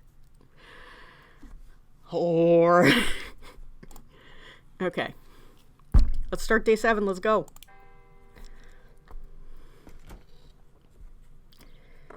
Okay. We only have these 3 left, so we're going to speak to them all today. Who goes first? All right, that's going to be Tremblay. Let's go.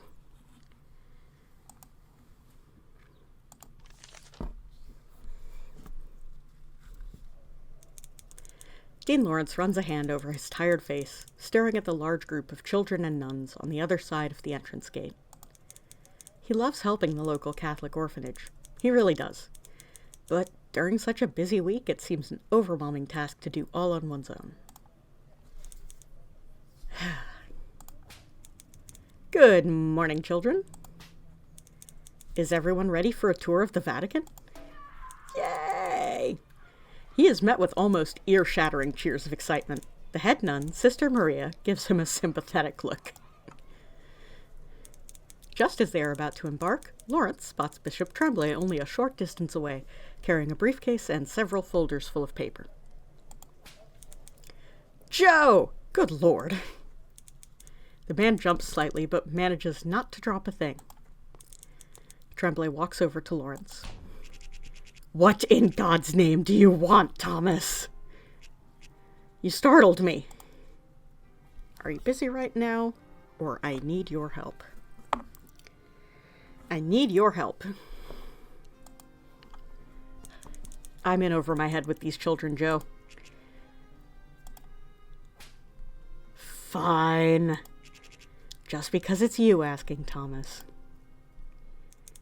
Most excellent. Thank you, Joe. Please follow me.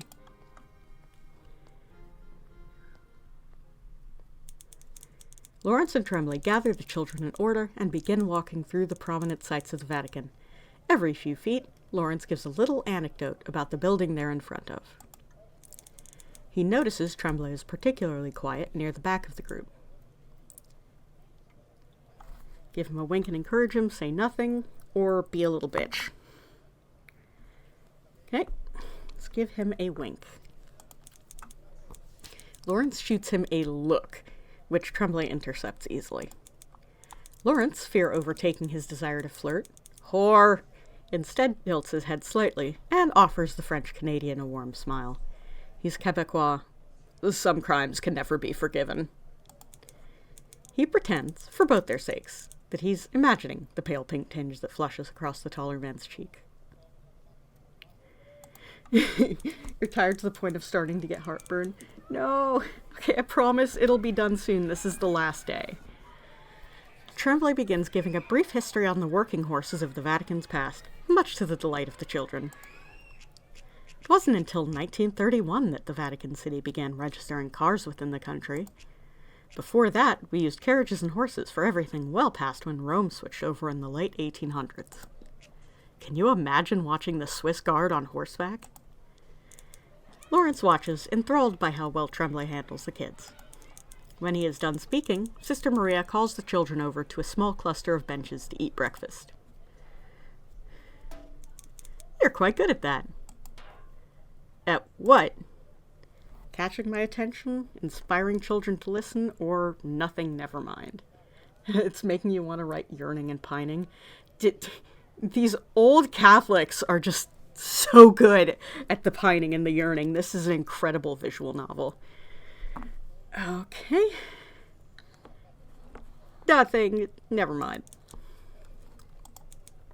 I'm sorry, Thomas, but the D4 spoke. Forgive me, I spoke out of turn. Forget I said anything.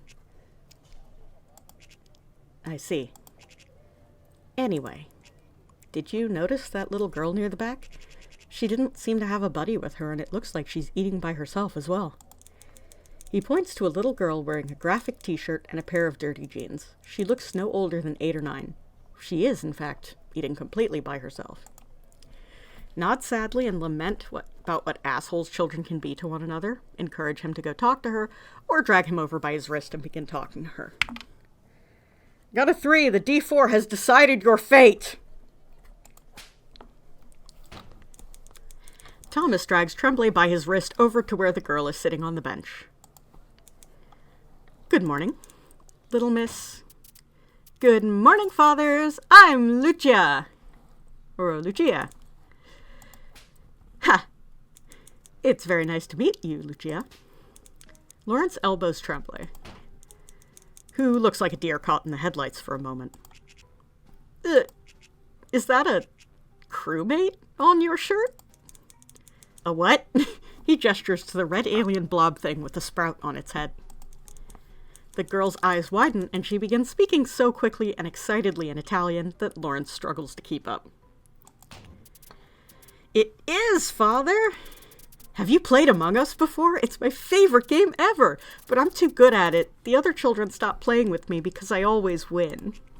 Ah, a worthy opponent. I dare say I'll beat you, imposter or not. I always finish my tasks. He's chronically online. Joe, what is this? Imposter? Tasks? Nothing to be concerned about, Thomas. You really think you can beat Lucia? Bet! I can't believe he fucking says bet.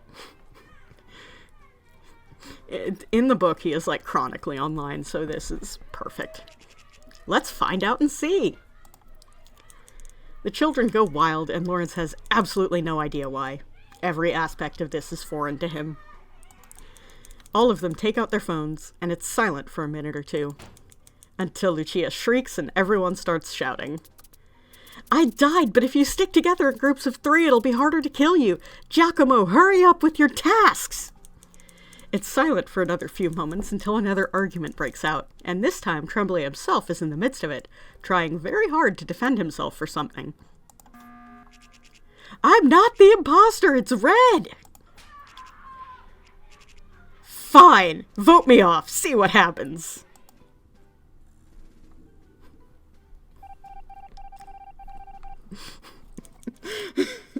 Oh, he's hit with the kids. All the children's screens turn blue. Tremblay shakes his head. I knew it! I said so in the first round, didn't I? Ah, fair and square, Lucia. Well done in beating me. Thank you very much, Father.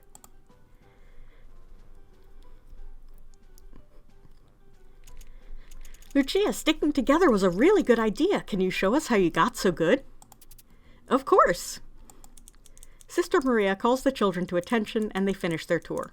Lawrence is impressed at how the small interaction made Tremblay even more popular with the children as they complete their tour of all the main sites. At the end, they wave goodbye. Yes, Sister Maria, I'll stop by next weekend and spend some time at the orphanage after Mass. Lawrence pulls him gently to the side once the group is out of view.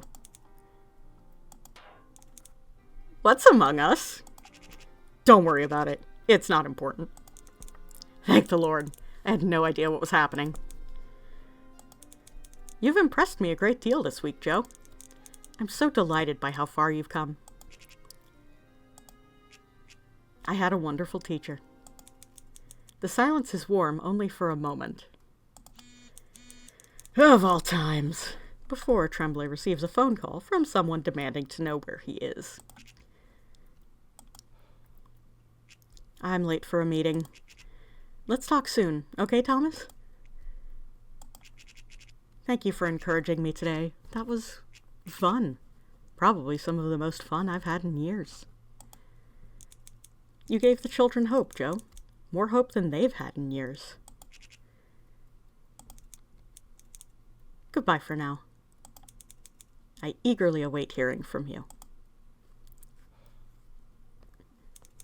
Tremblay waves, then picks up his pace to continue on to his destination. It is good to see Tremblay make such progress like this. Lawrence has never seen such a shine rise off of the taller man's features. The lightness in it suits Tremblay. But he tamps down the lightness within himself at the memory. It is not wise for him to let his thoughts go down these paths. Nothing can ever come from it. Still, in the moment, Lawrence appreciates what he can. Whore! Okay, we got Tedesco and we got the Pope. Let's see who the D4 gives us. We got Tedesco! We're going to see the Pope last. This fucking asshole again. Whoop! Sorry, I hit the mic.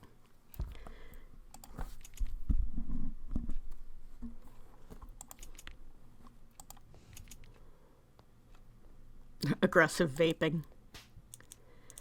Good afternoon, Goffredo. I see your vape has reappeared. It is the same vape, right? Yes, I went to the address you sent me and bought a new charger. That fixed the issue.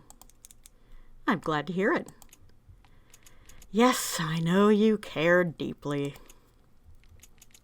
I'm just glad I didn't have to buy a new one. We all know I think change is terrifying. I'm going to shake Tedesco so violently he gets super late stage shaken baby syndrome.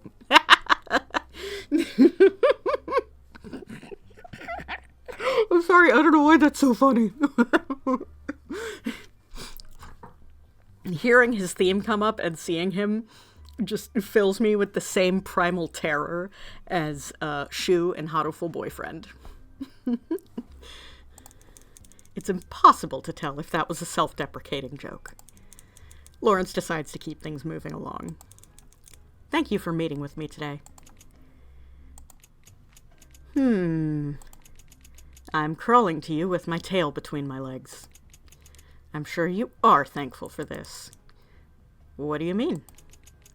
You know as well as I do that my meeting with the Archaeological Commission wasn't very friendly. I'm sure they reported it to you seconds after I left. Okay. Not spending every waking minute scheming, or he may have heard something.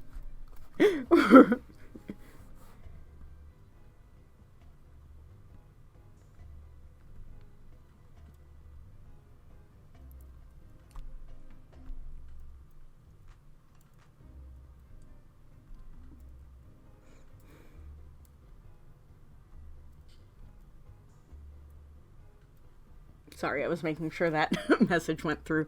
Resting snarky shitlord face. Anyway, let me finish rolling that d4. Okay, I may have heard something. Yes, I heard as much, but it was because I called them, not the other way around.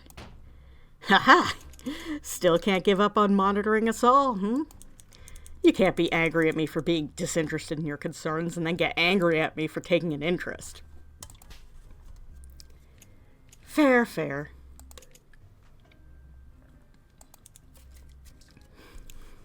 Awkward silence.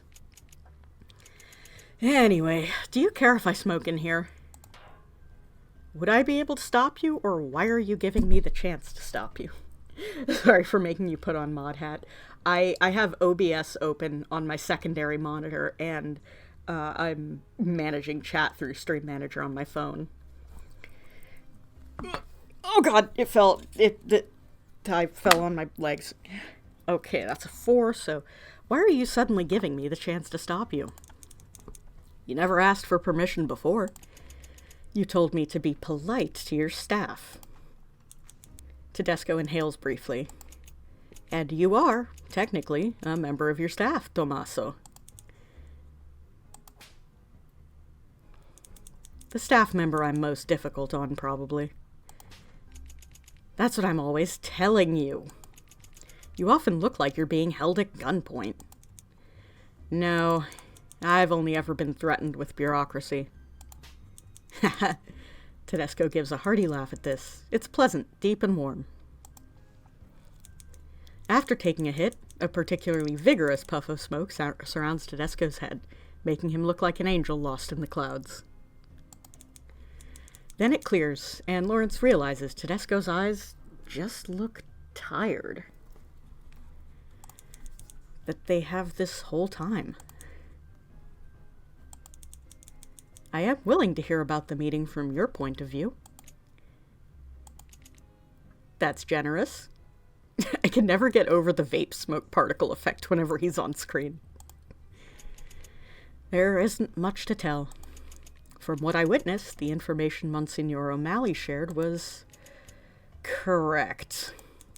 So the artifact likely doesn't belong to St. Mark, then. Yes, it belongs to some Marcus something hereticus.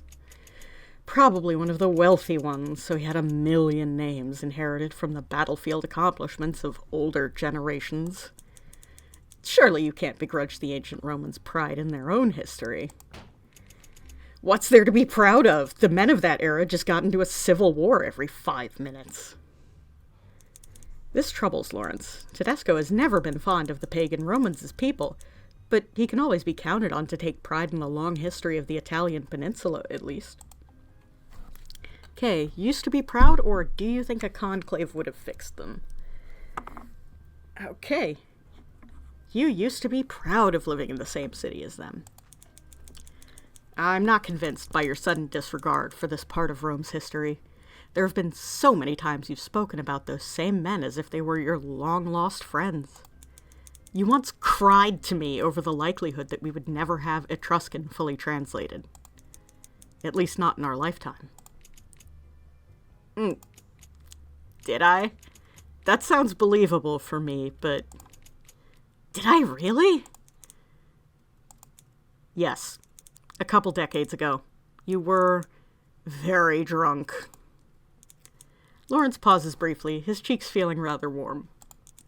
He remembers that night, and how hopeful they'd both been about their future. It's a good memory. Well, we were both very drunk. And what did you do? Light a cigarette for me? Get me a cup of water? Tell me to go outside? I don't know. I think I just listened.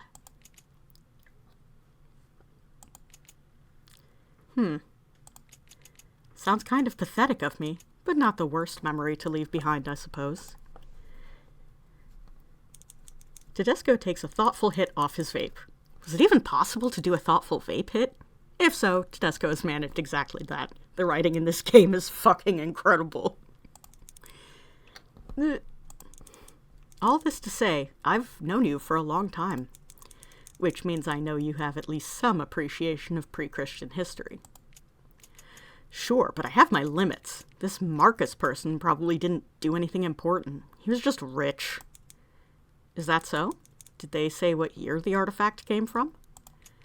They're still figuring that out. Convenient. So they let you see the item. They answered all of your questions. You seem to have accepted their judgment. Why aren't I so... Go on, finish your question. Why are you still here? What do you need from me? Or why do you look like someone made vaping illegal? Come on, D4. 2. Why do you look like someone made vaping illegal? You seem disappointed. You had to know this was a likely possibility. It was a mere possibility until it became the truth. Now I must live with it. Surely it's not as awful as all that. Is it not? I came to Rome hopeful that I might return home with a relic for Venice. I don't know if you would have been permitted to leave with it just like that, even if that had been the case. Lawrence says this under his breath, and doesn't know if Tedesco hears him. More than likely Tedesco does, but doesn't care what Lawrence said. Instead, I make the trip here only to find it probably belongs to some idiot pagan who might have even cheered on our forebears being burned alive. Yes, maybe, but he could have also been a lot of other things, Goffredo. A former slave, perhaps, or one of Nero's other political enemies. Yes, he could be almost anything but Saint Mark. Tedesco has raised his voice in a way that's unusual for him. He's not trying to dominate the conversation. It's almost as if he's speaking to himself. Goffredo. No matter how much Lawrence racks his brain, he doesn't know what to say next. No, you're right. I'm being really uncivil this afternoon. I'll let you manage your flock in peace.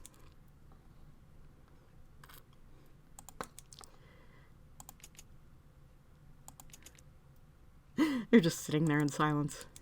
Tedesco leaves calmly. He even gets in another joke or two before he leaves the room. Lawrence does have a lot of managing to do, but he sits for a while, wondering what just happened. The room still smells of smoke long after Tedesco departs. Once that fades, he shakes himself, then moves on to his next task.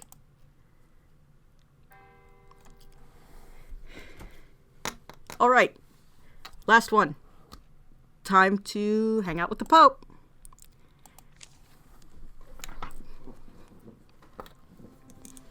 It's evening, and Lawrence is on his way to his scheduled meeting with Pope Innocent.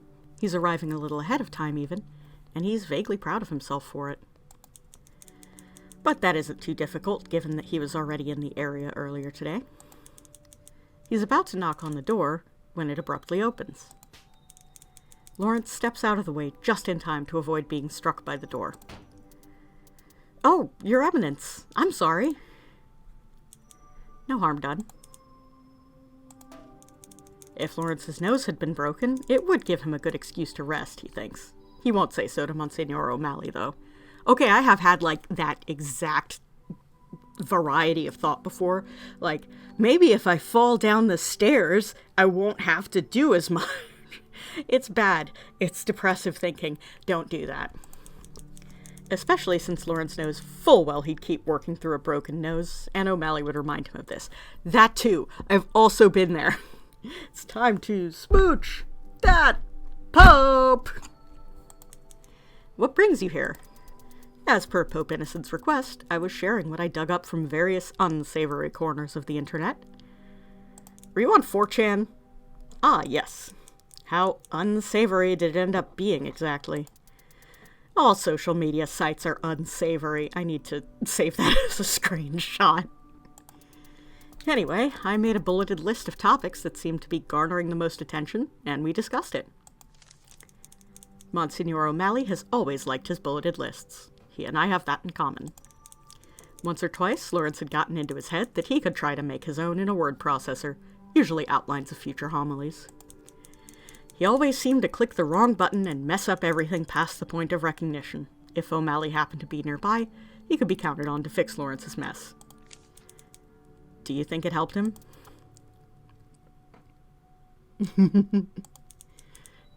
It's probably Lawrence's imagination, but O'Malley seems to hesitate when he responds. Yes, he did ask to have a meeting like this every week. Lawrence lowers his voice the way he so often does with Ray, even when they aren't discussing anything that secretive. O'Malley responds in kind. Ray? You know our Holy Father by now. When he's particularly angry or happy, he makes it known. Anything milder than that, and he keeps perfectly calm. But you suspect he took issue with what was being said online. Maybe he might have been angry with the quality of my work, too. Or maybe he truly thought it was helpful. I can't know for sure. O'Malley is usually as good at reading people as he is with computers. Dealing with someone as composed as Pope Innocent must be a challenge for O'Malley. Lawrence is a little surprised he didn't see this coming. I don't think he would ask to meet with you again if he disliked the quality of your work. Monsignor O'Malley gives a heavy sigh. Good point. I take it you're next on his schedule. I am. I won't keep you. Have a good evening, Your Eminence. You as well. No, the internet does not help any of us. Big mood. Lawrence enters Pope Innocent's office, a little wary the man might have overheard that conversation. His desk is far away from the door, though, and he has been listening to music. Your Eminence. Your Holiness. He certainly seems calm as the two of them discuss all the items on their agenda. As O'Malley had just pointed out, that serenity could mean anything or nothing. Lawrence decides to learn a little more, if only to set O'Malley's mind at ease. Before I go, I have one final question. Of course, speak your mind. How did you feel about that report? O'Malley did a thorough job, as usual.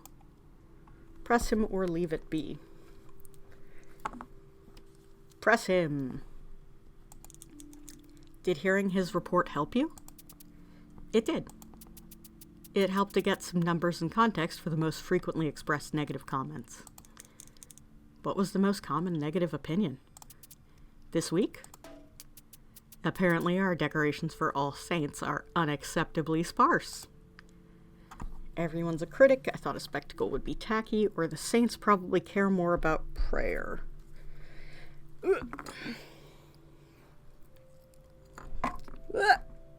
Hold on. The D4 fell off my desk. Okay. I thought a spectacle would be tacky after recent events. I'm sorry, Your Eminence. We may have underestimated how much the people want a spectacle. I think the Vatican is already looking wonderful, and the work is only partially complete. We may surprise the naysayers yet. Exactly! For now, I'm willing to bear the brunt of any premature disappointment. If I may, I'm sorry that you have to be a figurehead for their disappointment anyway. No need. I expected it when I accepted this role. Long silence. Pope Innocent looks lost in thought for a short moment. Press him or leave it be. Got a 2, leave him be. Tell me, did our late Holy Father ever struggle with undue praise? That's hard to say. Go on, please. At the end, well, he was so isolated, I don't think he even heard it when people praised him. I see. I would remind him over and over of all the good he'd done in the world, and he'd be quick to point out all the ways he'd been called a disappointment. Some factions of the Curia truly are vicious when we should be cooperating instead. I think he was more upset that he'd let down all the people who are suffering. He always felt he'd never done enough. Oh my god. He always felt he'd never done enough, And hearing all of that from the conservatives touched a nerve, I think is what it said. Grief really was an unpredictable thing. Most days now, he remembers the late Holy Father with fondness and even a sense of peace. Right now, though, he can feel his eyes stinging. He won't let any tears fall. Oh, Thomas. I'm fine. Or at least I will be. I'm sure you reminded him he was just one man, and I'm sure that was a source of comfort to him. Anger could also appear alongside grief. He had been rather good at reminding the Holy Father of all the good he'd done. Sometimes Lawrence wonders if that was the true reason he hadn't been allowed to retire. If so, what high praise. What a burden. Lawrence enjoys his friendship with Pope Innocent. He doesn't want to develop the same sort of relationship with him. Anyway, why have you asked about praise? After Monsignor O'Malley got through the substantial parts of his report, he shared a popular image with me. That is to say, a popular image of me. What was it? One of our turtles got loose yesterday. I took it back to the pond, and a paparazzi took a picture of me doing that. Apparently, a significant number of people think I'm cute for doing that. Okay, maybe more people will check out your homily. I really think you're blowing this out of proportion, or you should look for what you can control. Okay, maybe more people will check out your homily after that. Well, we did just talk about how we'll make sure that this is a memorable All Saints. This is one way to do it. I just worry people will pay attention to me and forget about the saints. Did something in particular about that paparazzi photo make you worry about this? Apparently, the most common response to that photo was, "Make that man a saint already." Even though it's good work that anyone can do. Boo for no maybe you are option. I see. Some people speak about me as though I set a standard that's impossible to reach. In some ways, they may be right. I couldn't have lived my life the way you have. I think if our late Holy Father assigned you to one of my dioceses, you would do exactly what I did. You would know to clothe the naked, feed the hungry, provide medicine to the sick. All my actions were just those of someone who has been paying attention. You're always paying attention. Lawrence is both deeply and unexpectedly moved. That's one of the best compliments I've ever received. I think we only believe the compliments that we think have some grain of truth to them. You know this isn't the work of saints. You know I'm not a saint yet. Yet? I've heard that there are already talks about attempting to declare the late Holy Father a saint. I know that's unlikely to happen with me since, well, yes, there will be certain revelations when I'm embalmed. It sounds like something you wouldn't want. Not at all. This vocation is already lonely. I might be even more lonely if I'm transformed posthumously into a saint. Make that man a saint sounds like an awfully violent way to express approval. Yeah. It's Pope Innocent's turn to look a little teary-eyed, even if just for a moment. If this were anyone else, if he didn't have that expression, Lawrence might be tempted to tease him for delusions of grandeur. Now, though, he once more spontaneously reaches for the Holy Father's hands. Pope Innocent squeezes back hard. In the event that I outlive you, I'll make your wishes on this matter known, Your Holiness. Thank you. Just...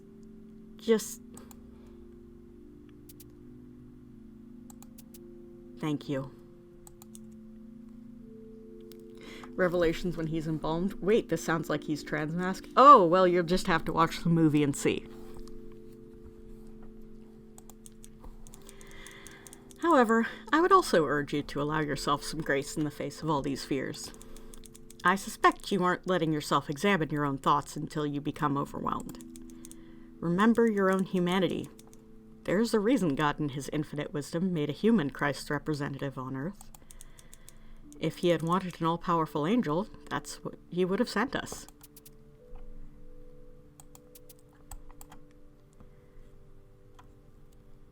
Wait, now that sounds like you're going to tie me to a chair and make me watch the movie. I mean, I'll stream it for you if you want. Pope Innocent listens to Lawrence with rapt attention.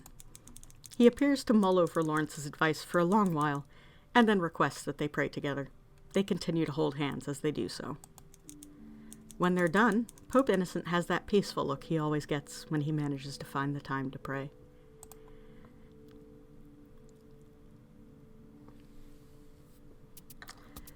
Thank you, Thomas. I will not take up any more of your time. You've eased my burden. I'm so glad to hear that. He genuflects to Pope Innocent and then departs from the room.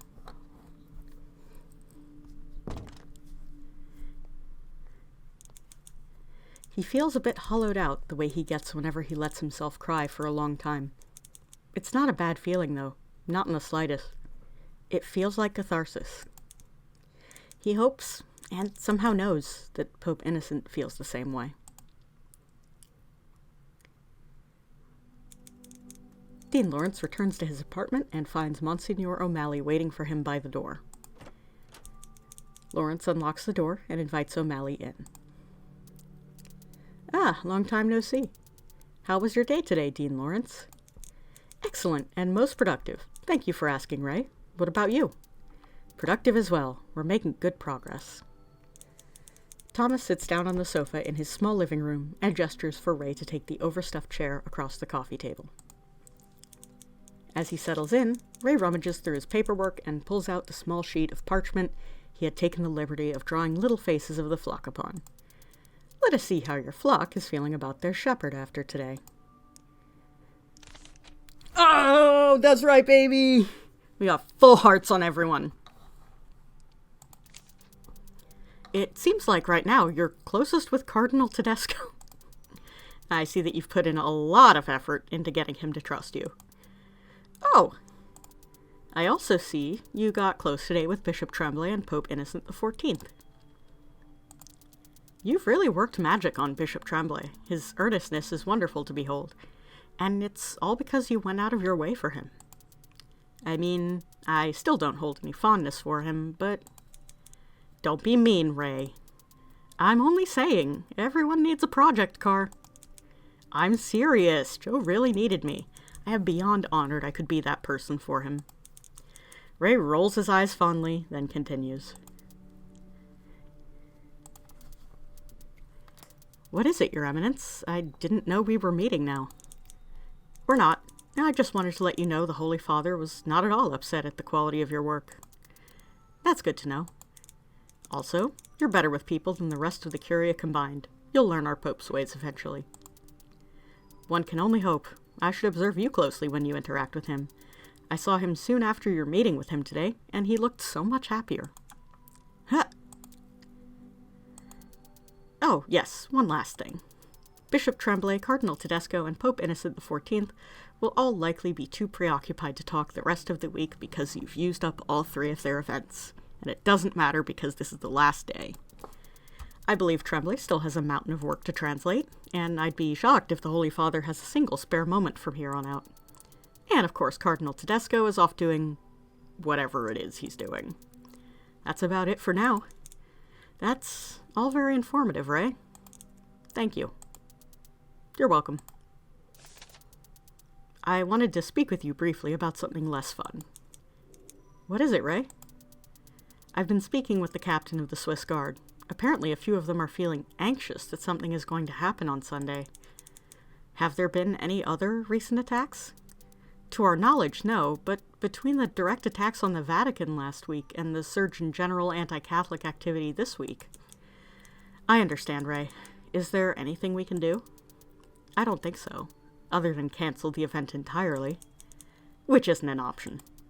Pope Innocent has agreed to take the extra security precautions. Full searches will be done on everyone who attends tomorrow in person. How terrible that a day of grief must be watered down so. Still, we must persevere. The safety of everyone depends on it. Agreed. I'll let you rest for the evening.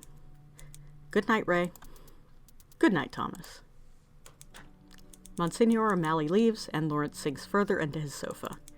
Finally. The last time he would need to do that for a while. Bitch, you thought.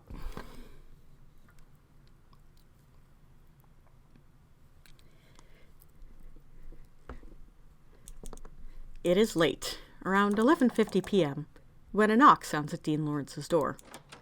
He rises, turns on his bedside light, and answers it. To his surprise, Bishop Joseph Tremblay stands on the other side of the door. He looks stressed. Good evening, Joseph. Are you okay? How can I help you? I've struggled this past week in vain, and I can bear it no longer. I must confess to you at once, Thomas. I understand. Let me put on a robe and I'll meet you at the confessional downstairs.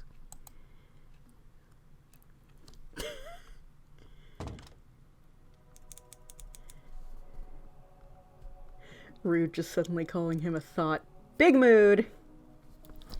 It only takes a few minutes before the two are situated. Bless me, Father, for I have sinned. It's been 5 days since my last confession. What must you confess, my child? Father, Thomas, I fear my life has become completely upended. I fear I stand at a crossroads of uncertainty and doubt of my own making. How so? When I was a boy in Quebec, I felt the calling as all of us here have. I ignored it to pursue hockey, and while I was successful in college, I knew it would never take me anywhere.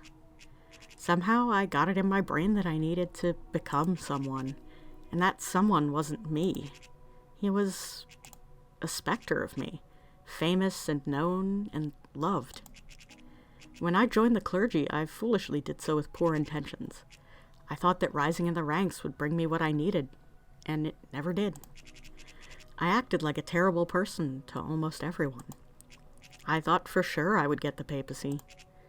I had it all, in every respect, except companionship. I knew the late Holy Father was in poor health, and I began stashing away funds here and there to buy myself votes, because I knew that I wouldn't be able to get them on my own. I was respected by the college, but not nearly well liked enough. When the late Holy Father called upon me to bring Sister Shinumi here to embarrass Joshua, I'll admit I did so gleefully. And when you ruined it all by finding those papers, I was furious. You destroyed everything I'd spent my life working toward. I was furious with you. I was furious with the late Holy Father. And I knew I'd burn everything to the ground with me when I resigned. I'd bring the college into terrible scandal and ruin the lives of those I'd bribed, just as you ruined mine. And then I wasn't allowed to. I was kept on and demoted instead. I didn't know what to do anymore. I'll never be Pope. I have no purpose now. I was furious with you for even trying to be kind to me. And most of all, I'm furious at myself for seemingly forgiving you so easily. You ruined my life, Thomas, and it seems like all I want to do is thank you for it. I forgot God and his people, the whole point of this position, in a quest to escape my own inadequacy.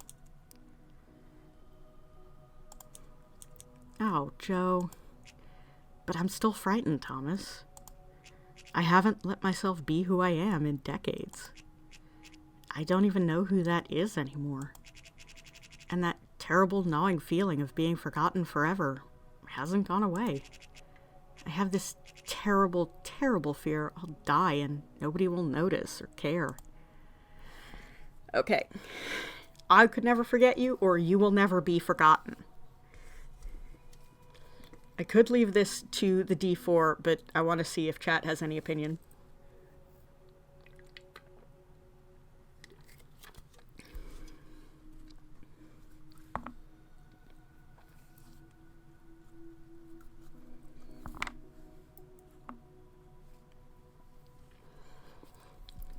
I know what the D4 has spoken, but does chat have an opinion? I could never forget you feels very romantic. All right, let's go. No matter what happens, Joe, in all my life, I could never forget you. This past week has been one of the happiest of my many years, and I'll remember you with great fondness until the Lord decides to take me. I am so sorry you have felt the struggle to know yourself. I admit to you it's one I have also felt before. But watching you grow, my dear Joe, all you must do is keep doing what you're doing. I haven't seen you more alive than when you freed the blackbird or offered a moment of friendship to little Lucia. You will be remembered and loved by those you give yourself to. I feel such joy that I am the first in what will be a long line of people who care about you. Oh, Thomas. Boy is crying. I could never forget you. You're the worst. Joseph exits the confession booth, and Thomas meets him outside, pulling him into a tight embrace. I absolve you, Joe. They stand like that for a moment, before Joseph gently pushes back, his eyes wet with unshed tears. Thank you for everything, Thomas. I must bid you good night. I'll see you at breakfast tomorrow. Good night. Sleep well.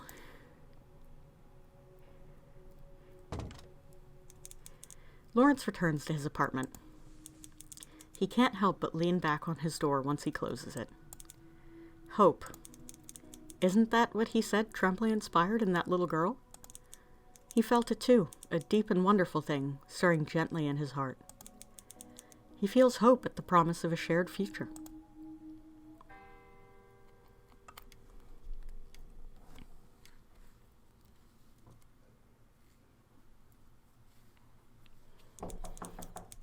It's an hour past midnight when Lawrence hears a tentative knock at the door. He rises out of bed, turns on the light, and goes to see who could be visiting him so late at night. When he opens the door, Cardinal Tedesco is waiting for him on the other side. Huh? Didn't think you'd actually answer. Then why would you come here in the first place? This man's ain't sleeping for a second night in a row. Yeah. Guess. Lawrence isn't a child on the schoolyard anymore. He has no patience for this kind of thing, especially this late at night. Let the man sleep. No. I'm sorry. You were sleeping. Almost. Somehow Tedesco is looking for a way out of whatever this is. You couldn't have come here just to stare at me, Patriarch. No. The opposite, actually. Are you able to meet me in the confession booth? Yes? The word is out of Lawrence's mouth before he has time to consciously think about saying it. He's never taken Tedesco's confession before, and the curiosity is too strong.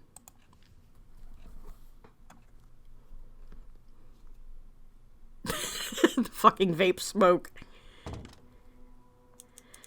When they eventually find themselves on either side of the confessional screen, it occurs to Lawrence that it'll be odd indeed to not see Goffredo's facial expressions. At least the smoke that makes its way into Lawrence's side of the booth reassures him that Tedesco is still there. When Tedesco speaks, his voice is unexpectedly monotone.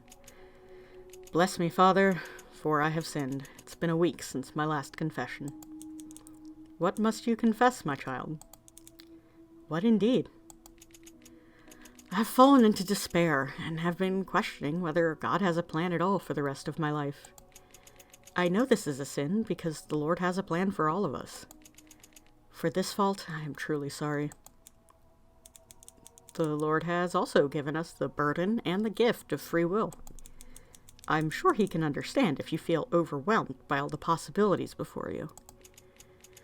I think I am a little too caught up in my desire for free will.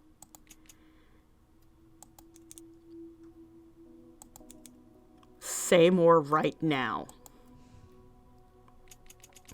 I love God and trust in His wisdom, but I often feel forgotten by Him. I want Him to actually see me. Just me, on my own. Lawrence might be imagining it, but there's a slight catch to Goffredo's voice at the end there. Lawrence tries to connect this seemingly unrelated statement to Goffredo's initial confession. This seeming lack of focus happens often in confessions. A penitent will come to confessional speaking aloud something they've carried in the heart for weeks, months, sometime even years. The concept of the confession booth just feels very gossip encouraging. True, but the vows of the confessional. Disparate statements will start pouring out, and it's up to their priest to guide them to a better understanding of their troubles. Lawrence has to forget that he and Goffredo have sparred so often. He has to treat him like any other person in the confessional booth. God sees us all, but the world can leave us feeling as though we're hidden away. Some of our greatest prophets have had this same fear. Why do you believe it to be leading you into sin, my child? Well, you know I'm not the sort to just let things happen. If I do my best to control myself, control others around me, God will have to take notice. I won't be just another weak-willed person being tossed around by fate. Where does this need for control come from? I'm sure a secular psychologist would say it comes from being the youngest in a huge family with volatile parents. You know the sort, the kind Bellini speaks about with such hostility. Ugh, ignore that. We're not here to talk about the actions of others. Alright, where were we? Ah, yes.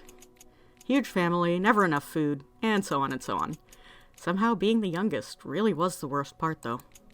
My brothers and sisters did everything before me. They got to move out and get their own jobs and provide for themselves. While they were finally able to get out there and live their lives, I just had to wait around. And be dependent. He says that last word like it's a curse word. Lawrence considers what to say. When he speaks again, his voice is soft. But you grew up eventually, Goffredo. You don't have to be reliant anymore. Are you so sure about that? My parents had 12 children. Our father has billions of children. He's shown me great favor, but sometimes in my darkest hours, I fear he will have forgotten me, and so, I act like any other bratty child. I seek out attention. I try to be my holy parents' favorite. I try to play the hero. And I had a great opportunity this week to do all those things. I could either bring home a sacred relic, or I could continue to get attention by making everyone aware of the Vatican's faults. Well, whatever I've decided has me angry with the Vatican liberals today. After our latest conversation, though, I realized that I myself might have become an absentee parental figure of sorts. I kept saying I wanted the artifact for the people of Venice, but in my heart of hearts, I know I wasn't thinking of them at all. I was making an idol of my own anger. There's so much smoke pouring through the confession grill that Lawrence feels as though he has his own vape or cigarette in here too. There's something comforting about knowing that big cloud of smoke is touching them both. If I may interject, sure. In my prayers, I often ask God why he made anger so intoxicating and distracting. Has he answered you? No. I'm still figuring out this mystery. Goffredo answers him with a bitter laugh. And this is why you are so beloved. I've never thought to ask that question. I just let myself feel as though the anger was purifying me or fortifying me, something along those lines. It was satisfying to get other people riled up too. I never questioned it. I just let myself enjoy how it had me feeling like I was accomplishing something. But now you're asking questions. But I still don't know what to do next. Our new Holy Father is so young and is 10 times as good as I am at maintaining control. He will be with us for a long time. On better days, I even hope he will be. But now that path is closed to me forever, and everything else feels shrouded in darkness. Every time I come close to certainty or optimism, I just keep remembering I'm alone.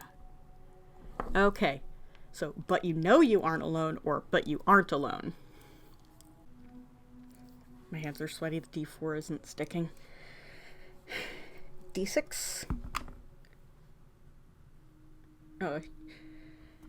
Alright. Okay, so I got a 3. You know you aren't alone. But you aren't alone. Ugh. What? If we were talking face to face, I'd make fun of you. I'd speak your sort of Italian very slowly, saying something like, "You aren't alone. Remember that you have me, Goffredo." Ugh. Goffredo's imitation of Lawrence sounds far too spirited to be a good imitation of him. I would say to you the same thing out there as I would in this confessional booth. You aren't alone.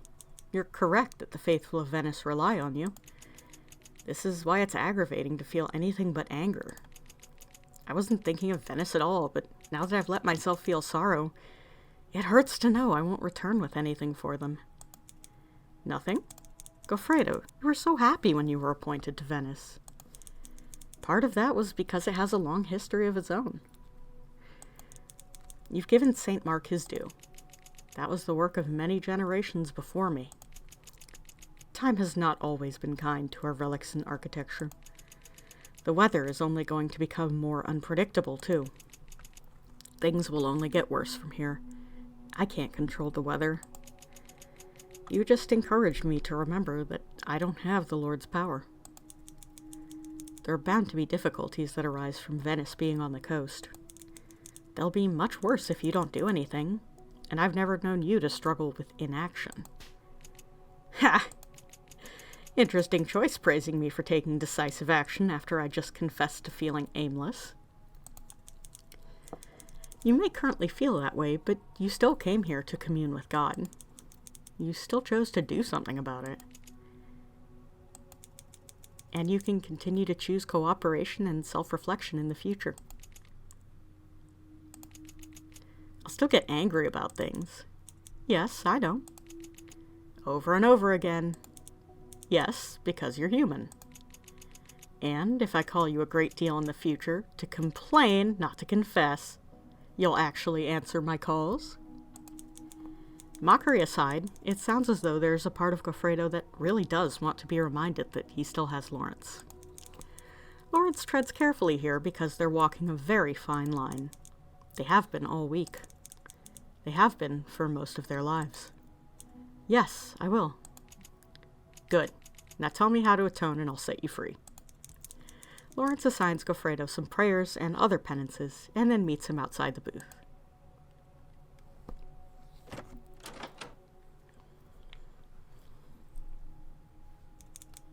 When their eyes meet, Goffredo immediately takes a hit of his vape. They're standing pretty close to one another, but he makes sure to exhale in such a way that the smoke doesn't drift into Lawrence's face. Lawrence very nearly smiles and says it's too late for that sort of politeness. He's been breathing in that exact smoke for a long time. What will you do next?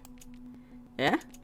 I thought you just assigned me with single-handedly protecting Venice's history from the rising tides.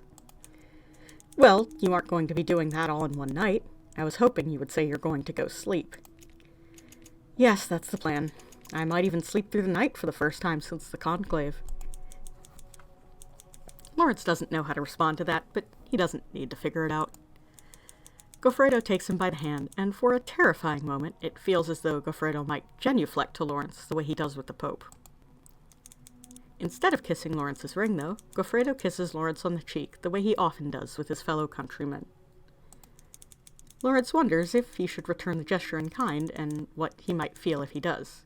He feels a pang when he realizes he really, really wants to. Goffredo just laughs a little, pats the top of Lawrence's hand, and then takes several steps back. It takes him out of easy reaching distance, and it blocks Lawrence from having to decide how to respond. Thomas Lawrence, you fucking whore. Well, I hope you're right. I hope you sleep well. I hope you sleep well too, Tommaso. When Lawrence returns to his room, he doesn't return to his bed. Instead, he ends up sending a quick prayer to God. He asks, petitions, and pleads with God, hoping for a future where he and Goffredo have an easier relationship. God doesn't give Lawrence a clear response, but the silence isn't as soul-crushing as God's silence in the months before the Conclave. For once, Lawrence isn't disappointed to hear his own voice. Yes, tonight he will choose to be hopeful. Tomorrow he will take things step by step as he and Goffredo head into the future.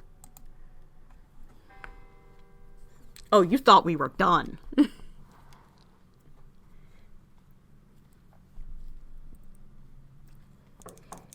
A knock at the door wakes Lawrence up. He glances at his bedside clock. 4:30 a.m. This man is never going to get a wink of sleep in his life. I hope you sleep well is a hell of a thing to say someone you called on for confession in the middle of the night. He rises out of bed, then turns on the lights. He's still half asleep, and that has him feeling unexpectedly calm. He instantly becomes wide awake the moment he sees Pope Innocent on the other side of the door. I'm so sorry. What happened? Oh, have I made you think there's an emergency? If so, I'm doubly sorry. Why else would you be here? That's a reasonable question. Can you take my confession? Lawrence stares in surprise. Pope Innocent has a regular confessor, and it isn't Lawrence. As a rule, Lawrence tries not to take the confessions of his superiors. Lately, he hasn't thought about this boundary much because for years he's been outranked by only the Pope. But he's hardly in a position to deny the man before him. Yes, please step inside. Could it be in one of the regular confessionals downstairs? I find myself wanting that sort of normalcy. Of course. Thomas should just sleep down there. He should just set up like a little nest. Pope Innocent nods and immediately leaves. Lawrence closes the door behind him and finds himself praying before putting his clothes on. He keeps praying as he dresses.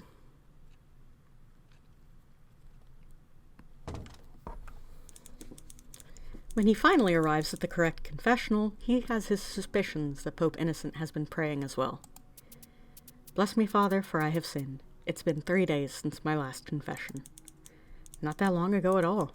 What could Pope Innocent, of all people, have done in so short an amount of time that requires an urgent confession? What must you confess, my child? I believe I have committed a mortal sin. Which mortal sin? Why do you think so? The sin of perjury, Your Eminence. How do you think you have perjured yourself? At the conclusion of the conclave, you asked me if I accepted my election to the role of Supreme Pontiff. I said yes at the time. I almost wanted to say no. I had doubts in my heart, too. I've had doubts ever since then. I often fantasize about saying no to you. It's normal for someone to feel trepidation about taking on such daunting responsibility, my child. Yes, but how much trepidation can one have before it becomes a lie? How long can I believe myself incapable of being Pope before it becomes a lie? I've prayed to God on this matter, but he remains silent. Perhaps he thinks he should be asking different questions on this matter. What do you mean? Not everyone is meant to be Pope. Most people are not. For some, though, that unworthiness stems from greed or a lust for power. I don't see those sins in you. What have you identified in your nature that leads you to believe yourself incapable of being Pope? My anger. Anger? Yes, anger. Anger with God. An overly long silence. Lawrence suspects Pope Innocent. No, he's Vincent in this moment. Might be crying on the other side of the grill. In your work, you've witnessed some of the same horrors that Job suffered through. Even he felt anger at God. I don't lose sleep over the anger I feel at injustice. Maybe I should. That is a form of arrogance. But no, I'm accustomed to dealing with suffering in the world. Our Lord granted me the ability to safely store away my distress until a later date, I suppose. I dealt with it after I had tended to the vulnerable. Oh, mood, I can compartmentalize too. It wasn't an easy life, but I was good at it. I was really, really good at putting everything I had into the service of the people who needed it the most. For many decades, I never once slowed down. And unlike many priests, I was able to see the fruits of my labor firsthand. I felt like I was in communion with God and could see my path clearly. Then I got appendicitis, and you know the results of that. I waited long enough to go to the hospital that I had a longer recovery time than others who go through that. This meant I was able to lie around contemplating what I had just learned about myself. I couldn't hear God's voice much in those days. That must have been difficult. It was, but when I was sufficiently recovered, I just went back to work, and I didn't allow myself to think about my medical condition. Someone always needed me. I put off thoughts on that for a long time, too. Even though I wanted to self-reflect on this discovery, I felt isolated from myself. I went to our late Holy Father and asked to resign. I believed my ministry to have been conducted in a state of sin, but I also felt detached from myself so completely I worried the quality of my work would decline. He, of course, received my concerns and spoke with me in such a way that I felt faith in myself again. Judging by our conversation in the Room of Tears, you found your way back from that darkness. Yes, or so I thought. You've seen how I live my life now. This week we've only met in my office. I know that a pope's work is important too, but once again I find myself struggling as I stay still in one place. This time, though, I don't just hear my own thoughts. I also have to consider the thoughts of the entire world. I predicted all of this when I reached the 2/3 majority. I said yes, even though I knew it would eventually lead me to feel excessive anger at God and the men who elected me into this position. What else can that be but the mortal sin of perjury? I've accepted everything in my life so far, including what I learned about my body. Why am I now behaving like a prophet who's decided to run away from God's commands? Vincent, no choices this time. God will help you forgive yourself. You will recall the exact wording of the question I asked you. I didn't ask if you were happy to be elected. No, you didn't. And did you say yes, knowing you intended to leave the role well before God called you to do so? No, I would never have done that. Then all I hear is a man who accepted the role with an appropriate awareness of the responsibility it would entail. I hear someone who wants nothing more than to do justice to his role as Christ's representative on earth. The amount of fear I feel seems so great it must be a sin. Just now, you spoke of often allowing yourself to feel fear only at the times you deemed appropriate.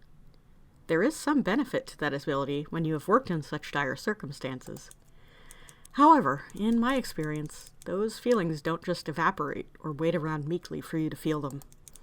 Now that it's safe to do so, you might be feeling years' worth of despair and grief. I may be incorrect, but I don't think I am. No, you are not. If you've sinned because of this, I think it's only a venial sin. It's very human to feel sorrow or righteous anger. Sometimes it's an indulgence, but sometimes God speaks to us through these feelings.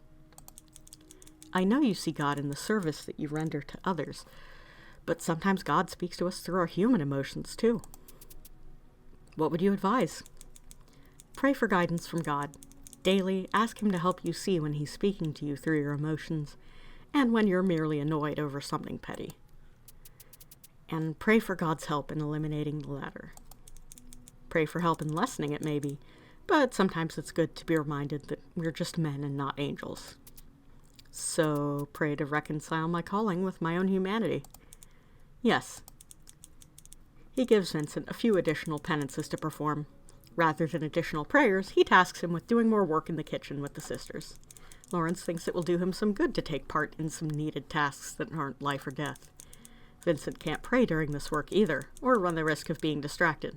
It will be a good way for the new pope to reconnect with his own thoughts in a gentle setting. I assign you arts and crafts. When they step out of the confessional, Lawrence is happy to see that Vincent looks relaxed, not just calm or composed. He looks like he's at rest for the first time this week. Thank you, Your Eminence. Thomas. I hope I helped lighten your burden. Yes, I voted for you based on the strength of your homily. It left me feeling at peace that week until the final day. I felt that way again just now. I'm delighted to hear that. They embrace for a little while, then go their separate ways.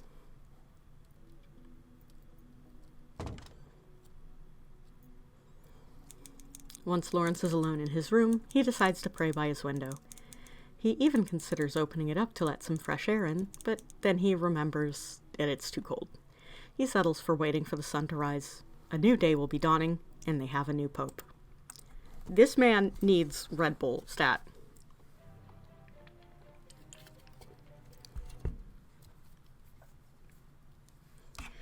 Oh boy! So many. Goffredo's vape pen. It's empty. A bottle of wine from Goffredo. It's also empty.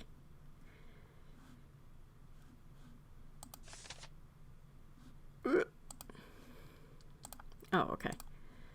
Dear Thomas, thank you for responding to my previous letter so quickly. I enjoyed our lunch discussion immensely today. I suppose I'll resign to you this one time on our spirited debate, but I'll leave you this. I have fought the good fight, I have finished the race, I have kept the faith, as was said in 2 Timothy 4:7.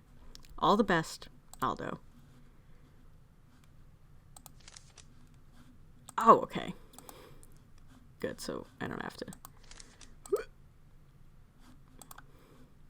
Okay, a letter from Tremblay.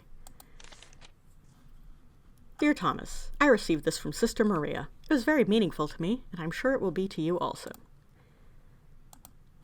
Dear Father Tremblay, thanks for playing with me. I had a lot of fun. I hope you come by soon and teach us scripture. You will be less boring than Father Matteucci. Goodbye, Lucia. A hand-drawn picture of a crewmate?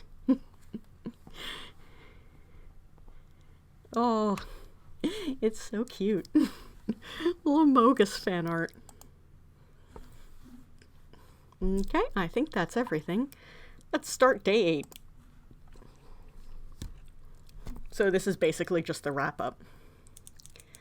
Dean Lawrence stares at his choir gown, wrapped in cellophane that hangs off the back of his apartment door. He is tired, exhausted, but he is fulfilled. They have, for better or for worse, completed the tasks for today's Mass and ceremony.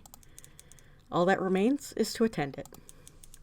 Lawrence rises and puts on his robes. His joints creak with age, he certainly feels today. All that's left is to go, I suppose. He exits his apartment and finds Monsignor O'Malley walking towards him at the end of the hall, no doubt coming to get him. I promise I wasn't going to be late, Ray.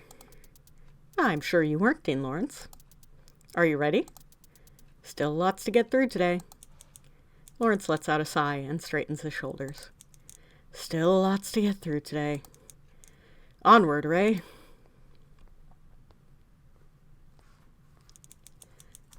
The pair take the short walk from the Vatican apartment buildings to the Casa Santa Marta, where most of the Curia is sitting around eating breakfast. Lawrence spots Bishops Adeyemi and Tremblay engaged in discussion by themselves at a table.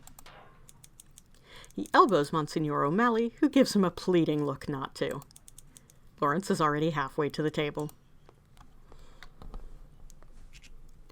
For someone. Seriously? Every single time. Next time you watch it, pay attention to her in the background. That's incredible. I can't believe I never noticed that before now. Adeyemi notices Lawrence first. Ah, an excellent morning, Dean Lawrence. Bright and early. Almost too bright and too early, but at least everything will be done by lunchtime. Tremblay gives him a mock scoff. For you.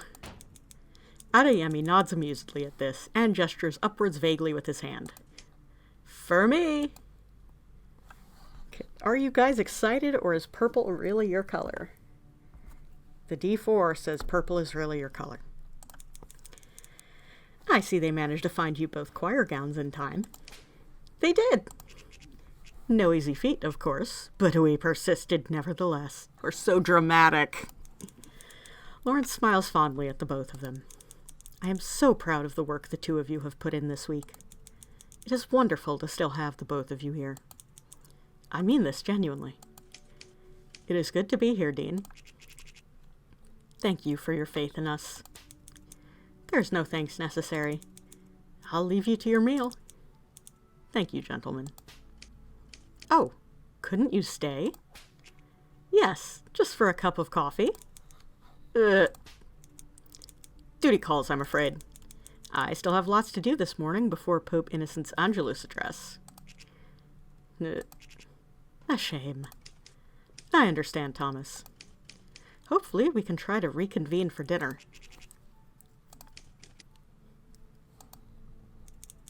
Tremblay and Adeyemi take an odd sort of glance at each other, almost as if sizing the other up.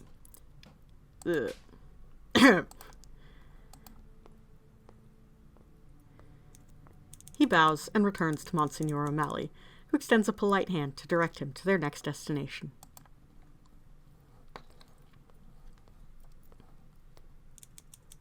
It's surprisingly empty in the pathways and sidewalks of the Vatican. It's so peaceful. If Lawrence weren't already stressed half to death with a migraine coming on, he might enjoy it more. Someone get that man some Imitrex. They walk from the Casa Santa Marta to the interior of St. Peter's Basilica, where Sister Agnes is in the middle of directing Cardinal Tedesco on how to best arrange the massive altar. I am telling you, this is in the middle. There's nowhere else to move it. Come over here and look with your eyes, Eminence. Sister, I do not wish to make you look foolish, so I will hold my tongue in telling you that I've told you so. Tedesco walks back from behind the altar and stands proudly beside Sister Agnes. As he looks over his handiwork, the confidence in his eyes quickly vanishes. The crucifix is off-center.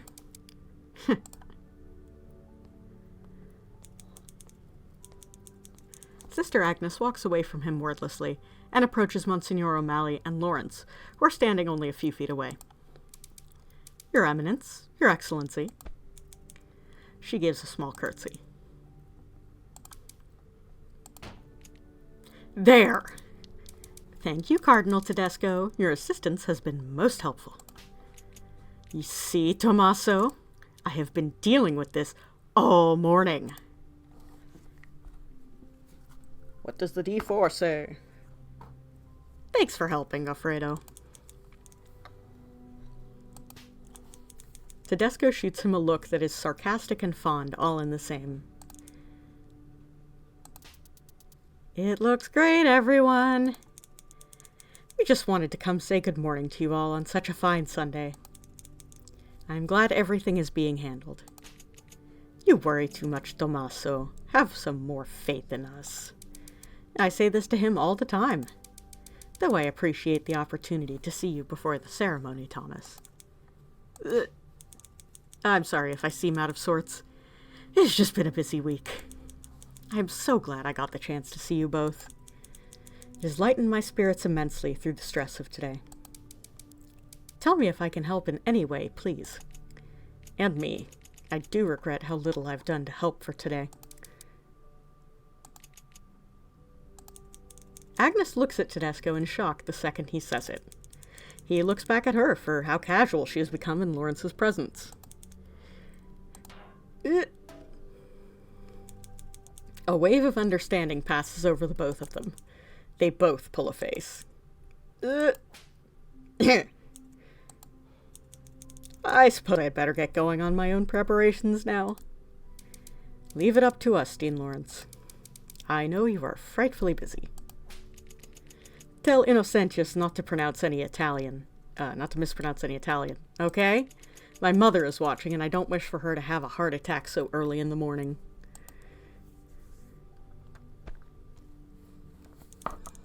Lawrence rolls his eyes and gives them each a bow before he and Monsignor O'Malley walk up the steps to the secondary elevator to the St. Peter's Square balcony.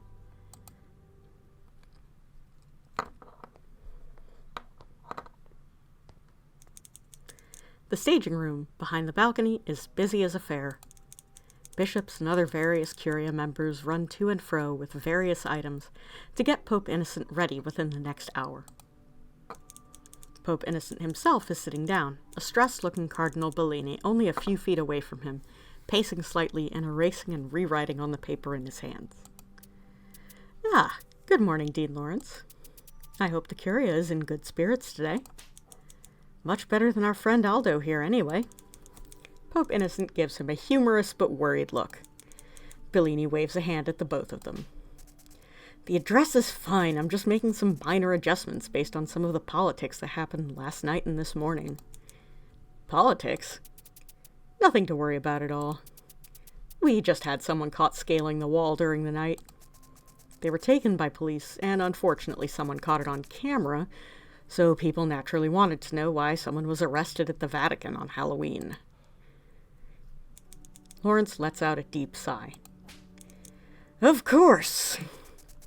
We're just trying not to start a second satanic panic if we can help it. With everything happening this week as it has, and now this. This is what you get for being a harem protagonist, Thomas. This is what you get for being a whore. Alright. We should be wary. I think this concern is good. After last week's bombing, we cannot be too careful, and we don't want to spurn on anyone with similar ideas. Pope Innocent stands, the energy of the small room changing. I am sorry, Thomas. I have to say I disagree. I do not think it is within the best interests of anyone to speak about it at a holy event such as today. Today is a day of grief and a day of celebrating the departed. I do not want someone who came here to terrorize us to take that moment away from God's children who may need it. Benitez puts a hand on Bellini's shoulder, and he visibly calms. You wrote a perfect address already, Aldo. Please let me say that one instead. Bellini nods, a little resigned.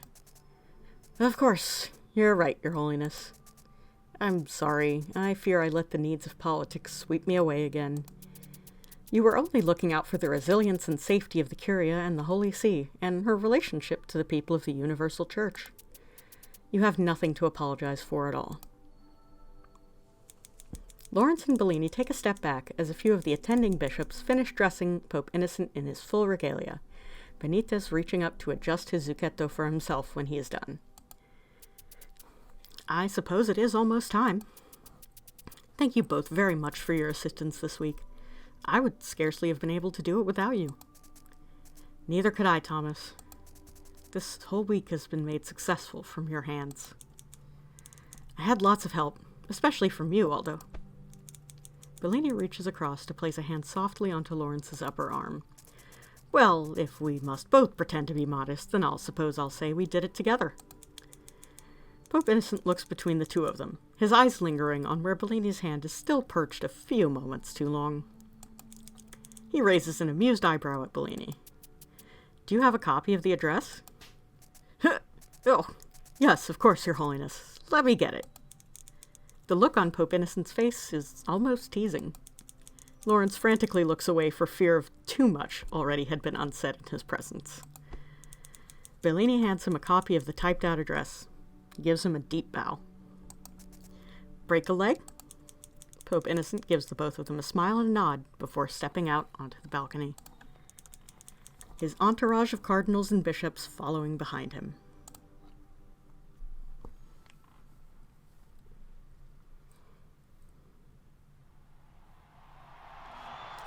The rising voices of thousands of people in St. Peter's Square cheering fill the air.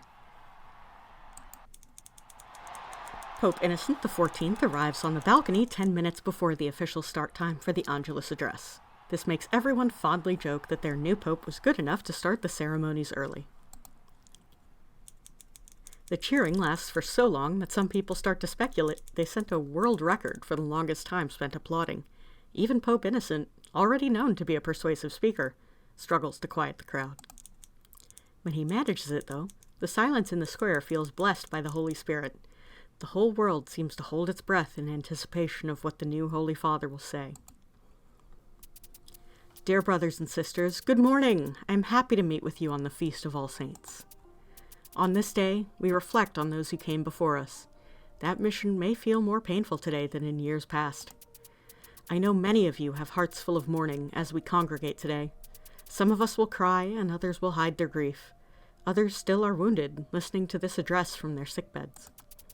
Know that our Lord God is with you in your pain, and there is no loss too insignificant for his notice. May our Lord God help carry your burdens in this time of loss. May you feel his presence in the days to come. For this feast day, we are called to reflect on the communion of saints. The saints displayed exemplary devotion to God, but it is equally important to remember that they were also human.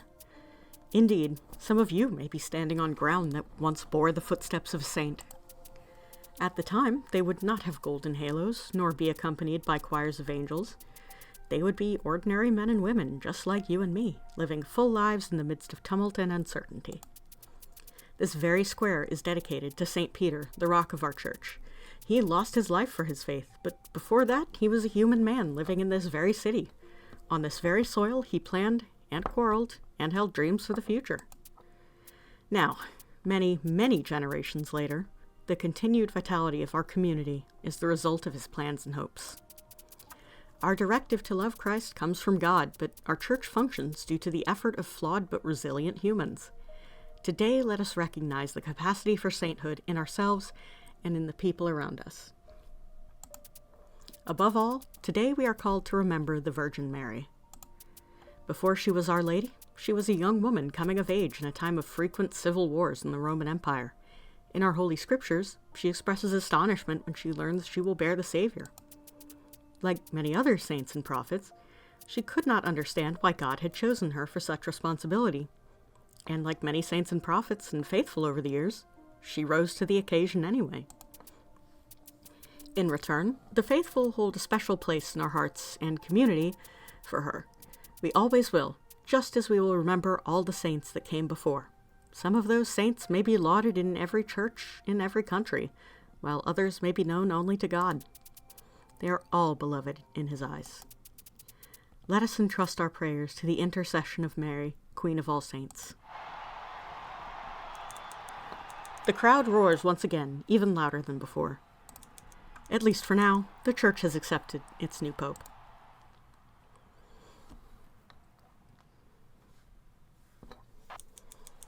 The Angelus address goes off without a hitch. The spirits of thousands of people are eased and comforted by the soft-spoken but courageous voice of their new Pope. When Pope Innocent retreats back inside, the closed doors of the balcony can scarcely contain the cheers of the public. You've done wonderfully, Your Holiness. Thank you, Thomas. After today, I feel so much better about the responsibility of Pope. There will always be naysayers, but the spirit of the people moves through me just as God does. I'm very glad to hear that. I was so worried for you today. As was I. Pope Innocent pats them both gently on the back. Worry no longer. I have the strength of God on my side. The power of God and anime. Monsignor O'Malley approaches the group hesitantly. I am so sorry to interrupt, but Dean Lawrence, you're needed to come speak with an electrician. Lawrence sighs loudly. No rest for the wicked, I suppose. Some of the Curia are meeting in the Casa Santa Marta soon to celebrate the success of today and enjoy the All Saints' Day festivities. Please do come join us, Thomas. You deserve a moment to relax. Of course, Your Holiness. I wouldn't miss it for anything. Please wait for me. I'll be there shortly. Pope Innocent and Bellini nod, and Lawrence waves them goodbye as he follows Monsignor O'Malley down the elevator towards the administration building to speak with the contractors. It ends up taking an hour and a half to resolve the issue the electricians were struggling with. Typical Vatican red tape nonsense as usual. By the time Lawrence makes it to the Casa Santa Marta, it seems as though the festivities have already completed. Several empty wine bottles are scattered across empty tables, and fallen decor lies strewn across the floor.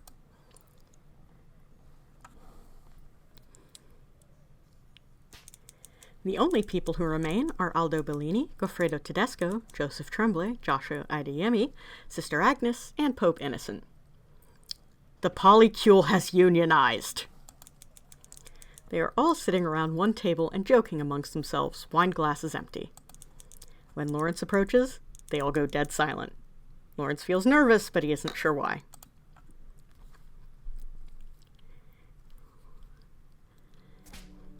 Ah, if it isn't the man of the hour. Good afternoon, my dear friends. I'm so grateful you decided to wait for me. Tedesco gives a hearty chuckle at this. Oh yes, we certainly have been waiting for you. For 40 minutes. As we did, we all began chatting about how helpful you've been to us this week. about how shocking, kind, and compassionate you are. Lawrence swallows hard. They didn't. And we all came to the conclusion that every single one of us confessed to you recently, Thomas. We realized that all of us felt that the sentiments in our confessions were returned. And after some more discussion, we realized that none of us were lying. They did. When I asked you to oversee your flock, I did not necessarily mean this closely.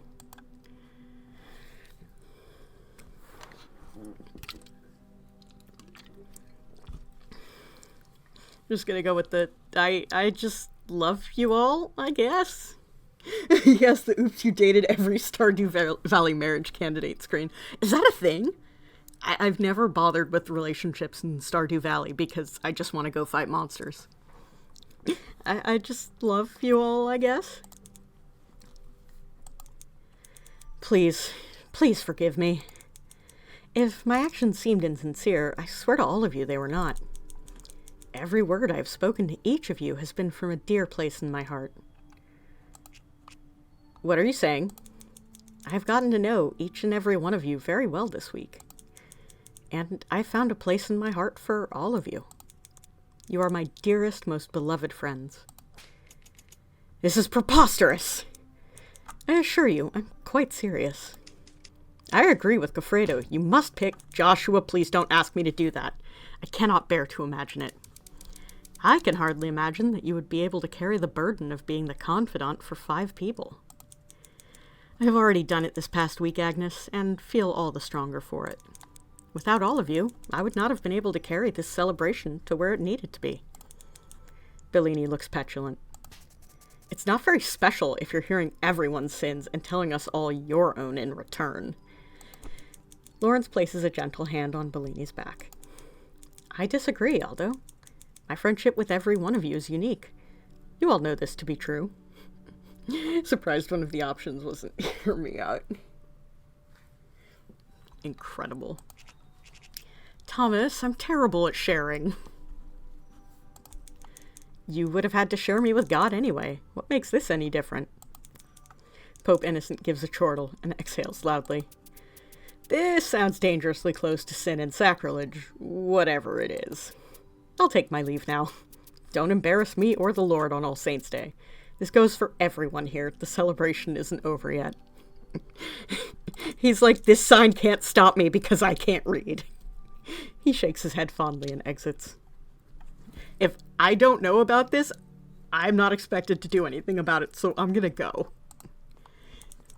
Everyone else at the table stands and approaches Thomas.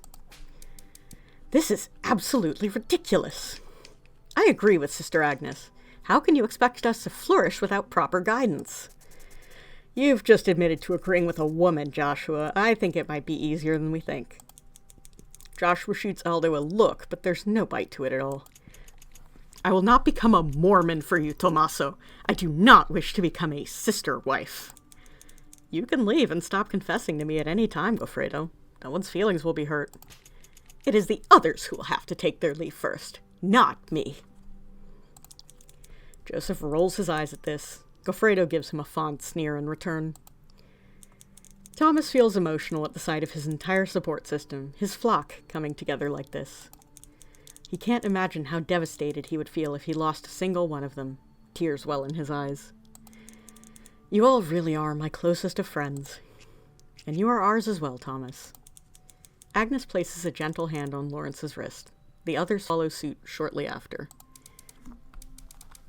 I care for you deeply, but I think we all have much work ahead of us today. Let us not forget ourselves too quickly. A chuckle passes through the group. Goffredo barks a laugh. So much like a woman to... Aldo elbows him, and Goffredo takes the hint. I hope to see you all at dinner. Until then, may God be with you. Lawrence gives them all a bow and exits the Casa Santa Marta. He delights in the excited murmur that rises the second before the door closes. Once outside, Monsignor O'Malley is waiting for him against the wall. He looks terribly amused. He doesn't object to being Lawrence's wife, just being a sister wife. Yeah, he's not good at sharing. The kids have a new take on faith, is it? Tease me all you like, Raymond. Nothing could take away my happiness right now. What if I told you the electricians are still having difficulties with getting power permissions from the city of Rome? Lawrence lets out a big sigh. He thought he had just finished dealing with that. That'll do it. All right, let's go. The hope that swells in his bosom cannot be quieted, though, even if the failings of his flesh leave him feeling exhausted. With the love of God, the love of the Pope, and the love of his friends, Dean Thomas Cardinal Lawrence will be quite unstoppable indeed.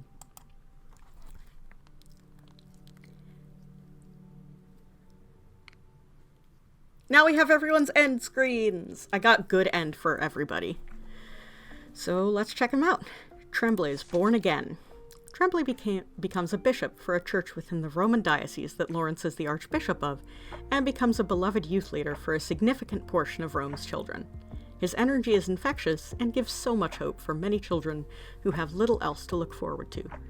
Tremblay's after-school programming is sent to several other dioceses to be used as an example on how to meet children where they're at. He always returns to the Vatican to give confession and spend time with his most beloved friend, Dean Lawrence. The two have particularly long meetings every second Saturday, where Tremblay patiently brings Lawrence into the digital age. Lawrence tries his best to be a good student, but Tremblay knows he's unteachable. It is less about the learning, and more about the time shared close with one another. Worsties eternal! When Tedesco returns to Venice, he increases his involvement with the preservation of the city's numerous historical sites. He becomes a dedicated advocate for this cause, responding well to all the impact of rising sea levels. His interpersonal skills are what really surprise people. In the years after the Conclave, he proves to be surprisingly adept at facilitating cooperation between the religious and secular authorities that have a stake in the city's archaeological heritage. There are rumors that he has regular phone calls with Cardinal Lawrence, and some speculate that Lawrence's influence has tempered some of Tedesco's worst tendencies. Truthfully, Lawrence mostly just listens to Tedesco complain about petty bureaucrats. The end result is the same, though. Tedesco has clearly turned his efforts towards something constructive.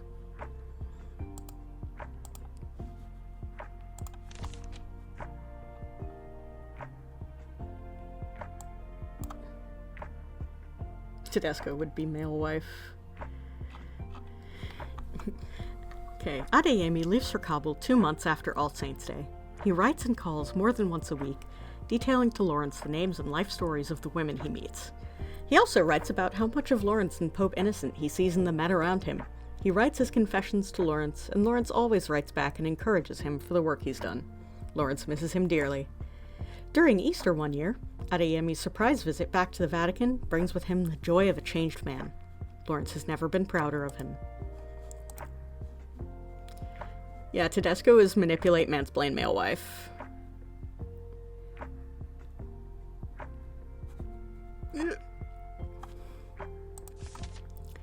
Sister Agnes and Lawrence become the closest of friends, and over the course of their leadership within Pope Innocent's Vatican, bring together the convent and the Curia in a way that hasn't been seen before, with officials going out of their way to get to know the sisters doing most of the work.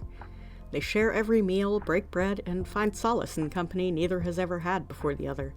There are rumors about the two of them, idle gossip, of course. But if Lawrence holds her hand a few seconds longer than acceptable, or if Sister Agnes whispers something to him a bit closer than necessary, well, that's nobody's business but God's. Amici in perpetuum. Lawrence and Bellini have been close friends for over 20 years, and have scarcely spent a day without one another. This does not change in the slightest. While the conclave and the stressful week that followed tested the strength and devotion of that friendship, they found that it only succeeded in bringing them closer to one another. Bellini is emboldened by Lawrence and becomes a fierce ally of Pope Innocent, having the bravery and support to stand tall against his deposers. They still play their game, and nobody ever wins in the end. But the joy was never in winning or losing for them. It was having someone to share their life with, and share it to the fullest they did. Okay, you can't get good end with Innocent on the same run you get good end with everybody else, because canon end was the only option. So here's his canon end. Lawrence deftly assists Pope Innocent for a few years before retiring. He occasionally has to contend with disappointment and frustration from the Curia, as well as the faithful at large. The Catholic Church, true to its name, encompasses a wide variety of people and agendas, after all. Innocent is glad to have Lawrence at hand, though, because he can always be counted on to explain Vatican conflicts and controversies with roots that sprawl out decades into the past. Overall, Innocent is regarded as a capable pope who takes the concerns of others seriously while having a mind of his own. He's able to shore up more political capital than the late Holy Father. He's several years into a successful papacy when Lawrence retires. Lawrence leaves feeling like he's quitting while he's ahead rather than slinking away in shame. He and Innocent remain in contact for the rest of their lives. Ah, Mads has come and is bothering the cat. Alright, ending the week. So this is all the achievements, which you can see I have because I 100%ed them staying up late all night.